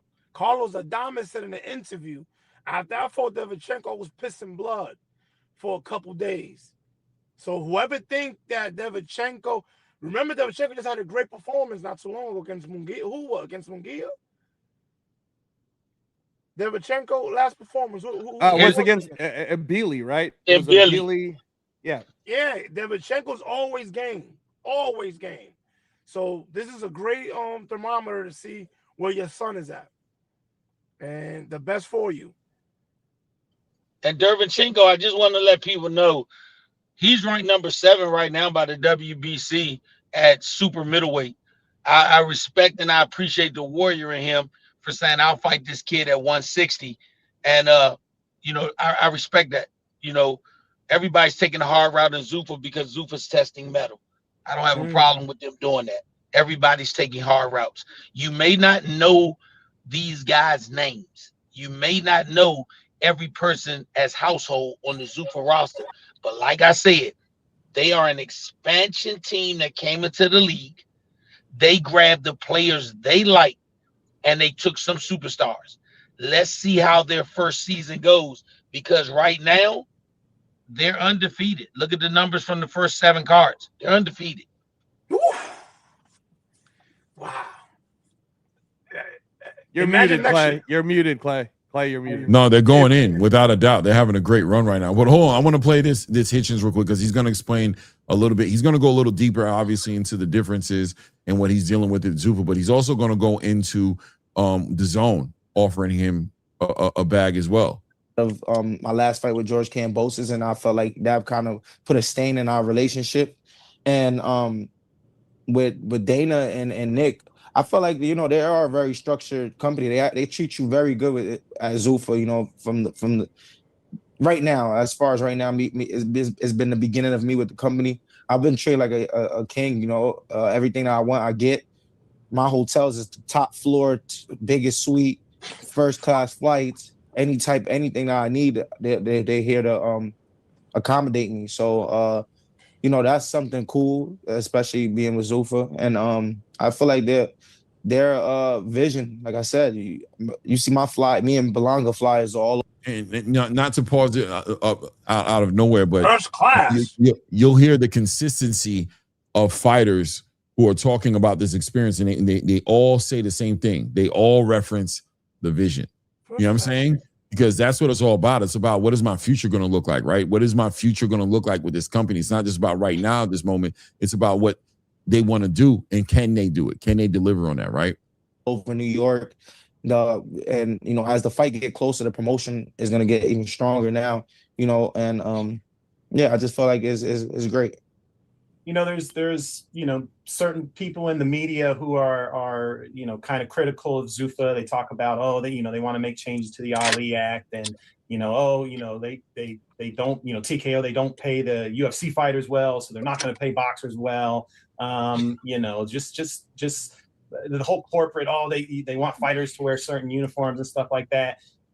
Prior to making your decision, were you paying attention to any of that talk? Did any of that play into your mind when you made your decision? No, like I said, I'm not. I don't know what Zuffa got going on with other fighters, but you know, my contract is different from everybody else's contract. As far as uniforms and this and that and all that, everything is just completely different. So I don't really look into that. And all I look forward to is making sure that they make sure that I was happy before I signed on the dotted line. And I just want to chase greatness. I want the best and biggest fights in boxing. And I feel like 147, me moving up to a new weight class. Now this is the weight class for me because all the big names are here at 47. And Zuffa didn't take me as, oh, this is Richardson Hitchens, the IBF World Champion. Let's treat him good. They took me as, this is Richardson Hitchens. He's a great fighter. We're gonna treat him good. And I think that was definitely the big thing for me, you know, because if I would have went with DAZN or Oscar, the way they treat me is from me holding that belt or having the IBF World Championship. And with Zuffa, they was like, nah, we believe he's a kid with or without a belt. So whether he wants to keep the belt, he can, and whether he don't want to keep the belt, he's still going to get treated as he's supposed to be treated. Yeah. Well, let's talk about you know, moving up to 147. You're fighting Salas. How exactly did that fight come about? I remember there was a little bit of back and forth on Twitter. I gotta find it. I don't want to go through this whole interview. I want to fight him because the DAZN offered him money. The DAZN offered him a deal. They tried to sign him the same way they signed Teofimo. They tried to sign Shakur, and they try to sign him as well.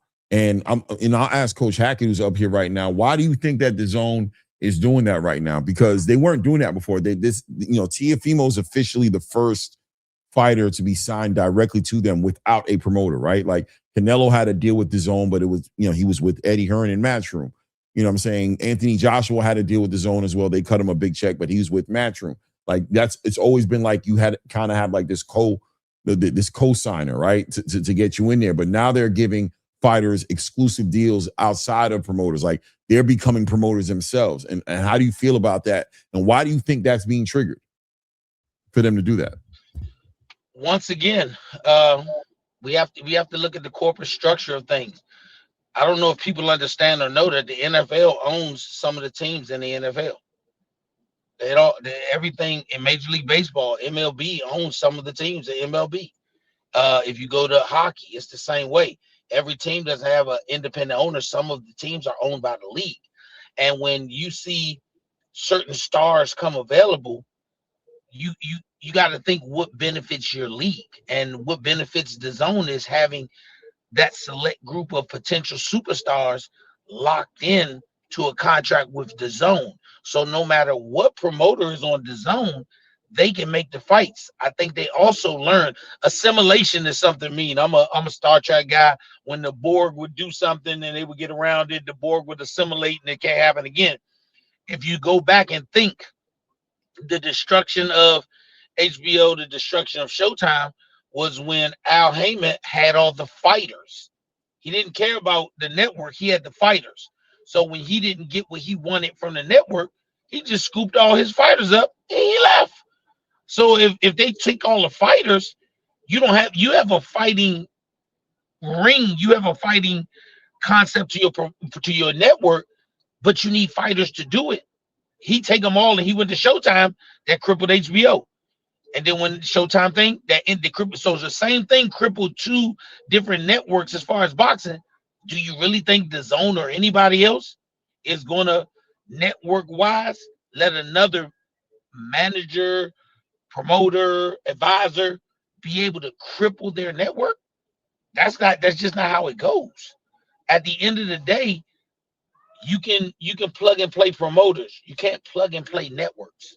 So if a network says, I want this guy, can you imagine what HBO would have been if they would have signed a direct deal to Floyd and he don't have no manager or advisor? Al Heyman could have took everybody else. They said, oh, we want to keep it Floyd. And they still would have been in business running. But when they lost the goose that lays golden eggs, along with the eggs that were also potentially become golden, it crippled them. And then they went to Showtime, gave it a little while, and they did the same thing to Showtime. So if you notice, even with them, when they went to the next one was like, oh no, not gonna put the banana in the tailpipe trick. We've seen it too many times. So DAZN and those network people, they're smart enough to know that it's certain guys, the Canelos, the Boots, the Crawfords, those guys, you grab them when they're free so that you can have them to yourself, so you don't care if they're a promoter who was using them like a dog on a leash. Like people say, never be scared of the dog, be scared of the person holding the leash. If they're holding the leash, they don't give a damn about the promoter leaving. You're muted, Clay, but that was very profound, Coach Yeah. Hackett. Yeah, I mean, it's very similar to what I've been trying to say, right? To say that they grab your big stars, like you said, and I'll include a Virgil Ortiz in that conversation, a David Benavidez in that conversation. The big stars that are going to be involved in the biggest fights, they're realizing that the promoters are using these stars to leverage, to leverage in a way where they're protecting the fighters, and they're never getting those fighters involved in making the big fights. Now DAZN is in a big conversation of competing with Zuffa Boxing and competing with Paramount. Let's be real, right? Not even Zuffa, competing with Paramount as they're trying to build a relationship with TNT. Part of that agreement, unwritten maybe agreement, but understanding what's understood don't need to be said, is that you're going to give us these big fights, right? Like, that's what this is about. This is what makes us believe in your products, your ability to deliver these big fights. Hence Xander and Boots, right? Like DAZN, I heard, was very vocal in that situation. They were very much like, hey, Top Rank, we want to give you a deal, but we need you to, what are you going to give us? Are you going to give us these big fights? Or are you looking to play this game that you guys have been playing for years and we don't never see these big fights? So hence, on the back end of that, what comes out is a Xander versus Boots. And even with the Virgil Ortiz Jr. and the Errol in the Boot situation, when Oscar tried to segue and make it a Virgil Errol thing, and DAZN came out vocally and was like, no, we're not. What are you talking about? We're not doing that. We're not supporting that at all, bro. What are you talking about? This guy just walked into the ring. One of the biggest signature moments of 2025 is this crazy face-off in the ring between Boots and Virgil. What in the hell are you talking about? A 3.5-year not fighting Errol Spence in Dallas Cowboys Stadium is the fight everybody wants to see. What game are you running here? And we saw DAZN and Golden Boy almost their relationship almost fractured in the midst of all that, right? We remember when the rumors were circulating that Golden Boy wasn't going to even renew with DAZN. Well, really, what was it? DAZN wasn't going to renew with Golden Boy because they were like, "Now this is a different era. We got a whole machine right now on the other side of the street called Paramount with Zuffa Boxing that are trying to push us out the way, discredit our sanctioning body belts, put on the biggest fights, and you want to sit here and still play the keep away game? That's not going to work." Clay, what happened to Swerve TV, brother? What happened to Swerve? Right, they're about to be on Swerve, but that was the name of the right. That was the name of the channel. So now it looks like DAZN is saying, you know what, we gotta be a little proactive right now. We gotta think of the bigger picture. We can't put our success on the back of greasy mom and pop shop promoters who treats every fight like a closing out sale. We're going to squeeze every little bit of money we can and give as little as we can. You know what I'm saying? We're going to take all the money and give you and jip you as much as we can, because now we're going to lose because we're trying to get TV back into boxing the way Zuffa went and grabbed Paramount and brought them back into boxing. So we're talking to TNT, we're talking to Netflix, we're talking to these big platforms, and they're telling us the criteria is deliver a product at a certain level. And these dudes is still, they don't have vision. Like Dana said, they don't got vision. They don't understand. Stop protecting these O's, put on the big fights. We just added a paywall to our business model. We need to justify this paywall, right? We just added this $50 paywall, and we need to justify it by giving the fights. So now they're signing fighters. So here's a follow-up question for Coach. DAZN is signing the fighters. DAZN is collaborating a promotion right now with Ryan Garcia and Conor Benn. They're putting all this out right now. Are we moving into a new era of boxing where the small promoter may be getting pushed out the way? Where the small promoter is only going to be able to promote small fights? Because if I'm taking all your stars, so if every time one of your stars gets gets to be a free agent, you can't compete with me on the bag I can give them. If I offered your star $20 million contract, $15 million contract, you're operating off the budget I give you. I'm giving you the budget that you're using to keep your fighters. So if I'm snatching your star fighters away, at what point does this become, we don't even need you guys around as much anymore? We can always come and, pluck your little fighters away and put them in front of our superstars. We're trying to get onto the big show, which is making the big fights. One side Zuffa, one side DAZN, one side Paramount, one side TNT in DAZN, the biggest show in the world. What do we need the small promoters for? No, I'm not going to say that. And the reason I won't say that is because stylistically, each promoter has their own way of building a fighter.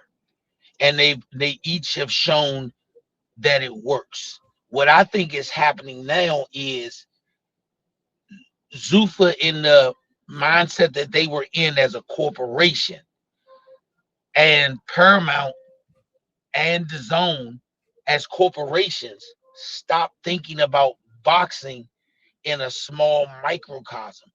I think they have brain thinkers that said CBS and ABC back in the 70s and 80s were putting fights on television, and when it came time to make the big fights, they worked together and made the big fights. So we don't have to get rid of the promoters, small, medium, large, whatever you want to call it. We have to allow them to build their guys, which gives us the opportunity to see who becomes a star.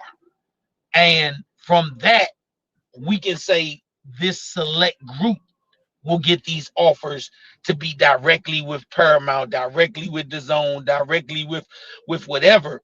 But that will be a minute group. That will not be this overwhelmingly large group. It'll be 1%. Those 1% guys are the guys that everybody else wants to establish themselves to potentially attain to be.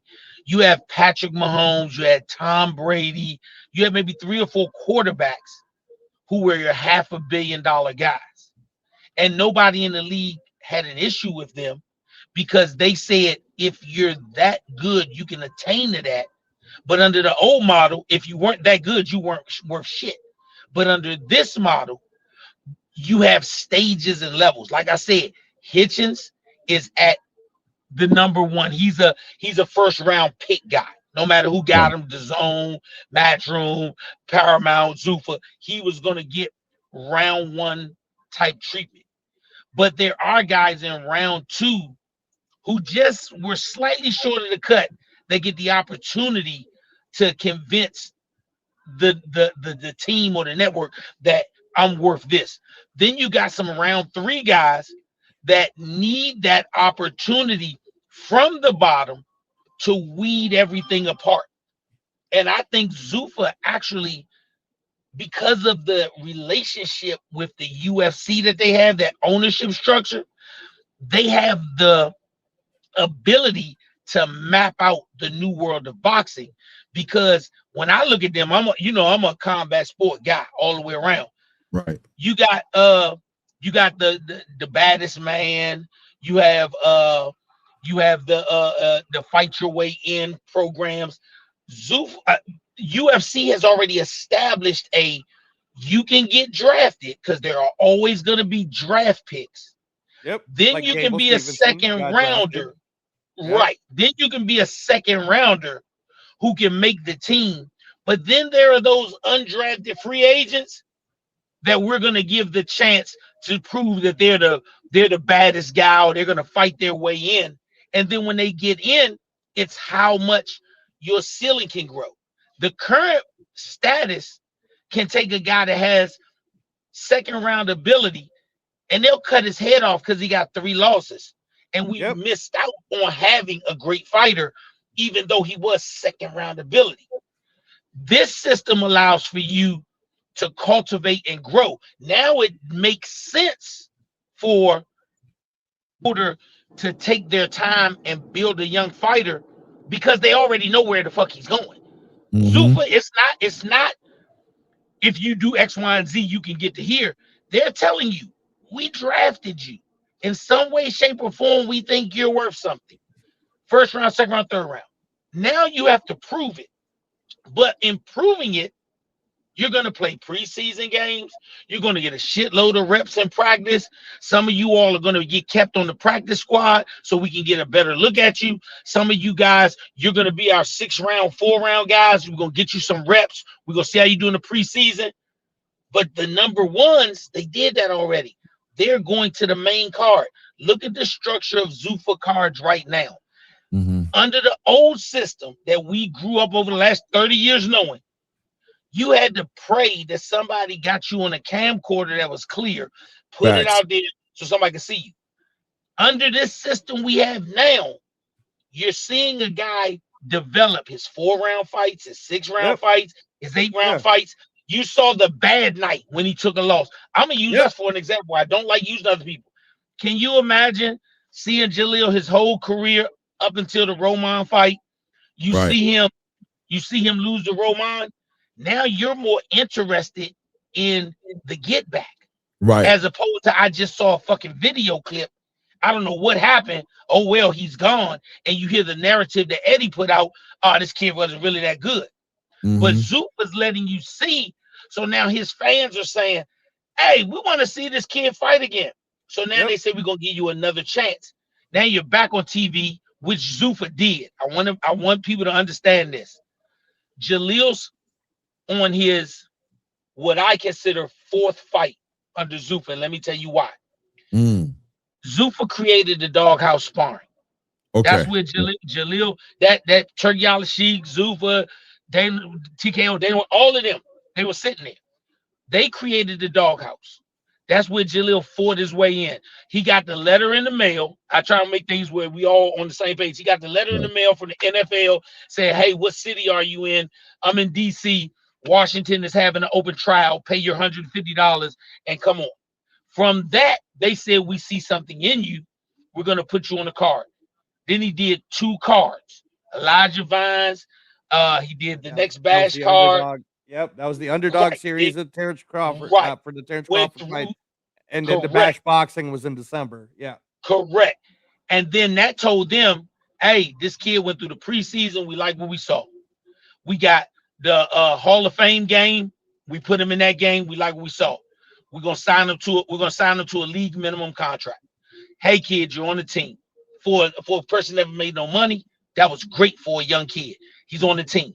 He went through his first game, the snaps, he did what he was supposed to do. Now they're saying, hey, we're gonna give you a chance to start regular season. You do what you're supposed to do in this regular season start. Then because you were an undrafted free agent, we're going to bring you back and say, hey, we want to keep you the whole season. Let's give you a contract that gets you through the season. Now he saw some more money. Now he's saying I'm a part of the league. Now this is my number. Whereas Hitchens has done all of that in high school and college. Olympian, he did everything. So now when they drafted him, they were like, hey, Slim, 10 million. Here's your deal, 3-year, $10 million deal, and let's go start. We're getting that same opportunity, but we know we're getting it, as opposed to the old way of boxing system. You don't know if you're really getting it. You're hoping you're getting it. And if you beat the wrong guy, they'll shelf you. That's the old system. In this system, if you beat him out, you take his spot, like the NFL. In the NFL, the best running back is going to play, not the biggest name. You have guys making $8 million that's on the bench because an $800,000 guy beat him out for his spot. That's what Zuffa is doing. And because they're doing that, they're forcing everybody else to jump on board. Bam Rodriguez only got more money from Eddie because Zuffa said, we value you more. And they offered him something. He put ink to it, and they had to match him, or they would have lost Bam. You got to ask yourself, if everybody is trying to go to the expansion Zuffa team, every star is trying to figure out a way out of their deal to play for them, what the hell is going on over there? They did a poll. Reyes will probably be able to speak better to it, but they did a poll about 6 months ago where they rated the best NFL team down to the shittiest NFL team. And when you looked at that, that was done by the players. Players were saying, man, the facility that the Raiders got, man, that shit first class, second and done, ownership, fuck with you. The facility that the Bears got, same shit. But goddamn Miami, them motherfuckers putting you in a bathtub, turn the water off, and they put the thing on the side of the tub, and they say, turn the engine on. We look like the fucking Cleveland Indians. What the hell is going on? And that makes other guys say, you a free agent, and you went to motherfucking Las Vegas? Yeah, motherfucker, for the perps. Zuffa is the Las Vegas Raiders of boxing. They feed you. They give you supplements that you need. They stand behind you. They tell you, do not take anybody else's shit because we will not stand behind it. But if you take our shit and you pop dirty, we're going to put the legal team behind you because we know what the fuck this is. Right. I saw you, Jaleel. You know, Al Davis is Khan and Dana White. I saw you last season. You ran for 1,000 yards, but you look like shit. They was walking you down from the blind side, but it was because you weren't in great shape, even though you work hard. So let us get you. You come here. We're only going to give you $1 million because you still got to prove your goddamn self. But we're also going to give you a food routine, a supplement routine. We have a dedicated person that you can text and call when your body ain't feeling right. After your fight, you come out here, you do your motherfucking PI, get you back, and now let's see what you look like. Now that same team that let you go, you know, the matchroom of the league that let you go, you looking forward to the game against them because now you 216 as a running back instead of 170, and you saying I'm gonna fuck them around. And when you fuck them over, you feel good in your heart, but your ownership, the Al Davis group, because Zuffa's they're the Raiders of boxing. He says, hey, champ, I noticed that you drive a goddamn Dodge Ram, but it's 2012. You did so fucking good. we got a new 26. Go down to the Dodge dealer we deal with, and they already waiting for you. You didn't expect it, but they said you're one of ours. Right. That's the rate. It's not an accident that Zuffa's using the same color scheme as the Raiders. Yep. Because they do shit different. Yep. They do shit different. It's not an accident that John Pataya is the Raiders ambassador for New Zealand do shit and different. Australia. Yep. They take care of their own. They take care of their own. Art Shell got the chance to be the Raiders head coach when nobody else gave him one because they said we take care of our own. Yep. Right. That's the mindset that they're giving you. That's why loyalty can't be purchased. It's a two-way street and you earn it. And that's why these guys are trying to come over to Zuffa, because they see a level of loyalty. You have to treat the guy at the bottom good, because never forget the guy at the top is watching how you treat him. And if you ain't treating him good, he know when I'm not worth nothing to you no more, you're going to treat me like shit. That's why Zuffa is getting the guys. So, Coach, no other reason. And Coach Hackett, let me add this too, because Claymore interviewed this guy. When you're speaking about that bottom, Clay, tell the people what Christian Morales Perez told you.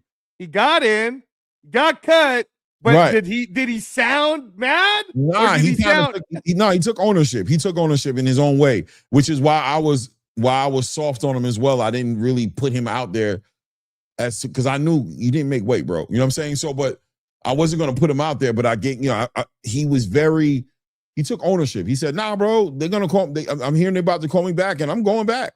He was like, they treated me good. You know what I'm saying? He knew that he knew what the role he played in the decision that got made to cut him. He understood. We didn't bring it up because I don't think that platform was the kind of platform to bring that up on. I don't think they would have buried him, and they weren't going to really allow him to be somebody who, in my opinion, was somebody who had one foot out the sport. The traditional space of the sport broke his will. He didn't see a future for himself. So when Zuffa called him, he was in his crib eating bonbons and Twinkies and bacon, egg, and cheeses, and you know what I'm saying? And then when they gave him the opportunity, he's like, oh, these new motherfuckers is trying to do something. Yeah, I'll go ahead and come over there and fight and collect a little paycheck. But he blew weight. He messed up on weight. He's like, what they gonna do? Replace? He treated it like it was a traditional space. But after he was in the PI and he was learning everything, he realized, like, damn, these dudes is kind of the real deal. But by that time, Zuffa was like, yeah, bro, but we're gonna cut you for now, bro. When you're serious about your career, you're a great fighter. You're 7-0, 7 knockouts. We already know, but that's your mentality is not the mentality we align with. But what did he do? He's getting his career back on point. This is a dude who got side slammed by Rolly, by the way, Coach. I don't know if you know what we're talking about. Yeah, we're talking about the guy who got judo flipped by Rolly. Yeah. Right. So he fought on a Zuffa car and he got off, but now he's like, yo, I'm back. You know what I'm saying? I'm making weight. You can see it in his eyes. I'm motivated. I'm telling you, man, this next run is going to be a real run. Now Zuffa's talking about bringing him back in. Like, there you go, bro. Get your head out your ass, bro. Make weight. Take your career seriously. Don't be 1 foot out. This is a real deal for you. And he realized it. They had to take it away from him to make him realize it. And now he's back. Do you understand? I'm gonna tell you the piece that people not looking at about why fighters gonna go to Zuffa. Let me tell you why. Dana White started out in high school gyms, putting on UFC cards. He saw what he wanted to make something into. Turkey Al-Sheikh worked his way to where he's getting this respect. Anytime the people who are looking at you actually have dirty hands, yes, then they know why your hands are dirty. But when somebody who's never had their hands dirty and they only see with manicured nails, right, they'll never understand why you deserve a second chance. Right. Jalil was at his worst point because boxing had fucked his head up so much because of the system of this shit. But people with dirty hands, Mike Scholar, dirty hands. Ish, his advisor, great guy. Ryan, his other advisor, great guy. Mike Scholar, Khan. Those people have dirty hands. Yeah. Do you understand? In order to develop somebody, you have already had to develop something within yourself. These people with TKO, they own WWE. For those who are too young to remember, at one point, WWE, NWA Wrestling, Smoky Mountain Wrestling, all that shit was in middle school gyms. They built something from the ground because they believed it had potential. You cannot have people who don't believe in their product, they just believe in the profit, develop a product because they won't see it through. These people will see it through. Christmas night, Mike Scholar called my phone when they were signing Jaleel. I remember. New Year's morning, the man called and say, we want to talk. He don't have to do that shit. Last time I checked, Mike wasn't in the soup line, neither was Dana White.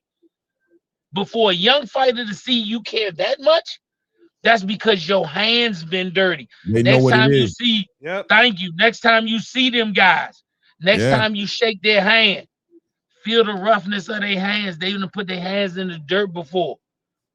That's why they have faith in fighters. They know what it is to put skin in the game. They understand what it takes to get something big. Like if you don't got the vision, and this is once again, Dana White hooked me. He didn't hook me because I've been I've been fucking with Dana White for a long time, bro. Like, you know what I'm saying? All the way through in the UFC.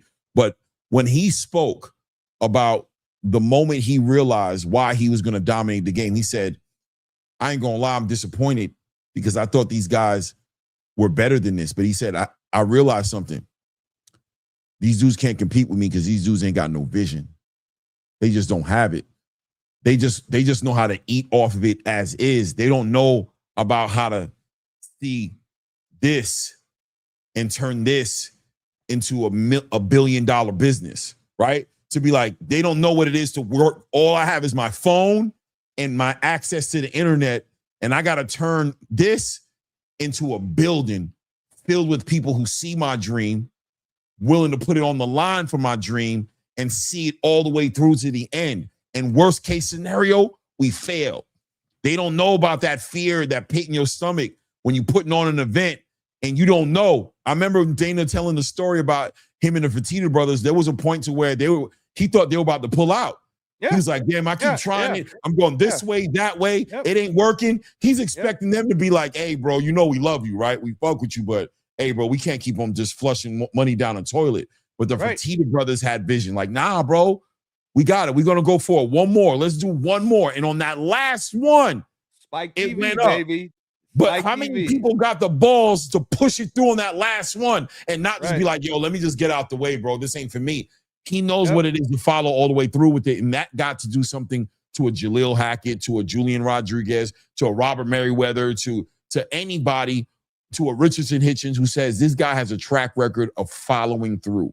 He has a track record of going all the way through to the end. I'm going to bet on this. And I'm telling you, Shakur saw that. I'm telling you. Let me add one more thing, Coach Hackett. So I'm just speaking from the experience of it. So leadership, it always starts from the top, right? And based on the leadership, you're going to see everybody on the bottom perform well. Well, the other thing too is when you're that type of a leader, the people that want to be around you, they gravitate towards you, and then you can weed out the best of the best from that crew. So I say this to say, what happened when they made the mistake on the broadcast team? Dana White held himself and his team accountable and said, we're the worst. We're really bad at this. I've been at this for 25 years, and I can't believe we can't get this right. He's not afraid to look everyone in the face and say, I got, it's my fault. I messed up. Mud on my face. Exactly. At the same time, Coach, when I was at the PI last week, right? Mike Styles, I didn't want to bother him. That boy was so busy. He was going from one side of the room to the other side of the room. He was meeting with this. At one point, I was upstairs. He ran upstairs. Like, they are working. The people that are around Dana, they're not like a bunch of lazy people, like you see the people who don't want to really be there for their job and then they're looking at their phone. These guys are all about it, Clay. Everybody who's in that building want to be in that building, including, and Coach Hackett, you'll like this story, including the admin, the people in the front. I went downstairs just to say my thank yous, right? And then the lady was like, "Oh, where were you at, baby?" And I said, "Yeah, I was at the summit. It was amazing." And she goes, "Oh yeah, I missed it. I wish I could have been in there with you." Right? Like it's all encompassing, Clay. Everybody wants to be with this company. So why wouldn't Shakur want to be in a building where he clearly sees everybody loves being in the building? You see? Man, that is. Let me tell you something. Dana White everybody saw a cornfield. Dana White saw an arena. Right. When it was just a cornfield, he said, "Nope, this is an arena." Everybody laughed. Right. What's he Vision. doing? I'm gonna have that here. I'm gonna have that Thank there. you. That's gonna be Man. right there. I can see it all. Let me tell you something. And this is honest, man. I told Reyes this. We do what we're supposed to do, and Dana White and that team say, "Hey, Jalil, we want you here for the duration of your career." What they doing? We'll take an Anthony Joshua joint. Give me a lifetime contract, because what they doing is something that's going to be here. They created an infrastructure, and then they built on top of it. They didn't build on top of the dirt and then say, "We'll go back and put it in the infrastructure." They did everything the right way, and you can see through what he does, he had a different level. Everybody else is putting water in the cup. He's selling bottled water. You look at what he did at White House event. No boxing promoter has ever thought to do nothing like that. And we got boxing promoters that been cool with presidents before Dana White.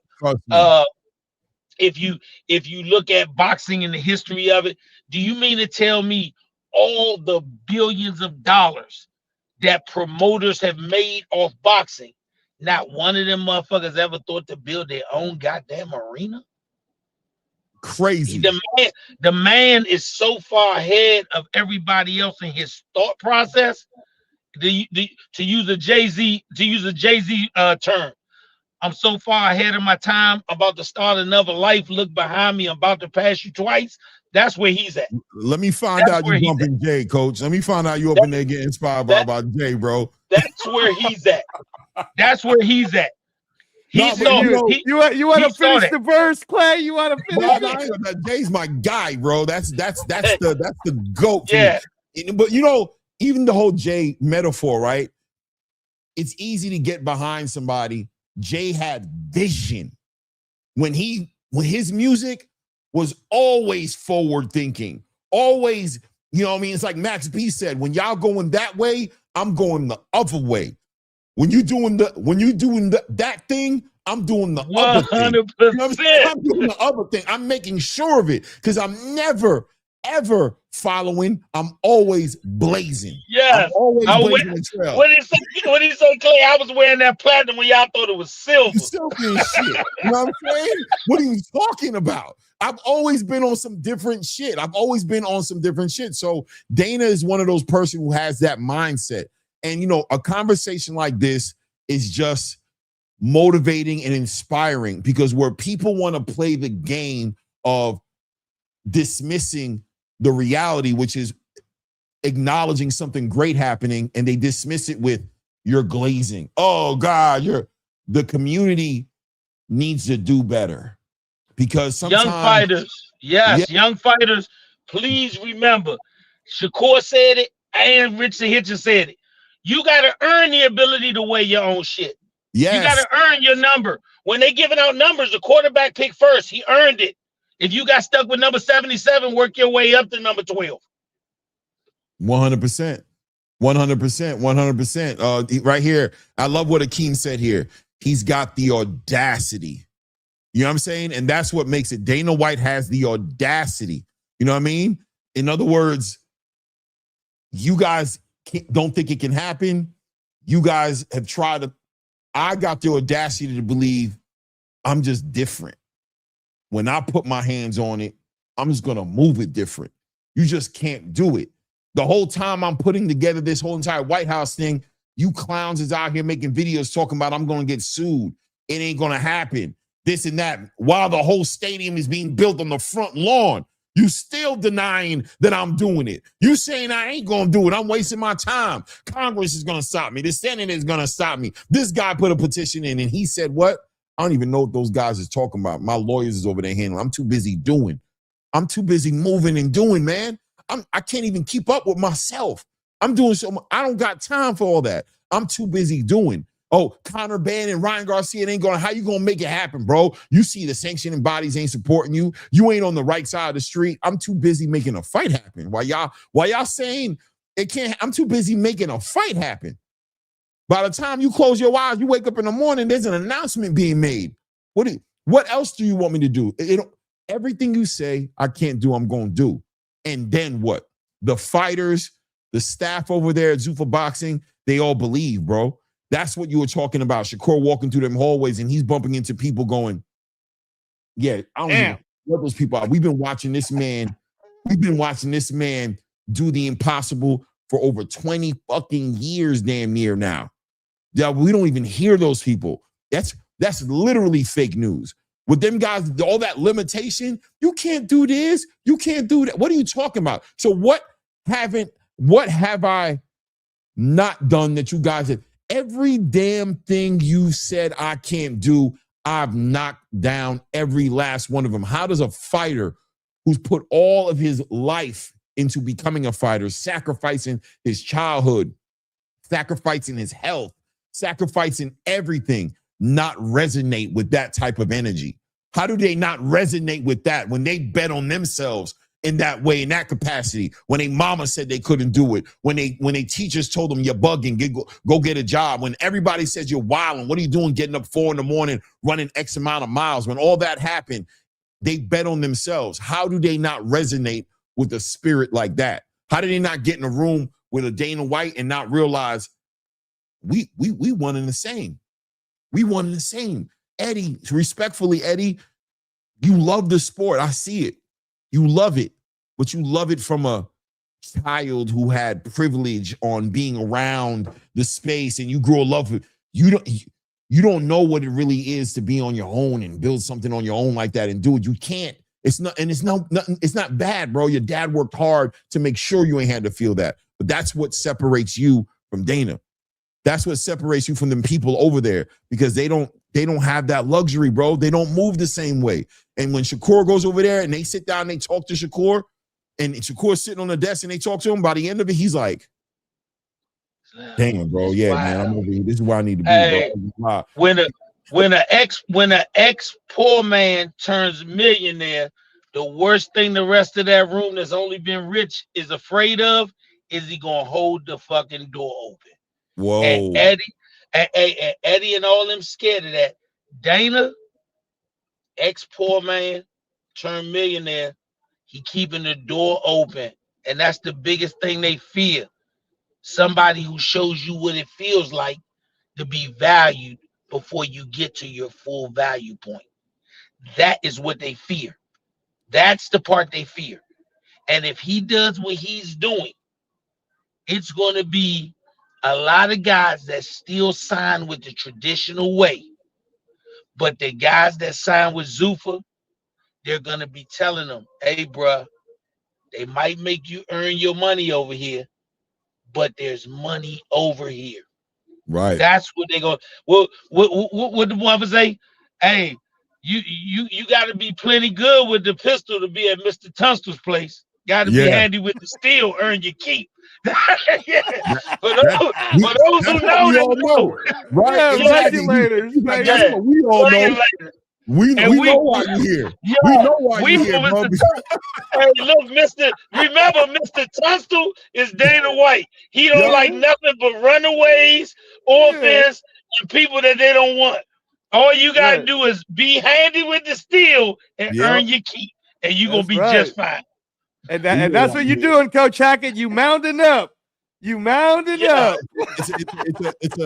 It's something to be excited about, man. And you know, the people who can't wrap their mind around it, it's definitely like at times it's discouraging, but at the same time, it makes sense. It's like, right? Yeah. It's like, damn, man, I want but I understand because that's why the sport is in the place that it's in, man. When you got people who are just conceding to the idea of, man, that's just the way it is. You can hear it from them. They say certain things.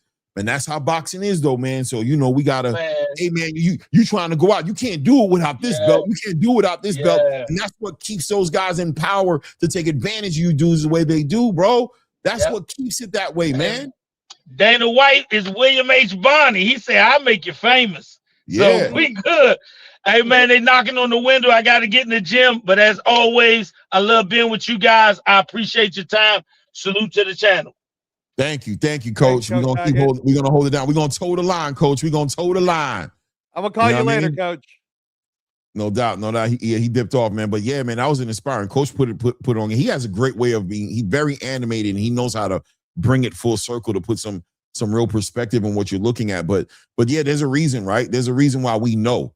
But we know that this is going to be successful. It's not anything. It's just that the type of people. But I always tell people that, right, Angelo? The type of people that are behind this is why this is going to be. It's not about the money. The money is okay. The money plays its role, but it's the people, bro. It's Dana White's team. It's Nick Khan. It's the attitude. It's the vision. It's how they operate, how they're wired. And then you add the money to that, and it makes it dangerous.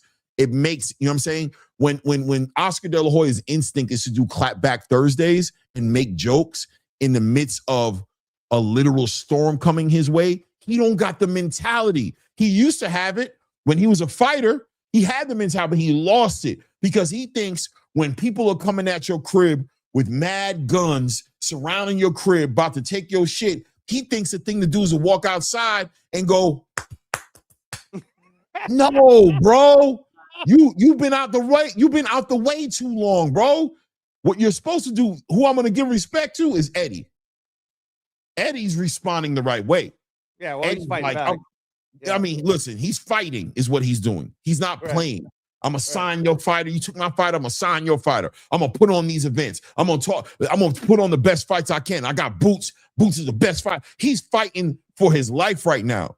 And that's why we talked about this off channel. I said, the DAZN might snatch that dude up because he got the fighting spirit that might be able to give Dana a fade if he got the right backing. Because he's a mean motherfucker, bro. He really trying to win, but he's not like the rest of them. The rest of them ain't trying to fight. They trying to propaganda shit. They trying to sell the fans fake stories. Eddie's like, nah, bro, we got to fight. You coming over here to take my shit? Nah, I ain't gonna lie, man. I think Dana's just, I'm sorry. I just think, you know what I mean? That's how it plays out. But I respect the G in you, family. That's how we say it, right? I respect the G in you, bro. I see you, man. Yeah. You know what I mean? No, I mean the OG Frank Warren, he keeps signing heavyweights. He keeps, because he knows that's the market that he's in. So yeah, you're right, man. The DAZN would probably be smart for them to really get in a room, sit down with Frank Warren and Eddie Hearn and see what they can do to figure it all out. But like I said before, Clay, it was an unfair advantage for me, knowing what I knew about how Dana and the rest of that group works and the people in there. I started telling you about it last year, and I started going on all these different chat groups trying to explain it to everybody, and then I just got tired of all of them trying to attack me. So then I'm like, you know what? I'm a co-host the motherfucking show, and then you guys can just come here and get this information. And now, as my colleagues' words are always, it's aging like wine. Wine, baby. And all that other shit is aging like milk, bro. You know what I'm saying? It's starting to stink. You want to throw that out yet? Oh, you still trying to hold on to it? All right, bro. I'm good on that. That milk is starting to, I don't even want to open your fridge no more. I used to be able to look past it and just get what I wanted and just be like, that milk is not doing too well. But now it's getting to the point to where it's like, I don't even want to open your fridge no more, bro. You need to throw that milk out. Cheese. Can you say cheese? Bro. Right. And by the way, for the betterment of all the fans, man, I hope that the DAZN and the traditional side continue to fight even harder, because the more you fight for our attention, the better it is for us. And we win. We win in the end. So keep doing your thing. Keep putting up all these different fights. Keep tearing down paywalls, and it's just going to get better and better. Keep trying to convince us. Keep trying to convince us we don't like what we like, and that we really that's what the game is, right? The game is you don't like that, you like this, and it's like, no, I kind of like I like this. I'm trying to tell you, you're falling for the okie doke. You don't like that, but you like it. But I just tasted it. It was delicious. Bro, I'm pretty sure. I'm very confident that I like this. Yeah, man, I like this. I ain't gonna lie to you. This pretty. You're okay though. Yeah. You're still good. You still good. You know what I mean? But I ain't gonna act like this is different. This is hitting different, man. So anyway, I hope that you get your menu better because I hate to not be eating your shit no more. Eating at your shit no more. You know what I'm saying? Do your job, sir. Do your job, sir, and we'll be okay. I'll tell you, man, for boxing fans just across the board, and I was talking to some of the Raider Nation people about this, is I was telling them, I said, from July all the way to the rest of the year, you're going to see more free to access boxing than you've ever seen in such a long time. And look what we are getting, right? TNT's going to show us free to access boxing. Paramount Plus is going to be showing us regular dates, free to access boxing. Netflix is still on board, Clay. We haven't even discussed Netflix yet, but you're going to hear some announcements with Netflix coming up soon, right? So Netflix is in there. So I'm telling you, man, this is the DAZN paywall. Talk to your people, Clay. Let them know. Let them know, man. Listen, ain't nothing I can say to them. I tell them all the time. I tell them every chance I get, and they don't hear me, bro. They too busy trying to talk over me, and I always tell them all, you guys lack vision, and you're stuck. You can't see. You're scared. You're scared. I know it. I know what it looks like when somebody's scared. You guys are scared. You don't want to say something right now and be wrong later, and people say you're wrong.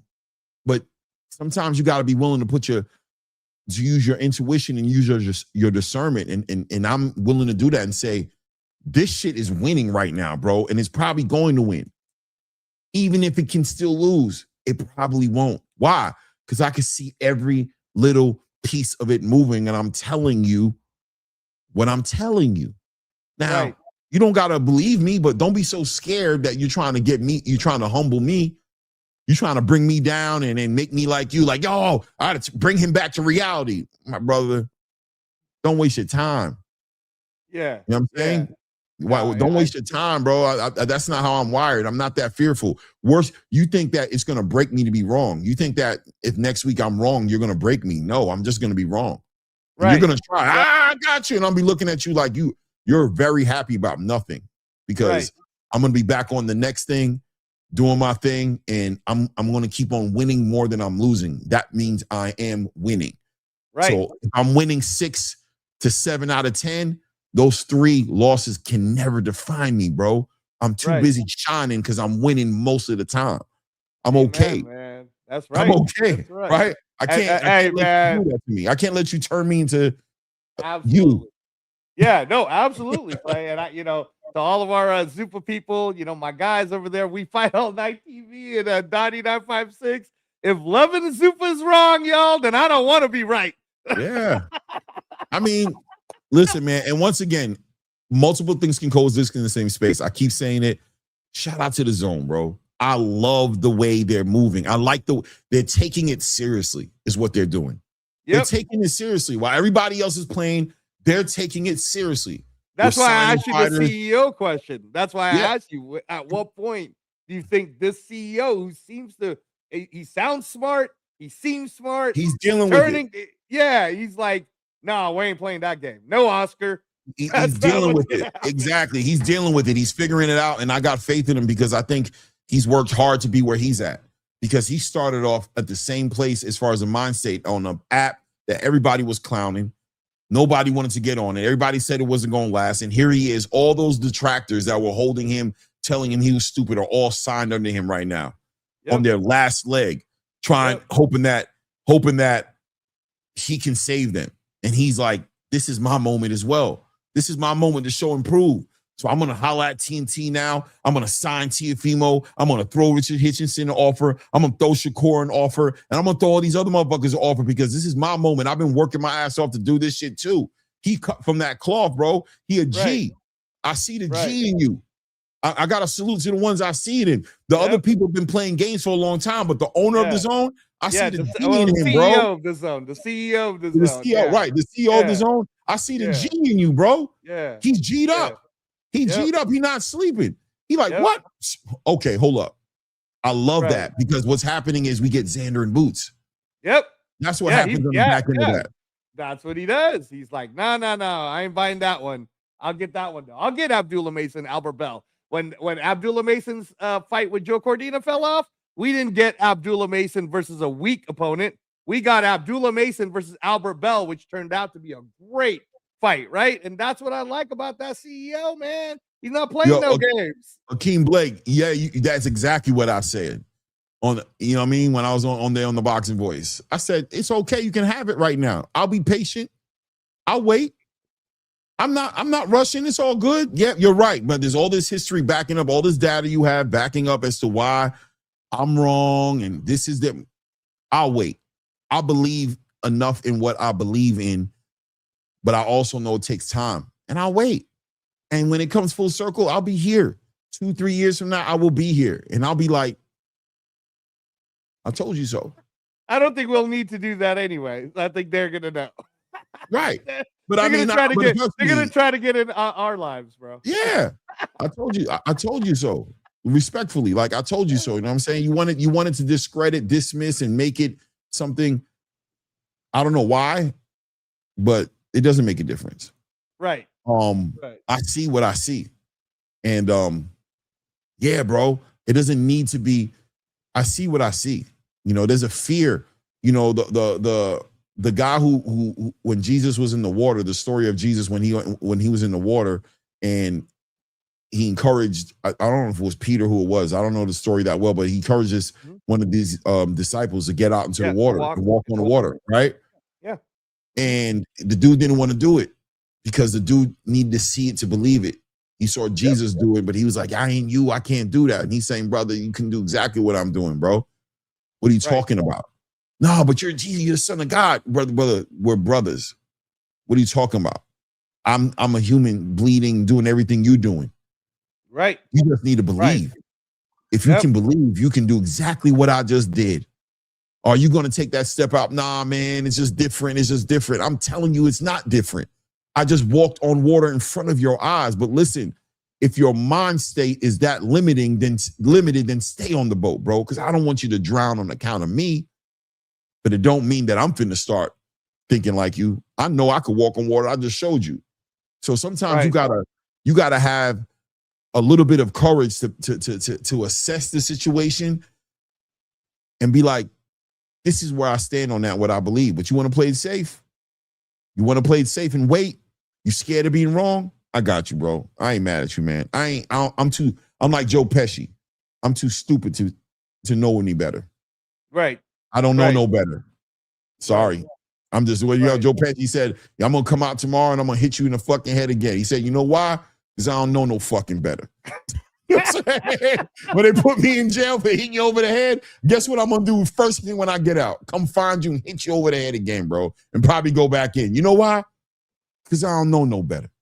Right. You know what I'm saying? Right. Sorry. Right. No, you're right, man. Hey, Akeem Blake, man, we miss you, bro. I don't know why you didn't pop in on the live today, but we miss you, brother. Akeem was trying to work on getting on the Discord. He was popping in and out on the Discord. Oh, was he? Okay. Yeah. I tried to grab, I tried to catch him every time I seen him, but every time I was in the midst of, he disappeared. I'm like, damn, all right, well, I don't know what to do, bro. I can't catch you. Yeah. I'm assuming you're having some technical difficulties. Yeah. It's about that time. My schedule, I ain't gonna lie, my shit got canceled for that. That's why. I'll tell you this, man. The Bernard Hackett wisdom was so good, brother. He was breaking it down, bro. He was just like, I mean, again, man, it's better for you guys to hear it from the horse's mouth themselves, and stop trying to act like I'm trying to. And they'll deny that, right? They'll deny something like what just happened here. What we just had here was the coach of Jaleel Hackett, father coach of Jaleel Hackett, explained to you his experience. Yeah, right? And he kept using his personal experience. He wasn't cutting anyone else down. He said, I don't even want to talk about everybody else. Right. So I'm only going to talk about me and what's happened with us. And man. And people will deny that experience. And people who don't even wear the shoes, who can't even fit the shoes he's wearing because they're nowhere near the boxing business, will try to dismiss his take and his experience as somebody who's stupid. Man, he dumb, man. He falling for all that shit, bro. They're gonna do you like this, they're gonna do you like that. And you gotta think this man is a man who's been in the game forever, bro. A lion's share of his life. Yeah, he boxed himself, you know. Outside of Jaleel. Exactly. Yeah, you know what I'm saying? Outside of Jaleel. You know what I'm saying? And knows and is letting you know this is different, y'all. Yep. This is different, y'all. Sorry. Yeah. Oh, yeah, okay, it's different. Oh, they said the same thing 50 years ago when they did the same thing. As PVC. Stop it. It's different. It's different. I get where you're going with it. I get it. But no. Right. You don't want to accept it. It is what it is. That's cool. But no, it's not the same. Yeah. Don't worry. You'll be around for it though. Don't worry. See you on the other side, man. See you on the other side. No problem, man.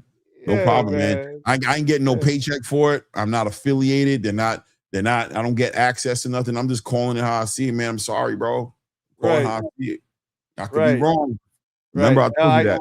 But I'm probably not. It's funny to me, Clay, because I've heard it on when you're on the other shows too. I've heard like a couple of people say, "Yeah, Clay, you know, because I know you connected to them," and I'm laughing and I'm sitting there going, "Man, Clay ain't connected to Zuffa, you dumb motherfucker."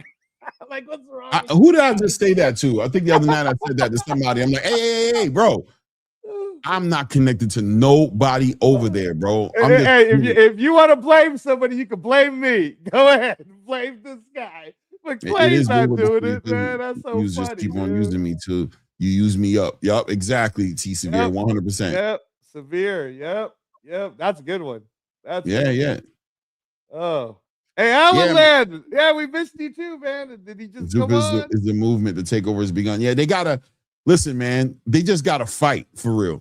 They got to fight for real, is what I'm saying, right? That's what my whole thing is, right? My whole thing is, y'all better take this seriously, is what I'm saying, right? When I tell y'all, get your DAZN subscriptions, support, pay the $5 for Pro Box, because the reason I'm telling you that is because if you really got an issue with Zuffa, then you better support what you love.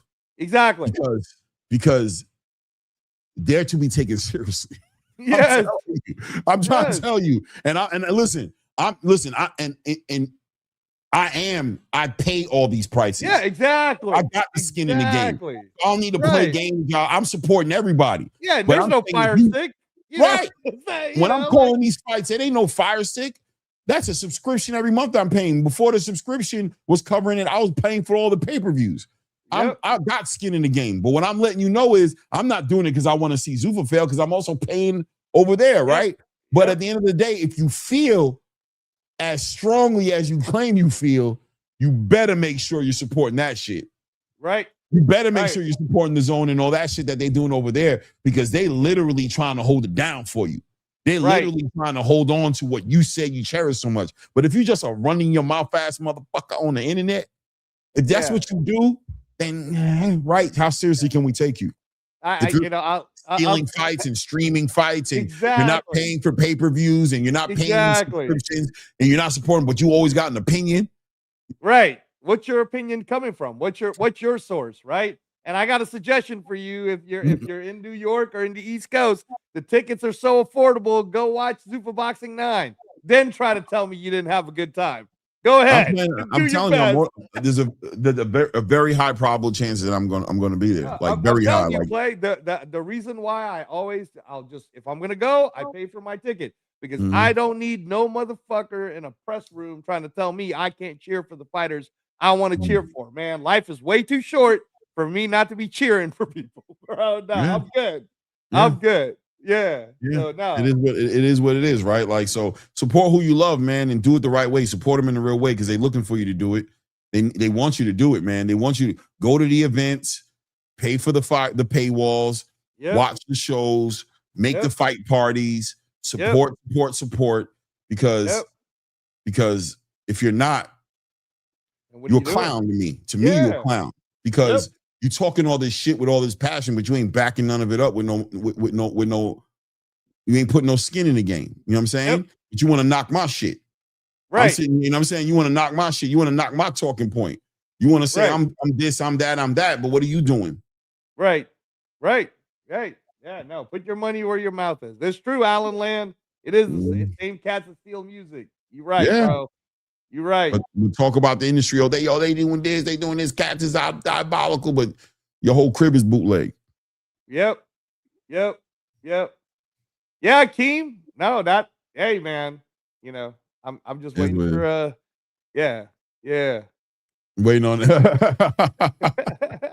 It is what it is. Hey, shout out to everybody in the building. It's about that time for me, though. I ain't gonna lie, man. I'm gonna go rest it up, eat, chill, lay it up, man. I got things to do tomorrow for sure. Tomorrow, I'm not doing a live tomorrow because you gotta. Yeah, they put me on that they're gonna need me to do some shit. Yeah, no, that's cool though, Clay, because that's good. That's perfect. And then you go right to the watch party on Saturday. So you're just gonna have to decide if you're doing the Harlem Hubank one early and roll it into the 10-hour type. You know, those tend to do pretty good, man, because then you're getting the UK audience listening to you too. I'll see. I gotta look at the car, man. I ain't big on Harlem, man. I ain't gonna lie, man. Harlem ain't my cup of tea, hating bro. on the Harlem? I'm not hating, bro. I'm just keeping it real, bro. I don't want to lie to you, bro. Just tell the truth, bro. I'm not big on him, bro. I think he kind of weird. You know what I mean? I think he's a little bit of a weirdo, personally. I don't know. What he doing in that ring don't impress me, bro. But yeah, I don't know. We'll see. I gotta see what's on the undercover. Worst case scenario, you already know where to catch me. I'll definitely be here Saturday evening. Benavidez. And Pro Box too, right? You'll try to mix in a little Pro Box in there. I'll see. Yeah, I'll see. You know what I mean? It'll depend. Try to call my man Charlie Suarez's fight, bro. I know he's fighting on that. I know he's fighting Tito Avila, man. He's fighting Tito Avila. He said they be contradicting themselves like Shakur. Yep. Okay, fine. Yep. Just like Shakur. Samir gotta throw it in there, bro. Just like Shakur. I got you. No problem. Man. Just like Shakur. Yep. Samir's gonna be the most fun. That fight needs to get made. Yeah, no. Samir's gonna be the most fun guy when the Haney announcement happens. He's gonna be the happiest guy. And he's gonna be we'll all be on the same side of the street again. Right? right. Same side of the street.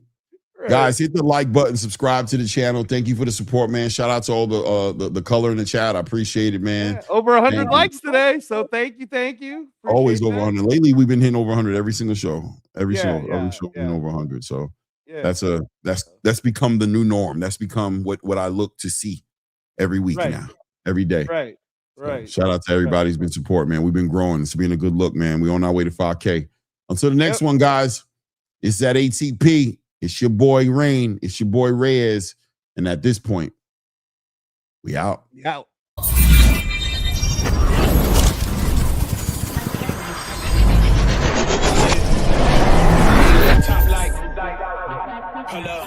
Yeah, I can never doubt myself, I know better. All of you critics be acting like you know better. Blowing the smoke, but I know when the dust settles that I'm in my element. It's evident that there's levels to the game. All those nights I got then, breaking my back to make it out. Got me feeling like rain. I ain't never need your help. I know you wishing me well. A penny for your thoughts, but seeing no change. I snap for the sun like Diddy. The riches got a mad ass son. I'm like Billy. I ain't never switch up. Whole team with me. But known for my city like OAGZ. Set the pace as long as you finish. Consumers find a way inside your business. Babble if they try to dabble in it and they hate the fact that they may have